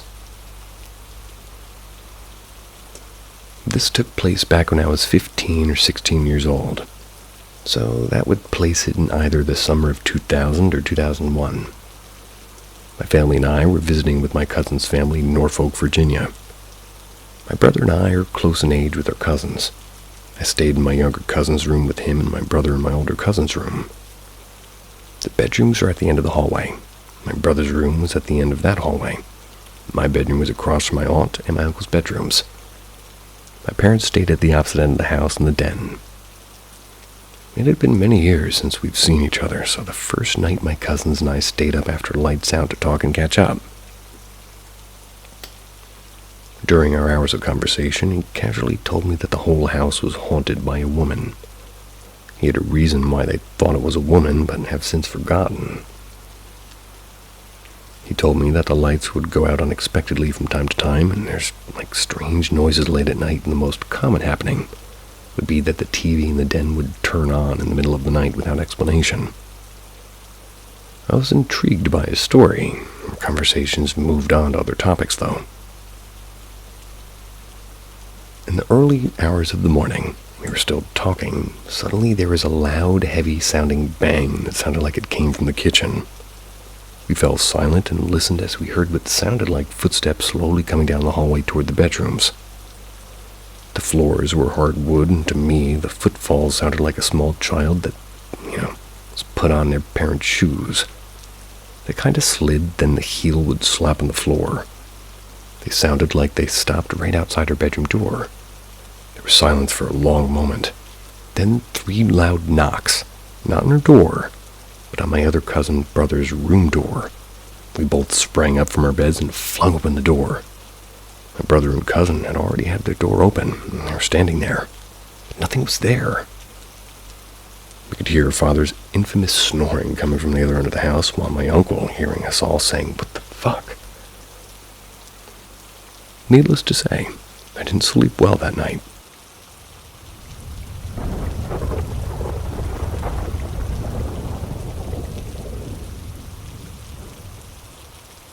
Roxanne situation.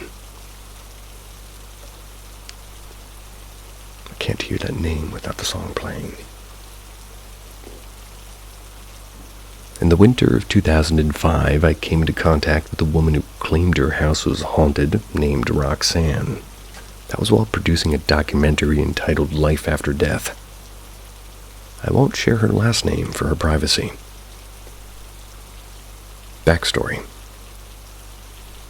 Roxanne lived in Wappingers Falls, New York, with her adult daughter. One day, while visiting the local cemetery, she saw the maintenance staff removing the old iron gates from the cemetery entrance. She inquired about purchasing them. After acquiring them, she promptly had them installed as driveway gates to her home. It was at this moment forward her life was changed forever. She believes that this new entrance to her property was literally becoming a gateway to the afterlife. Roxanne had numerous stories of strange happenings that have occurred in her home. She has numerous EVP recordings and photographs to back up her claims. Today, I'll share what's her most chilling tale, in my opinion. One night, Roxanne and her daughter were about to turn down for the night. She was in bed with her door closed. Suddenly, she heard loud footsteps running from up her stairs. She described them as being very heavy-sounding, like a large man in work boots. She sat up and braced herself, expecting the door to her bedroom to be kicked in as she thought her home was being invaded. The door was never kicked in, but she was suddenly grabbed by her hair by an unseen force. She was thrown to the mattress. She could feel the weight of this, man as he got on top of her and pinned her to the mattress. Hearing her mother's terrified screams, Roxanne's daughter rushed into the room and witnessed her mother being pinned to the mattress and struggling to get free. She claims she could actually see the indentations after the man's knees on the mattress as the two women struggled to free Roxanne from this horrific situation. After several terrifying moments of struggle, the weight was finally released. Roxanne was able to sit up. Back in 2005, after filming Roxanne when she was... Back in 2005, after filming, Roxanne... Forgive me. Skipping that. I spent approximately 10 hours at Roxanne's house on 2 separate occasions to see if I could witness some of these strange happenings for myself. The experience I had in her house started very brief ghost hunting efforts in the years that followed, and the few places I was privileged enough to visit in those years, I can hands down say that Roxanne's home was and is the most active.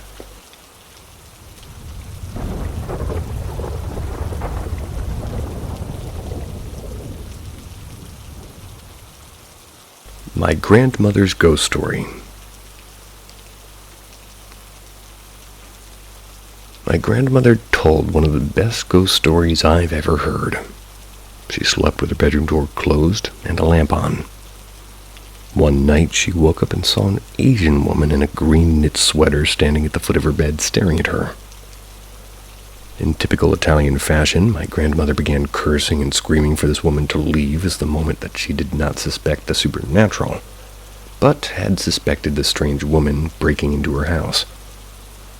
Keeping eyes on her, she got up out of bed and grabbed the woman by the wrists and began shaking her. She was screaming in her face to leave, or she will call the police. That is kind of Italian. She said that she could smell the lady's perfume and she was wearing, and it appeared to be a hospital bracelet on one of her wrists. The Asian lady didn't react to any of this. She just stared. Grandma backed away from what she now thought was a crazy person to her nightstand, where she turned for a brief moment to pick up the phone receiver and dial 911. When she turned to face the strange woman, she had vanished. That's when she noticed her bedroom door was still shut. She remained in her bedroom till the police arrived. They searched the entire house and found no signs of forced entry. After the police left, she realized that this woman was never looking at her, but was looking through her, like this entire time. Some context. My grandmother lived in this house for decades until her death. Other than this experience, the only other paranormal thing she would talk about was she would get whiffs of perfume or cigarette smoke. This happened both before and after this incident. It should be noted that she was a smoker, although she didn't smoke cigars. After her death, my family and I spent several days cleaning out her house, and it was a rental. As we did this, we would get whiffs of perfume and cigar smoke. Was it paranormal or just residual smells from a woman who smoked and lived in the house for almost 4 years?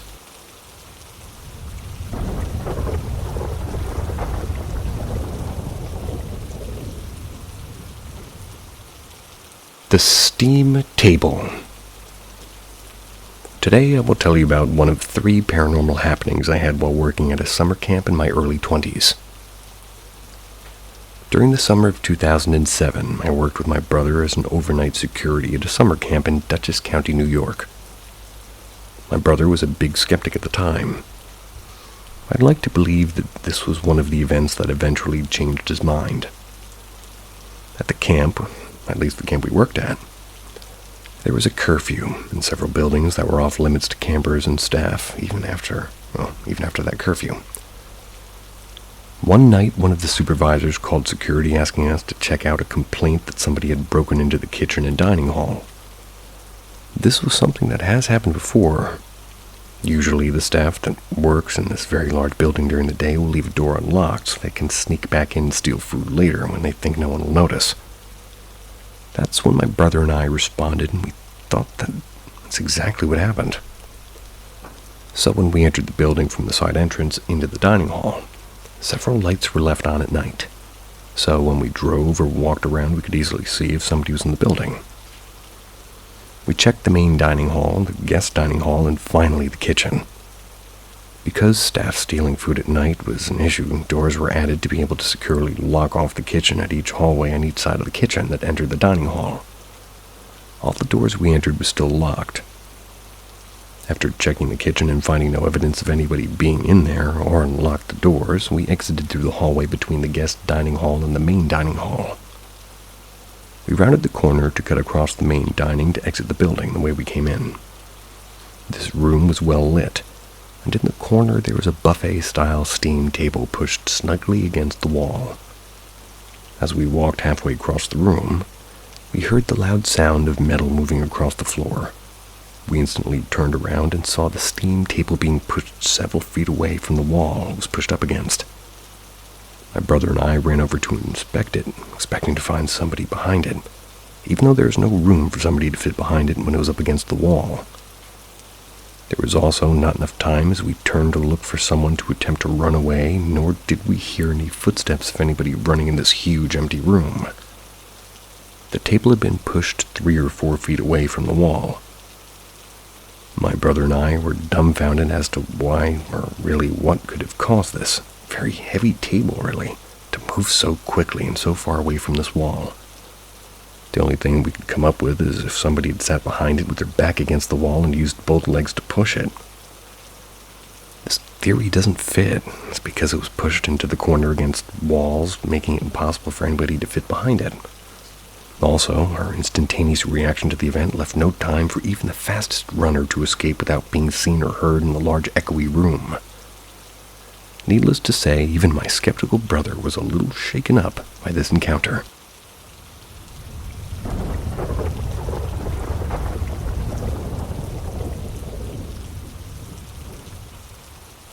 The Unseen Party.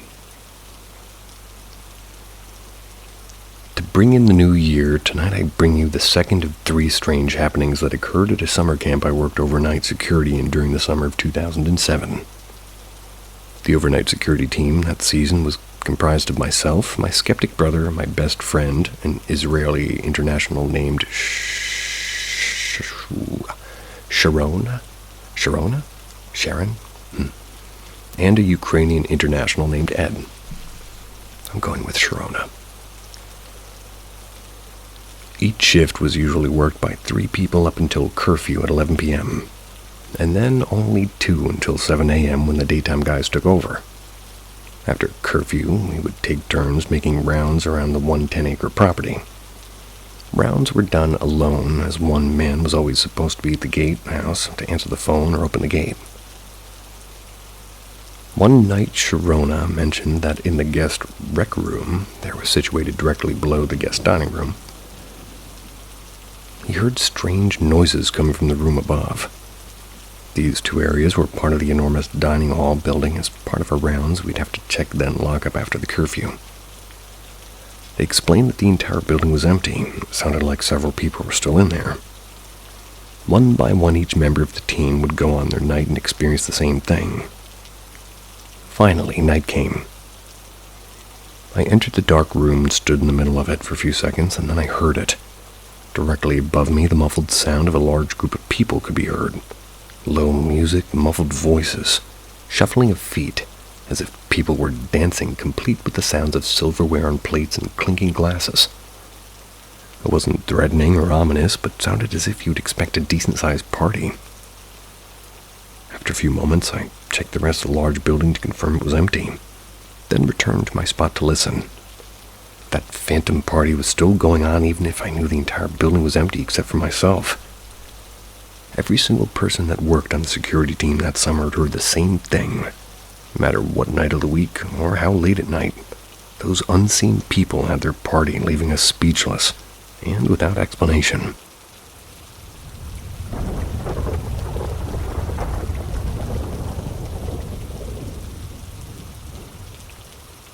Anyone else experienced something in a dream you later experienced in real life? Oh yeah. This has been bugging me since June, so I'd like to see if anybody else has experienced this. In June, as I fell asleep, I had a semi-dream where I watched a man enter a dark spot in some woods and disappear. He turned around at the last second and we made eye contact. He immediately sent a bright flash of light. I was jolted awake. For the next 5 minutes, I felt like I was being electrocuted. I've accidentally touched charging prongs as I plug something in, so I know what it's like. You and me both. I also sweated through all my clothes. My cat also immediately sprinted from the room and wouldn't let me approach them during those 5 minutes. Just hissed at me when I did. Never happened before. Then, a while later, I was walking with a friend past some nearby woods at dusk. That's when we noticed it was strangely quiet. At that time, there's usually crickets, hundreds of frogs, and night birds. So quiet that we could hear the bugs under the leaves. We didn't go into the woods, but as we walked, we noticed someone behind us was matching her footprints.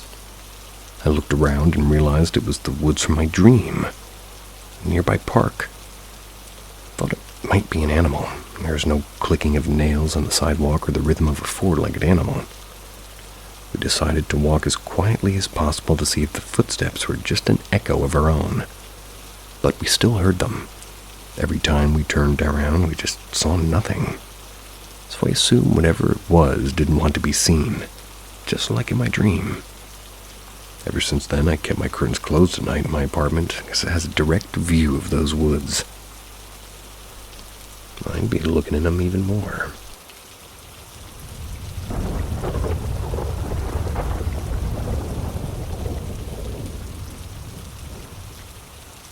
This freaked me out.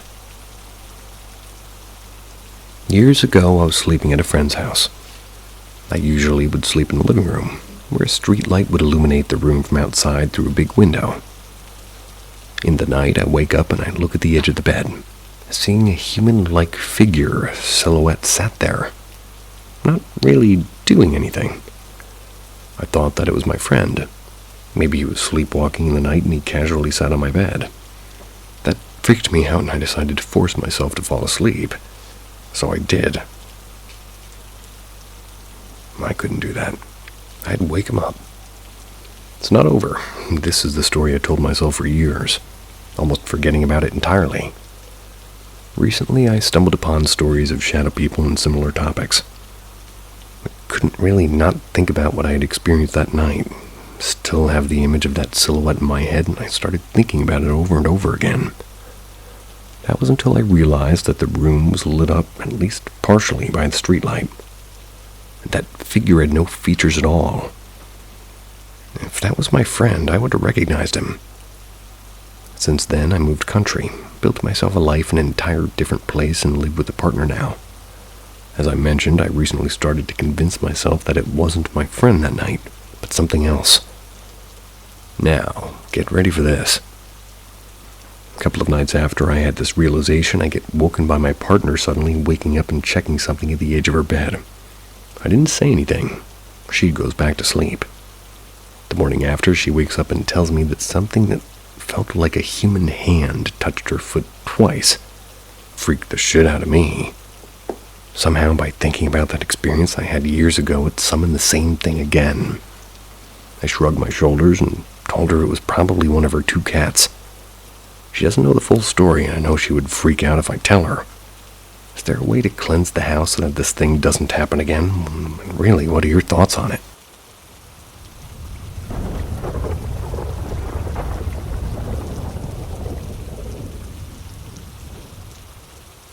Distinct workplace entities. So I work in a rather haunted couple of buildings. Surprisingly, it's not the building being renovated that's the more haunted one. However, there are a couple of very distinct entities in the non-renovated one. At this point, I've been working at this site as a security guard for a few months at least, and most of the ghosts by now are aware of me and kind of okay with me. I play music, and usually they don't bother me. Occasionally, I will have a night where there's more activity than usual, which at that point I'll usually just stay at my desk and let them do their thing. But there are a few entities that show up a bit more than the others. One of them is entirely audio-based. It's a woman speaking. It sounds like she's having a conversation. I can never understand anything that she's saying, but even my supervisors heard her, and she just talks. She's a pretty chill ghost. Yes, Gecko. who somehow got into my fridge today. And almost died, but I saved him. I will often see shadow people ducking around corners, so they'll sometimes give me a little bit of a surprise, but nothing too bad.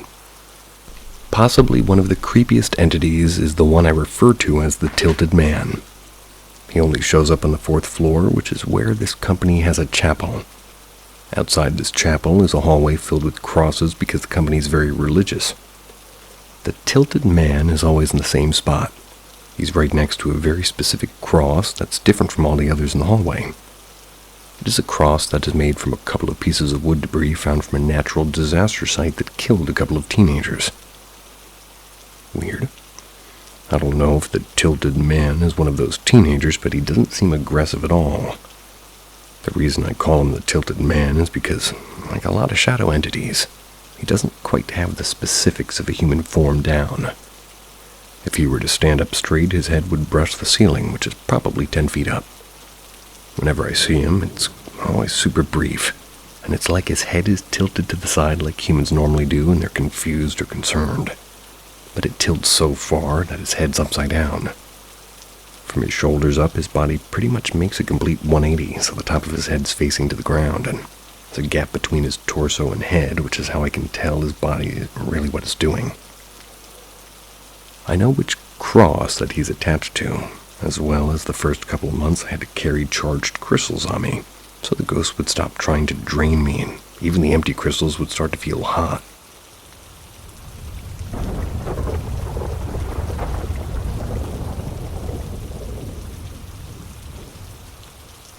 A crouching man. This happened when I was around 5 to 7 years old. My family had just moved into a new house, and we were going to sleep in a finished basement for undisclosed reasons. Since I was a kid, I woke up very early. The sun was barely out, and I got up and went to my parents' room, which was quite literally 2 steps away. They were obviously asleep, and so I decided to go back to my shared room when in front of me was what I assumed was a man. I could somewhat make out a silhouette, and I could tell he was crouching. He had a big smile on his face and a bright white eye with small pupils. He was just staring, and I was staring back as I was just frozen up in fear. I bolted to my bed, not looking back, as I hid underneath the covers as, a kid does. As clique as it sounds, I think he meant cliche. When I looked from my bed, the man was gone. I heard no running or even walking footsteps going up the stairs. The stairs squeaked loudly, so I would have definitely heard them if he ran or something. I'm convinced that it wasn't human. It couldn't be with bright white eyes and a bright white smile. Why not? I don't believe it was a dream as I continued my day walking awake and being paranoid. I'm not sure if I was hallucinating, my brain was playing tricks on me or something. That image of him is so etched into my mind every time I think about it, I get nauseous and I start to slightly shake. Another thing is that I was a kid and my memory could be unreliable. But that's something that's stuck with me all these years.